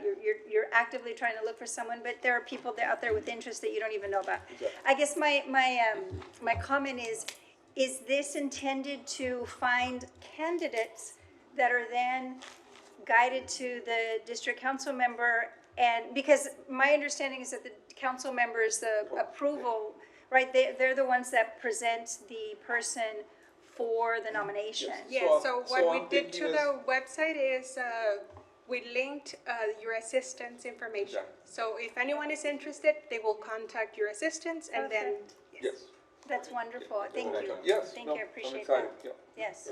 Go ahead, So, Councilmember. and also, adding to this, being about the committees, I've seen, you know, some committees that they're never, there's people that go to the committees are very, punctual, they're very, you know, accurate, always being in the committees. You know, I encourage my colleagues, if you do appoint somebody, tell them that they have to attend those meetings, because it's information. They'll come back to us and let us know what was their opinion, or what was it that they discussed, to bring it back to us, so we can, you know, look into it and see if we can discuss amongst the council. But whoever you choose, make sure that they do go to the meetings, so they can have quorum, because there's people that take time out of their lives and go to these meetings, because it's a subject that they really, you know, are very passionate about, and then they don't have quorum. So it's not fair for those that do love, you know, being part of a committee, and that want to put their service in there, but it's not fair for them to not have a quorum. So I do encourage my colleagues to, whoever you're gonna choose them and to, so make sure that they do attend to these meetings. Go ahead, Councilman Garcia. Ken, and, I'm gonna add to that because this is, it's very important, very, very good, very well done. I know that, I served on many of the boards here in the city. I enjoyed it. It was very informative and I truly loved going to them. But something just came up in my head. I'm not sure, and I never asked this question. Have we ever tried to implement these meetings by Zoom? I know we did through probably COVID, but now does any board member have the ability to say, I can't attend, can I view it through Zoom? I know what I have we usually have somebody from Yes, I'm sorry, if it's, just a board that recommends, and we, have allowed, a quorum through Zoom, but if it's, a decision-making board, or subcommittee, then we require, To be physical quorum, and then the others can participate by Zoom, yes. Okay, I wanted to make that clear, and that's one. The second part of my question was having to do with the ability to, trying to find the wording. Was when anybody, if it's already a filled position, we're not gonna remove those people just because you signed up on, or you called up on this thing, right? No. We're not gonna do anything like, so 10 people can call up and say, I wanna be in that committee. Well, it's already a position been filled. It's still up to the elected official. Can we get a list of every department that had meetings last year? How many meetings they had for the year? How many were canceled because they didn't have, quorum? And how many meetings? Well, yes, as a matter of fact, we did a study report and we compiled something that was submitted over to city management. It was basically, we put together like all the boards and committees that got together and I just want to make sure that they're being active, number one, most importantly. Number two, if they're not, if they don't have to meet, I know in some cases, I've been there where they really don't have to meet, monthly. So they can meet but they're supposed to come up and say, we can do this quarterly and we're good. But we need to know that information to see if and why they're not meeting as often as they're supposed to be meeting. there's already a list and it's a project that we're working together with All city right, management. thank you. Thank you. Yes, well, thank you for implementing this. The public will see, the steps to go ahead and, contact, the online site, and then they'll link to our administrative assistants, and then I guess we'll get more, people trying to, serve on these committees through our administrative assistants. So, okay, so then there's no action needed as per this has been implemented. Thank you so much for this. Moving on. Mayor Pro Tem number 88. For number 88, Councilman Gutierrez. Discussion with possible action to have Parks and Recreation Department develop a plan that allows citizens or nonprofit organizations to assist with unlocking and locking park restrooms during hours of operation. The plan may include appropriate signage, community involvement, initiatives, and strategies to maintain cleanliness and prevent vandalism and any matters incident there too. As you all saw, there was a post on social media specifically to Vietnam Veterans Park why those restrooms are not open. And then a lot of people were chiming in stating that it wasn't just that park, there was a lot of parks. That park in particular I know because we just built it 2 years ago. And that restroom was built over 1.5 years ago. And I know we have a problem with a person sleeping in those restrooms. And of course, just recently, in the past month or so, we've had several vandalisms to several parks, which has caused thousands of dollars in damage to our restrooms and our parks. It's an unfortunate situation, but people just don't seem to take care of our parks. And it's unfortunate because I read those posts too, and a lot of those posts were talking about why there's not nice things on the radar. Well, because we invest so much money into them, and then kids, or whoever it is, goes out there and vandalizes them and it costs more and more money. And that's an issue. A constituent called me right after that post happened, and even prior to, and there are people out there willing to give their time to unlock these restrooms and even lock them after hours. This particular gentleman visits a park at 4:30 to 5 a.m., which I know he should be closed, but that's okay. He's there before anybody else is. And he's just walking around there, jogging around there. But I would just like for you all to come up with some type of a plan to have people utilize these restrooms that we literally spent $100,000 on some of these places. And to have them locked, you know, all day long is just, it's just not acceptable. Specifically, parks that are designated to veterans and our elderly community. Please, Mr. Ramirez. I'm sorry. So good evening, Mayor Pro Tem, council members, management. My name is Tommy Ramirez, Assistant Director for Parks and Recreation. For the record, I'm sorry about my voice. Mr. Ramirez, excuse me, motion to extend the meeting to 11 p.m. Second. Motion second to extend the Just before, meeting. just in case, just in All in case. favor? Aye. Any opposed? Motion carries, meeting extended. Does that mean I can go to 11? I don't think so, no. No. Other council members have items as well. Yeah, let's not do that. Just kidding. I know there's still some people that need to present right now, so. So yes, council member, we've had some issues with, we continue to have issues with vandalism. It's almost a daily, if not weekly, issue occurrence that we have at many of our parks. And you're right, we spend over $100,000 per restroom in a lot of cases, and we can't seem to get a hold of it. Right. So, message received, we will we will plan on meeting with whoever is interested, work on a plan, we'll present it to management, back to you, and to the rest of the council, to see if we can come up with some plans, some solutions that would help us open the restrooms and close them properly.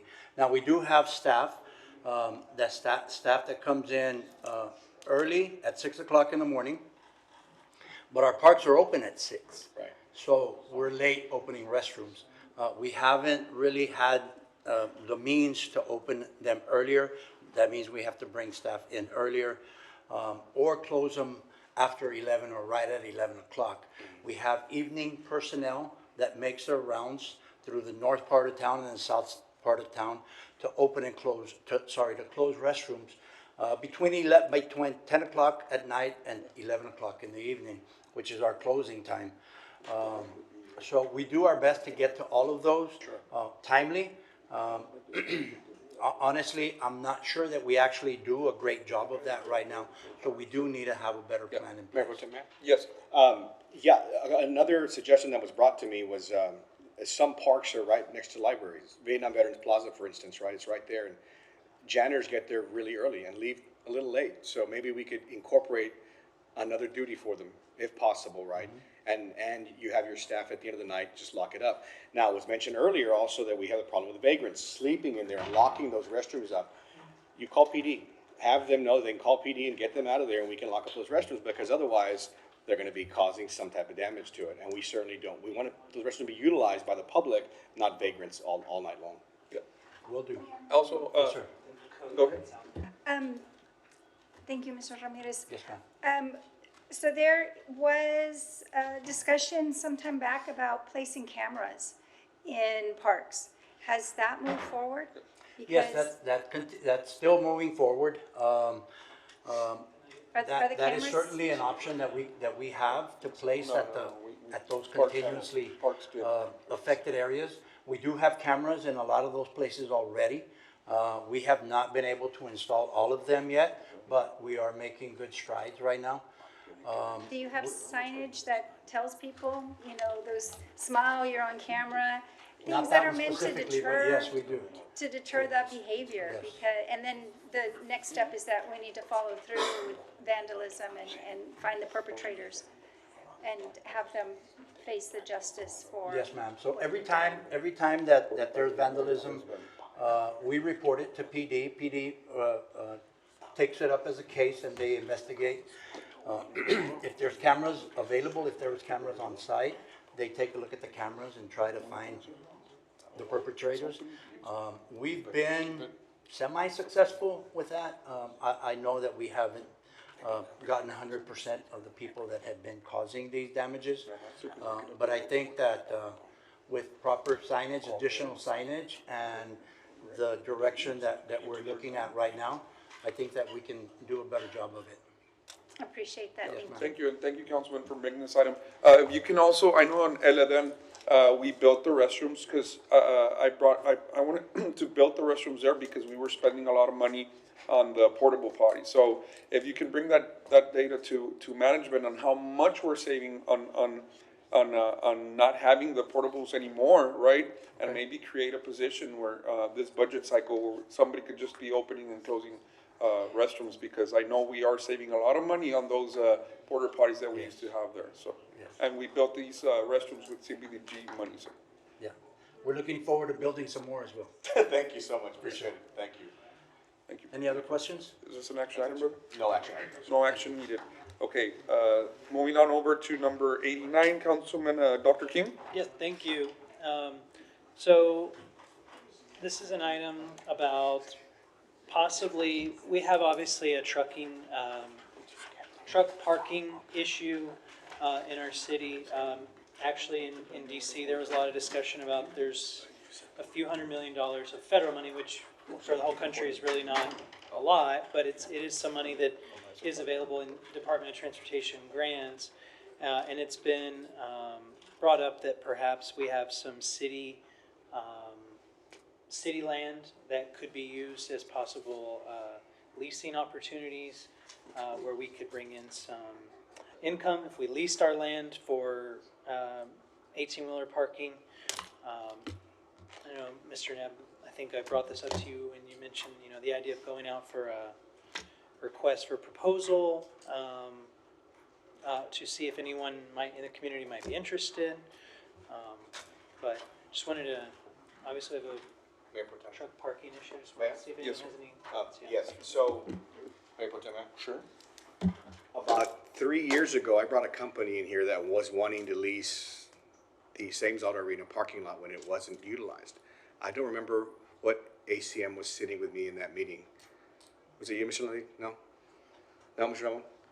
I don't remember who it was. Maybe it was past admin. Yeah. May have been. That long ago, maybe a while ago. But a company did come in and offer us money for every single parking slot that was there at Sames Auto Arena. The south side parking lot, the north side parking lot, and they even talked about the one in the middle. I brought that company in some years ago. Let me see what I can do, if I can contact them again to bring it back to us and see, because we do have a lot of land that's just sitting there, really. And if we can bring in some more revenue, well, obviously, we need it, so. Yeah, and specifically, I was thinking, obviously it's your district, but in my brain I was thinking more like land that the city owns, it's maybe already kind of in warehouse areas, right, Okay, nearby, perfect. like, Right, yeah. it's already kind of congested, or, Sure, it's already out. so, but, I don't know how it would work with trucks going on Jackman, like, near the arena. Right, they'd have to be through the truck route. Yeah. So that would be, a bit of a concern, yeah. Yes, go ahead. So at the Texas Freight Mobility Planning Workshop today, this was a big topic, truck parking, that gets seen across the state. And the idea from Texas Department of Transportation that hosted that workshop was that truck parking will allow for staging, will allow to reduce congestion when there are issues with the mobility, and we see that all the time. So the TxDOT representatives that came to gather input, and they're going across the state about what our needs are, have seen truck parking as a big need in other cities as well. There are some federal dollars or state dollars for partnerships between the public side of it, so public government, with providing some of these facilities for truck drivers. So it is taking care of the truck driver and being able to stage their truck off the road, and all of it is in service of safety first and then mobility. And that is why they're able to allocate some funding for that. Somebody asked about the Anscombe, the smelter, Anson smeltering site, and said that back in the day, that was paved to a certain extent for trucks. So it is a combination of identifying public spaces that the city could have and finding a way for perhaps the city to provide some services for the truck drivers, which can be a revenue generator. It doesn't have to happen in isolation because the private companies who offer these services are certainly generating revenue. And then working with TxDOT to develop some type of, the other steps of this is you have to develop a queuing system so that trucks who are being either staged or asking to leave their place in line to cross the bridge have some way of security knowing that they're not going to lose their place in line, right? But all of it is with the objectives of safety and then mobility. So to clear up our congestion on our roads, get those trucks to a safe place where they can stage or can stay until those transportation corridors open back up. But it is a big push at the state level. There is some examples I've asked for them to be sent, and I'll share them, from El Paso. Apparently El Paso County did some type of public-private partnership. But the focus is there, and there is a recognition that it's part of the greater mobility plan to get freight moving, and the economic impact of having moving freight is enough that TxDOT sees this as a core piece of this planning. Great, thank you. That's good timing. The motion I'm going to try to formulate here, and appreciate any additions or amendments, but for the city to go out for a request for proposal for public-private partnerships, or keeping it kind of open-ended for anyone from the private sector who's interested in engaging in city lands that might be available. Of course, the final decision would always come back here to, agree with it or not. So that's part one, RFP for public-private partnership. Part two, pursuing the new federal DOT grants and the state funding as well. And then part three is including, Councilmember Gutierrez's idea as well. And that's the motion in case anyone wants to add any amendments or. There's a motion and second. I have a question about one.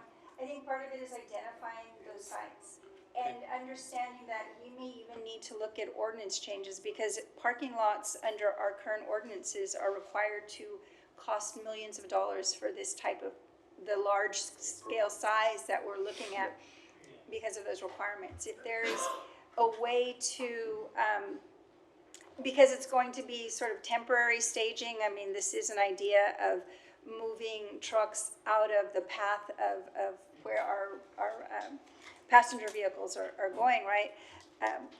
It's just going to require some thought into how to make it a proposal that doesn't step on other ordinances. I agree.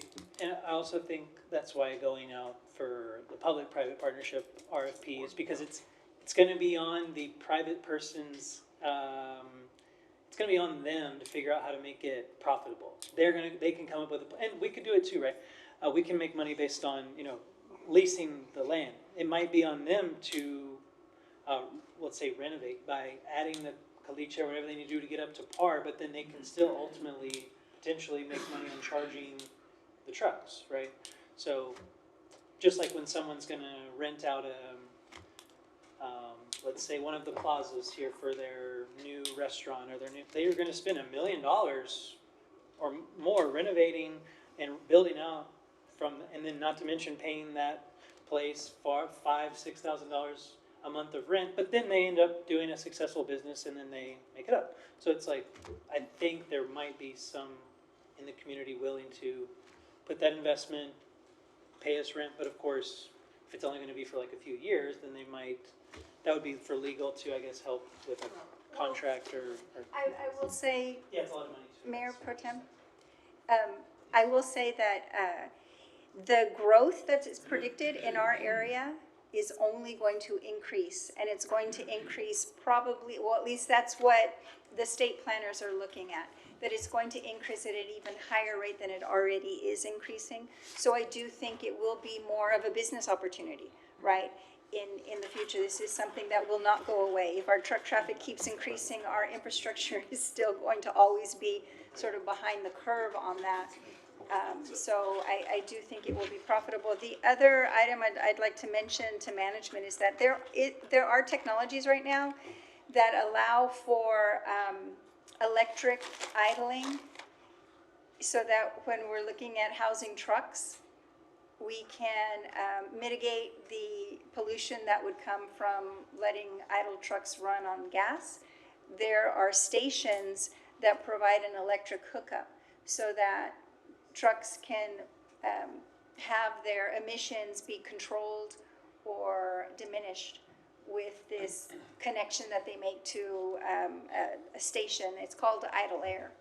There are probably other technologies. But I think it's something that when we're looking at large-scale parking for trucks that we do need to consider. Otherwise, we're going to create these plumes of carbon emissions that are going to end up polluting someone's neighborhood.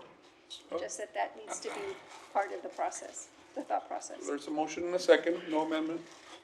All in favor? Aye. Any against? Motion carries. Councilmember Dr. King, number 90. Okay, and I know we have a few more items left, so I'll try to be quick, but this is just a general update on just where are we on the indoor recreation feasibility study. I know Mr. De Los Santos is coming down. It's something we funded $150,000 in this past fiscal year for capital improvement 2026. So can you just update the council and the public on where we are on that? I know we talked last week. Yes, good evening, Mayor Pro Tem, good evening, Council. Eddie De Los Santos, City Engineer for the record. So for the new recreational indoor facility study, we received we did request for qualifications, so we received the qualifications mid-February. We did establish a committee composed of engineering departments and other departments, and we're reviewing currently the qualifications, and we anticipate to hopefully bring a recommendation to council for your approval by the end of this month or beginning of May. That's just a recommendation. So once council approves the recommendation that the body selects as the top candidate, then after that we'll move forward with negotiating with the top candidate on their scope of work, and then move on to the actual feasibility study. So you're anticipating the first meeting of May? May. To have it to. Yeah, that's our anticipation. And it would be for the entire city? For the entire city, yes, that's correct. Okay. And there'll be, I can, if you want me, I can go over brief stuff, they're good, part of their scope, what they're gonna be doing, analyzing demographics, trends, population growth, market characteristics, evaluating some of your existing facilities, see where there's gaps, where there's needs of certain amenities that are needed. Even enhancing current indoor recreation in other districts, right? Yeah, that's correct.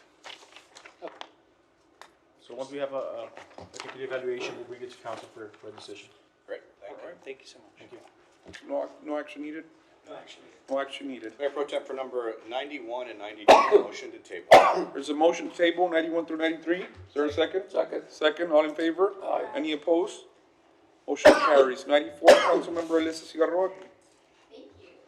So I'm bringing this item forward because I know a lot of us care about the same thing, and that's to be well prepared, to use our time wisely, and to make the best decisions we can for our community. I will acknowledge the irony here that this item has been on the agenda for several months before Maybe the system will. going back to your item, correct? Which I think this makes the case better than anything I could say tonight. But right now we have a lot of items, a lot of complex items that come before us without enough time for us to properly review, and we find a lot of times that staff is trying to respond on the spot, and we're trying to digest new information here on the dais, and the public is watching us work through these issues that we should have really had sorted out earlier. And so I'd like to recommend or request that we set up structured council committee meetings and a pre-council review, and this is one way that would allow us this discipline and a chance to dive in deeper to details on any items, ask questions ahead of time, and bring clear recommendations back to this body. I know that the Laredo College operates in a similar fashion, so does the school board, the Laredo ISD, and Councilmember Garza could potentially give us some recommendations. And also other cities operate in the same manner. So I'm simply asking that we explore this Thank you for that. I know also that across the street, the county has a pre-agenda meeting in Weeds Off a lot of. Yeah, Any thoughts? okay. Thank you.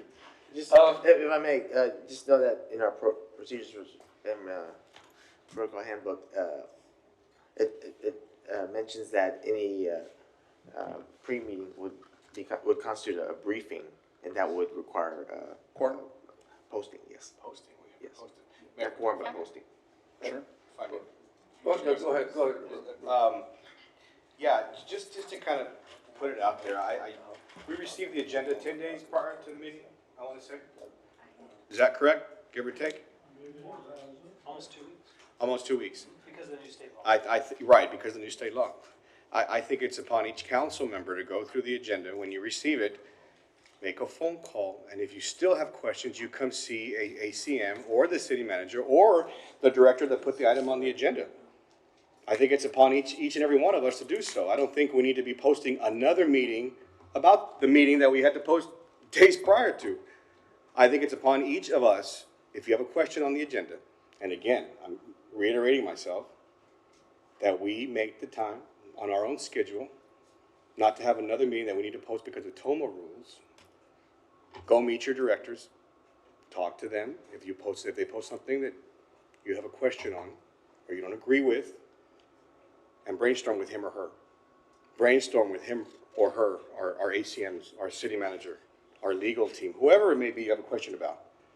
Get out there on your own. I can't support this. So can I respond? Sure, go ahead. So it's similar to the public safety committee meetings that you are a part of, and I think that it allows for committees of council members to discuss the items, because otherwise we'll be coming back at council and having several council members might have that same question, and then we'll be discussing, and we're not finishing our agenda items. But because we go back to us not taking responsibility and going to speak to the people you have questions about, or the department you have questions about. It's the same thing, it's redundant over and over again.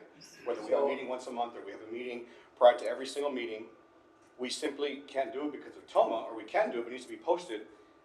It's redundant. If you have a question about it, or something that I post, or I'm gonna put on the agenda, you come and ask me about it. I'll go and ask Ms. Figueroa, Mr. Garza, Mr. Gonzalez, Mr. Kane, yourself. We've spoken before meetings because we have questions about each other's items. That's on us. That's not to be posting another meeting. Can I?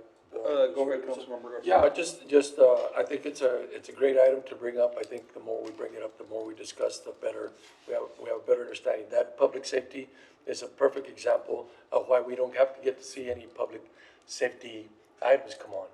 Most of the thing, in my tenure here, I've seen that some of those items can be taken care of without having to come for action. We have to just identify what the problem areas are, find a solution. And I think you can see that there's a lot of things like so it's a combination of both. I think Mr. Gutierrez is perfectly correct on this, just as Councilman Sierra, that we do need to talk about this. We need to identify which are the ones that live up to being part of the agenda every week or every time that we meet here. Some of them, I don't think they belong in here. I think they take up too much time in here. And there's a lot of other protocols and procedures that we follow here that I'm not sure, Mr. Nguyen, that I'm just not sure why the school districts and the county can do it and we can't. I just don't understand. Is it state law? Is it something that's in our charter that is not gonna be acceptable? They have committee meetings just like we do have right here with public safety. We have departmental meetings, airport, golf course, parks and recs, all of those. Are you saying that those are the ones where these things should come before they come here? No, if I may, I'm not dictating how your policy should be. I'm just letting you know what concerns we do have. So the Priorities Procedures Handbook just says that if you're going to have a briefing to council members prior to the meeting, you just have to post it. Oh, I got you. But then, and also, as far as your 3 items, I mean, no committee can curtail that. You understand that, because you all have the right to put it on.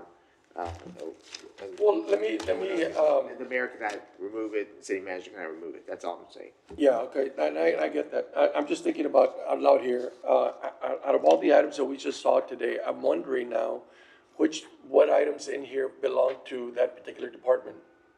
We just talked about at Parks and Recs to open up restrooms in that area.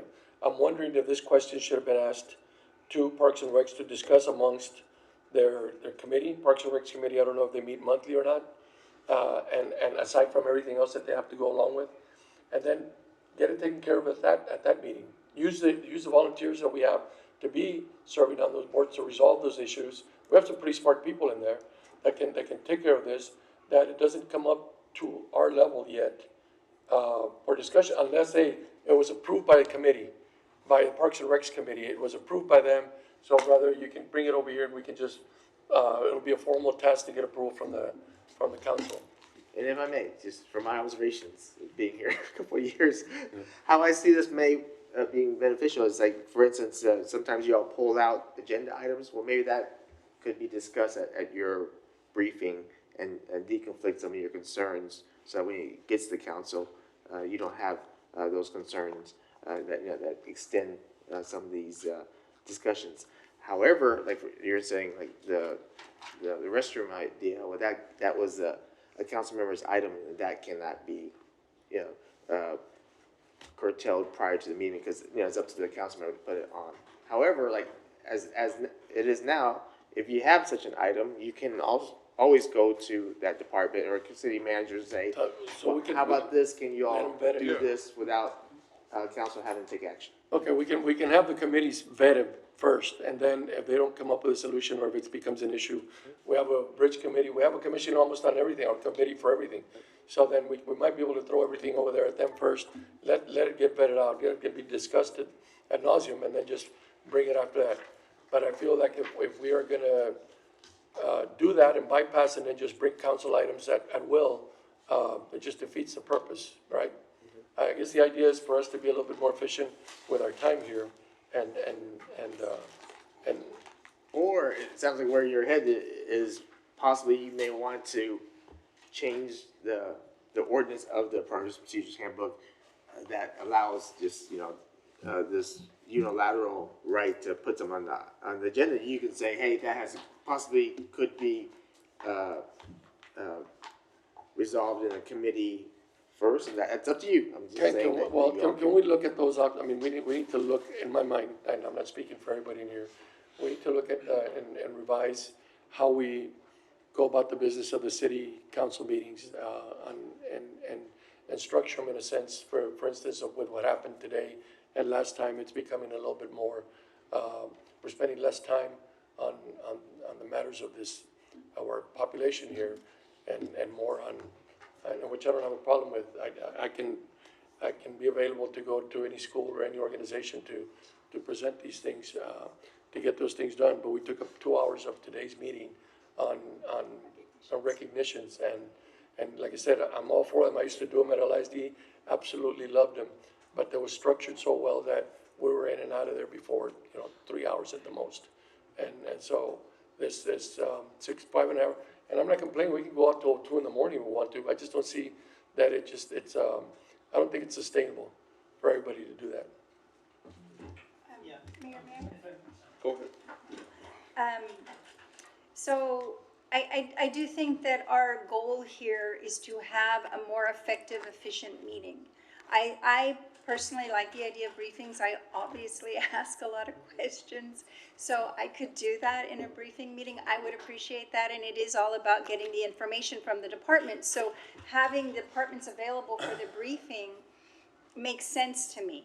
I don't know if it's too burdensome for the departments. I understand that adds more work, but it does tend to flesh out things so that we don't need to flesh them out here, and we can be more efficient. And to my colleagues, I would suggest that if the idea of trying to streamline a little bit, maybe we have baby steps. Maybe we just reduce the 3 items to 2 items. And I say that because if Councilmember Perez had been here, we would have gone through 3 of her items, and this could have happened to anybody, but we wouldn't get to this item again. And this item has been on this agenda 4 months, as Councilmember Cigarroa was saying. So perhaps a baby step in the interest of having more time available to discuss items is if we would, and we would all have to agree to reduce the number of items we are allowed to put on the agenda from 3 to 2. To see if it works. We can always change it if it doesn't. If it becomes, if we think that we have too many things to place on the agenda and it's not workable, then we can come back and change it back. But at the bare minimum, it might, one, force us to take some of these ideas to the committees and have them flesh out and percolate there. And then also, just to save time here, so that we can get through the entire agenda every single time. Go ahead. Or I don't know if y'all wanted to respond to that first. I just had a few things I wanted to add, but were y'all wanting to, does anyone? If I may, I just throw it out there. I might risk making department directors mad, but it seems like, some of these, it's 3 times 9, 27 items, which oftentimes takes up a big part of the meetings. And it's just from my observation sitting here, because I don't always hear legal questions, so I just sit and observe. Some of these things could be resolved, through the city manager's office or through departments. And so maybe the baby steps compromise is you all, before putting it on the agenda, go through management, see if it can be resolved, and then you still have the right to put 1 to 2, on the agenda, and that might shorten some of the discussions. Well, Mayor Pro Tem. Mayor Pro Tem. We didn't even get to council items today until 9:30. I don't think that is always our problem. I mean, I think the resume or the summary here, a Spanish resumen, the summary here is that, recognitions were at one point going to start at 4:30 p.m. They've now been consistently going to at 5:30, and they're lasting, as of late, an hour and a half on average. Plus our public comments, which we by law have to have, but there are ways we can make it a little more efficient, right? We can have public comments be where the public, and correct me if I'm wrong, zone, but I believe some cities have implemented where basically the public comment needs to happen when the item itself comes up, and then if the person is just here for a routine public comment for an item that's not on the agenda, because at the end of the day, this is a business meeting that we're trying to get to business, items of business. So some cities, they put any public comment that has nothing to do with the agenda that day for the very end of the meeting. Okay, and those are just a couple of thoughts, because really the first 3 hours of today's meeting was recognitions and public comment. Okay. And that's when we have the best part of our brain to be used. In the first couple hours we're here, we're spending on that. So that we're not getting the best of us in that sense on the most critical items. A lot of the most critical items have been getting mentioned at 10 p.m. plus. And then, of course, no media's here, no public's here to actually hear and see the things, some of the things that are really critical to the city function.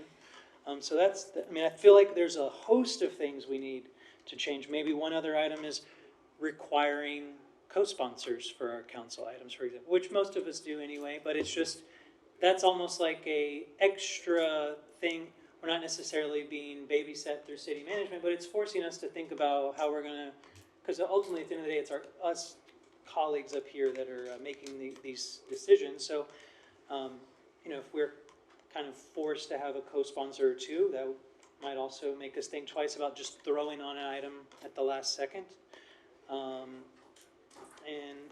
then obviously I know the mayor's not here, so I don't want to speak for him, but just if the entire council has spoken and the same arguments have been said, obviously the mayor does have that freedom to, as the chair, to just move us along and push us out of a discussion when we're clearly not getting anywhere. So there's I just feel like it's multi-pronged, the reasons why our meetings are so inefficient. But here we are, it's 10:54 p.m.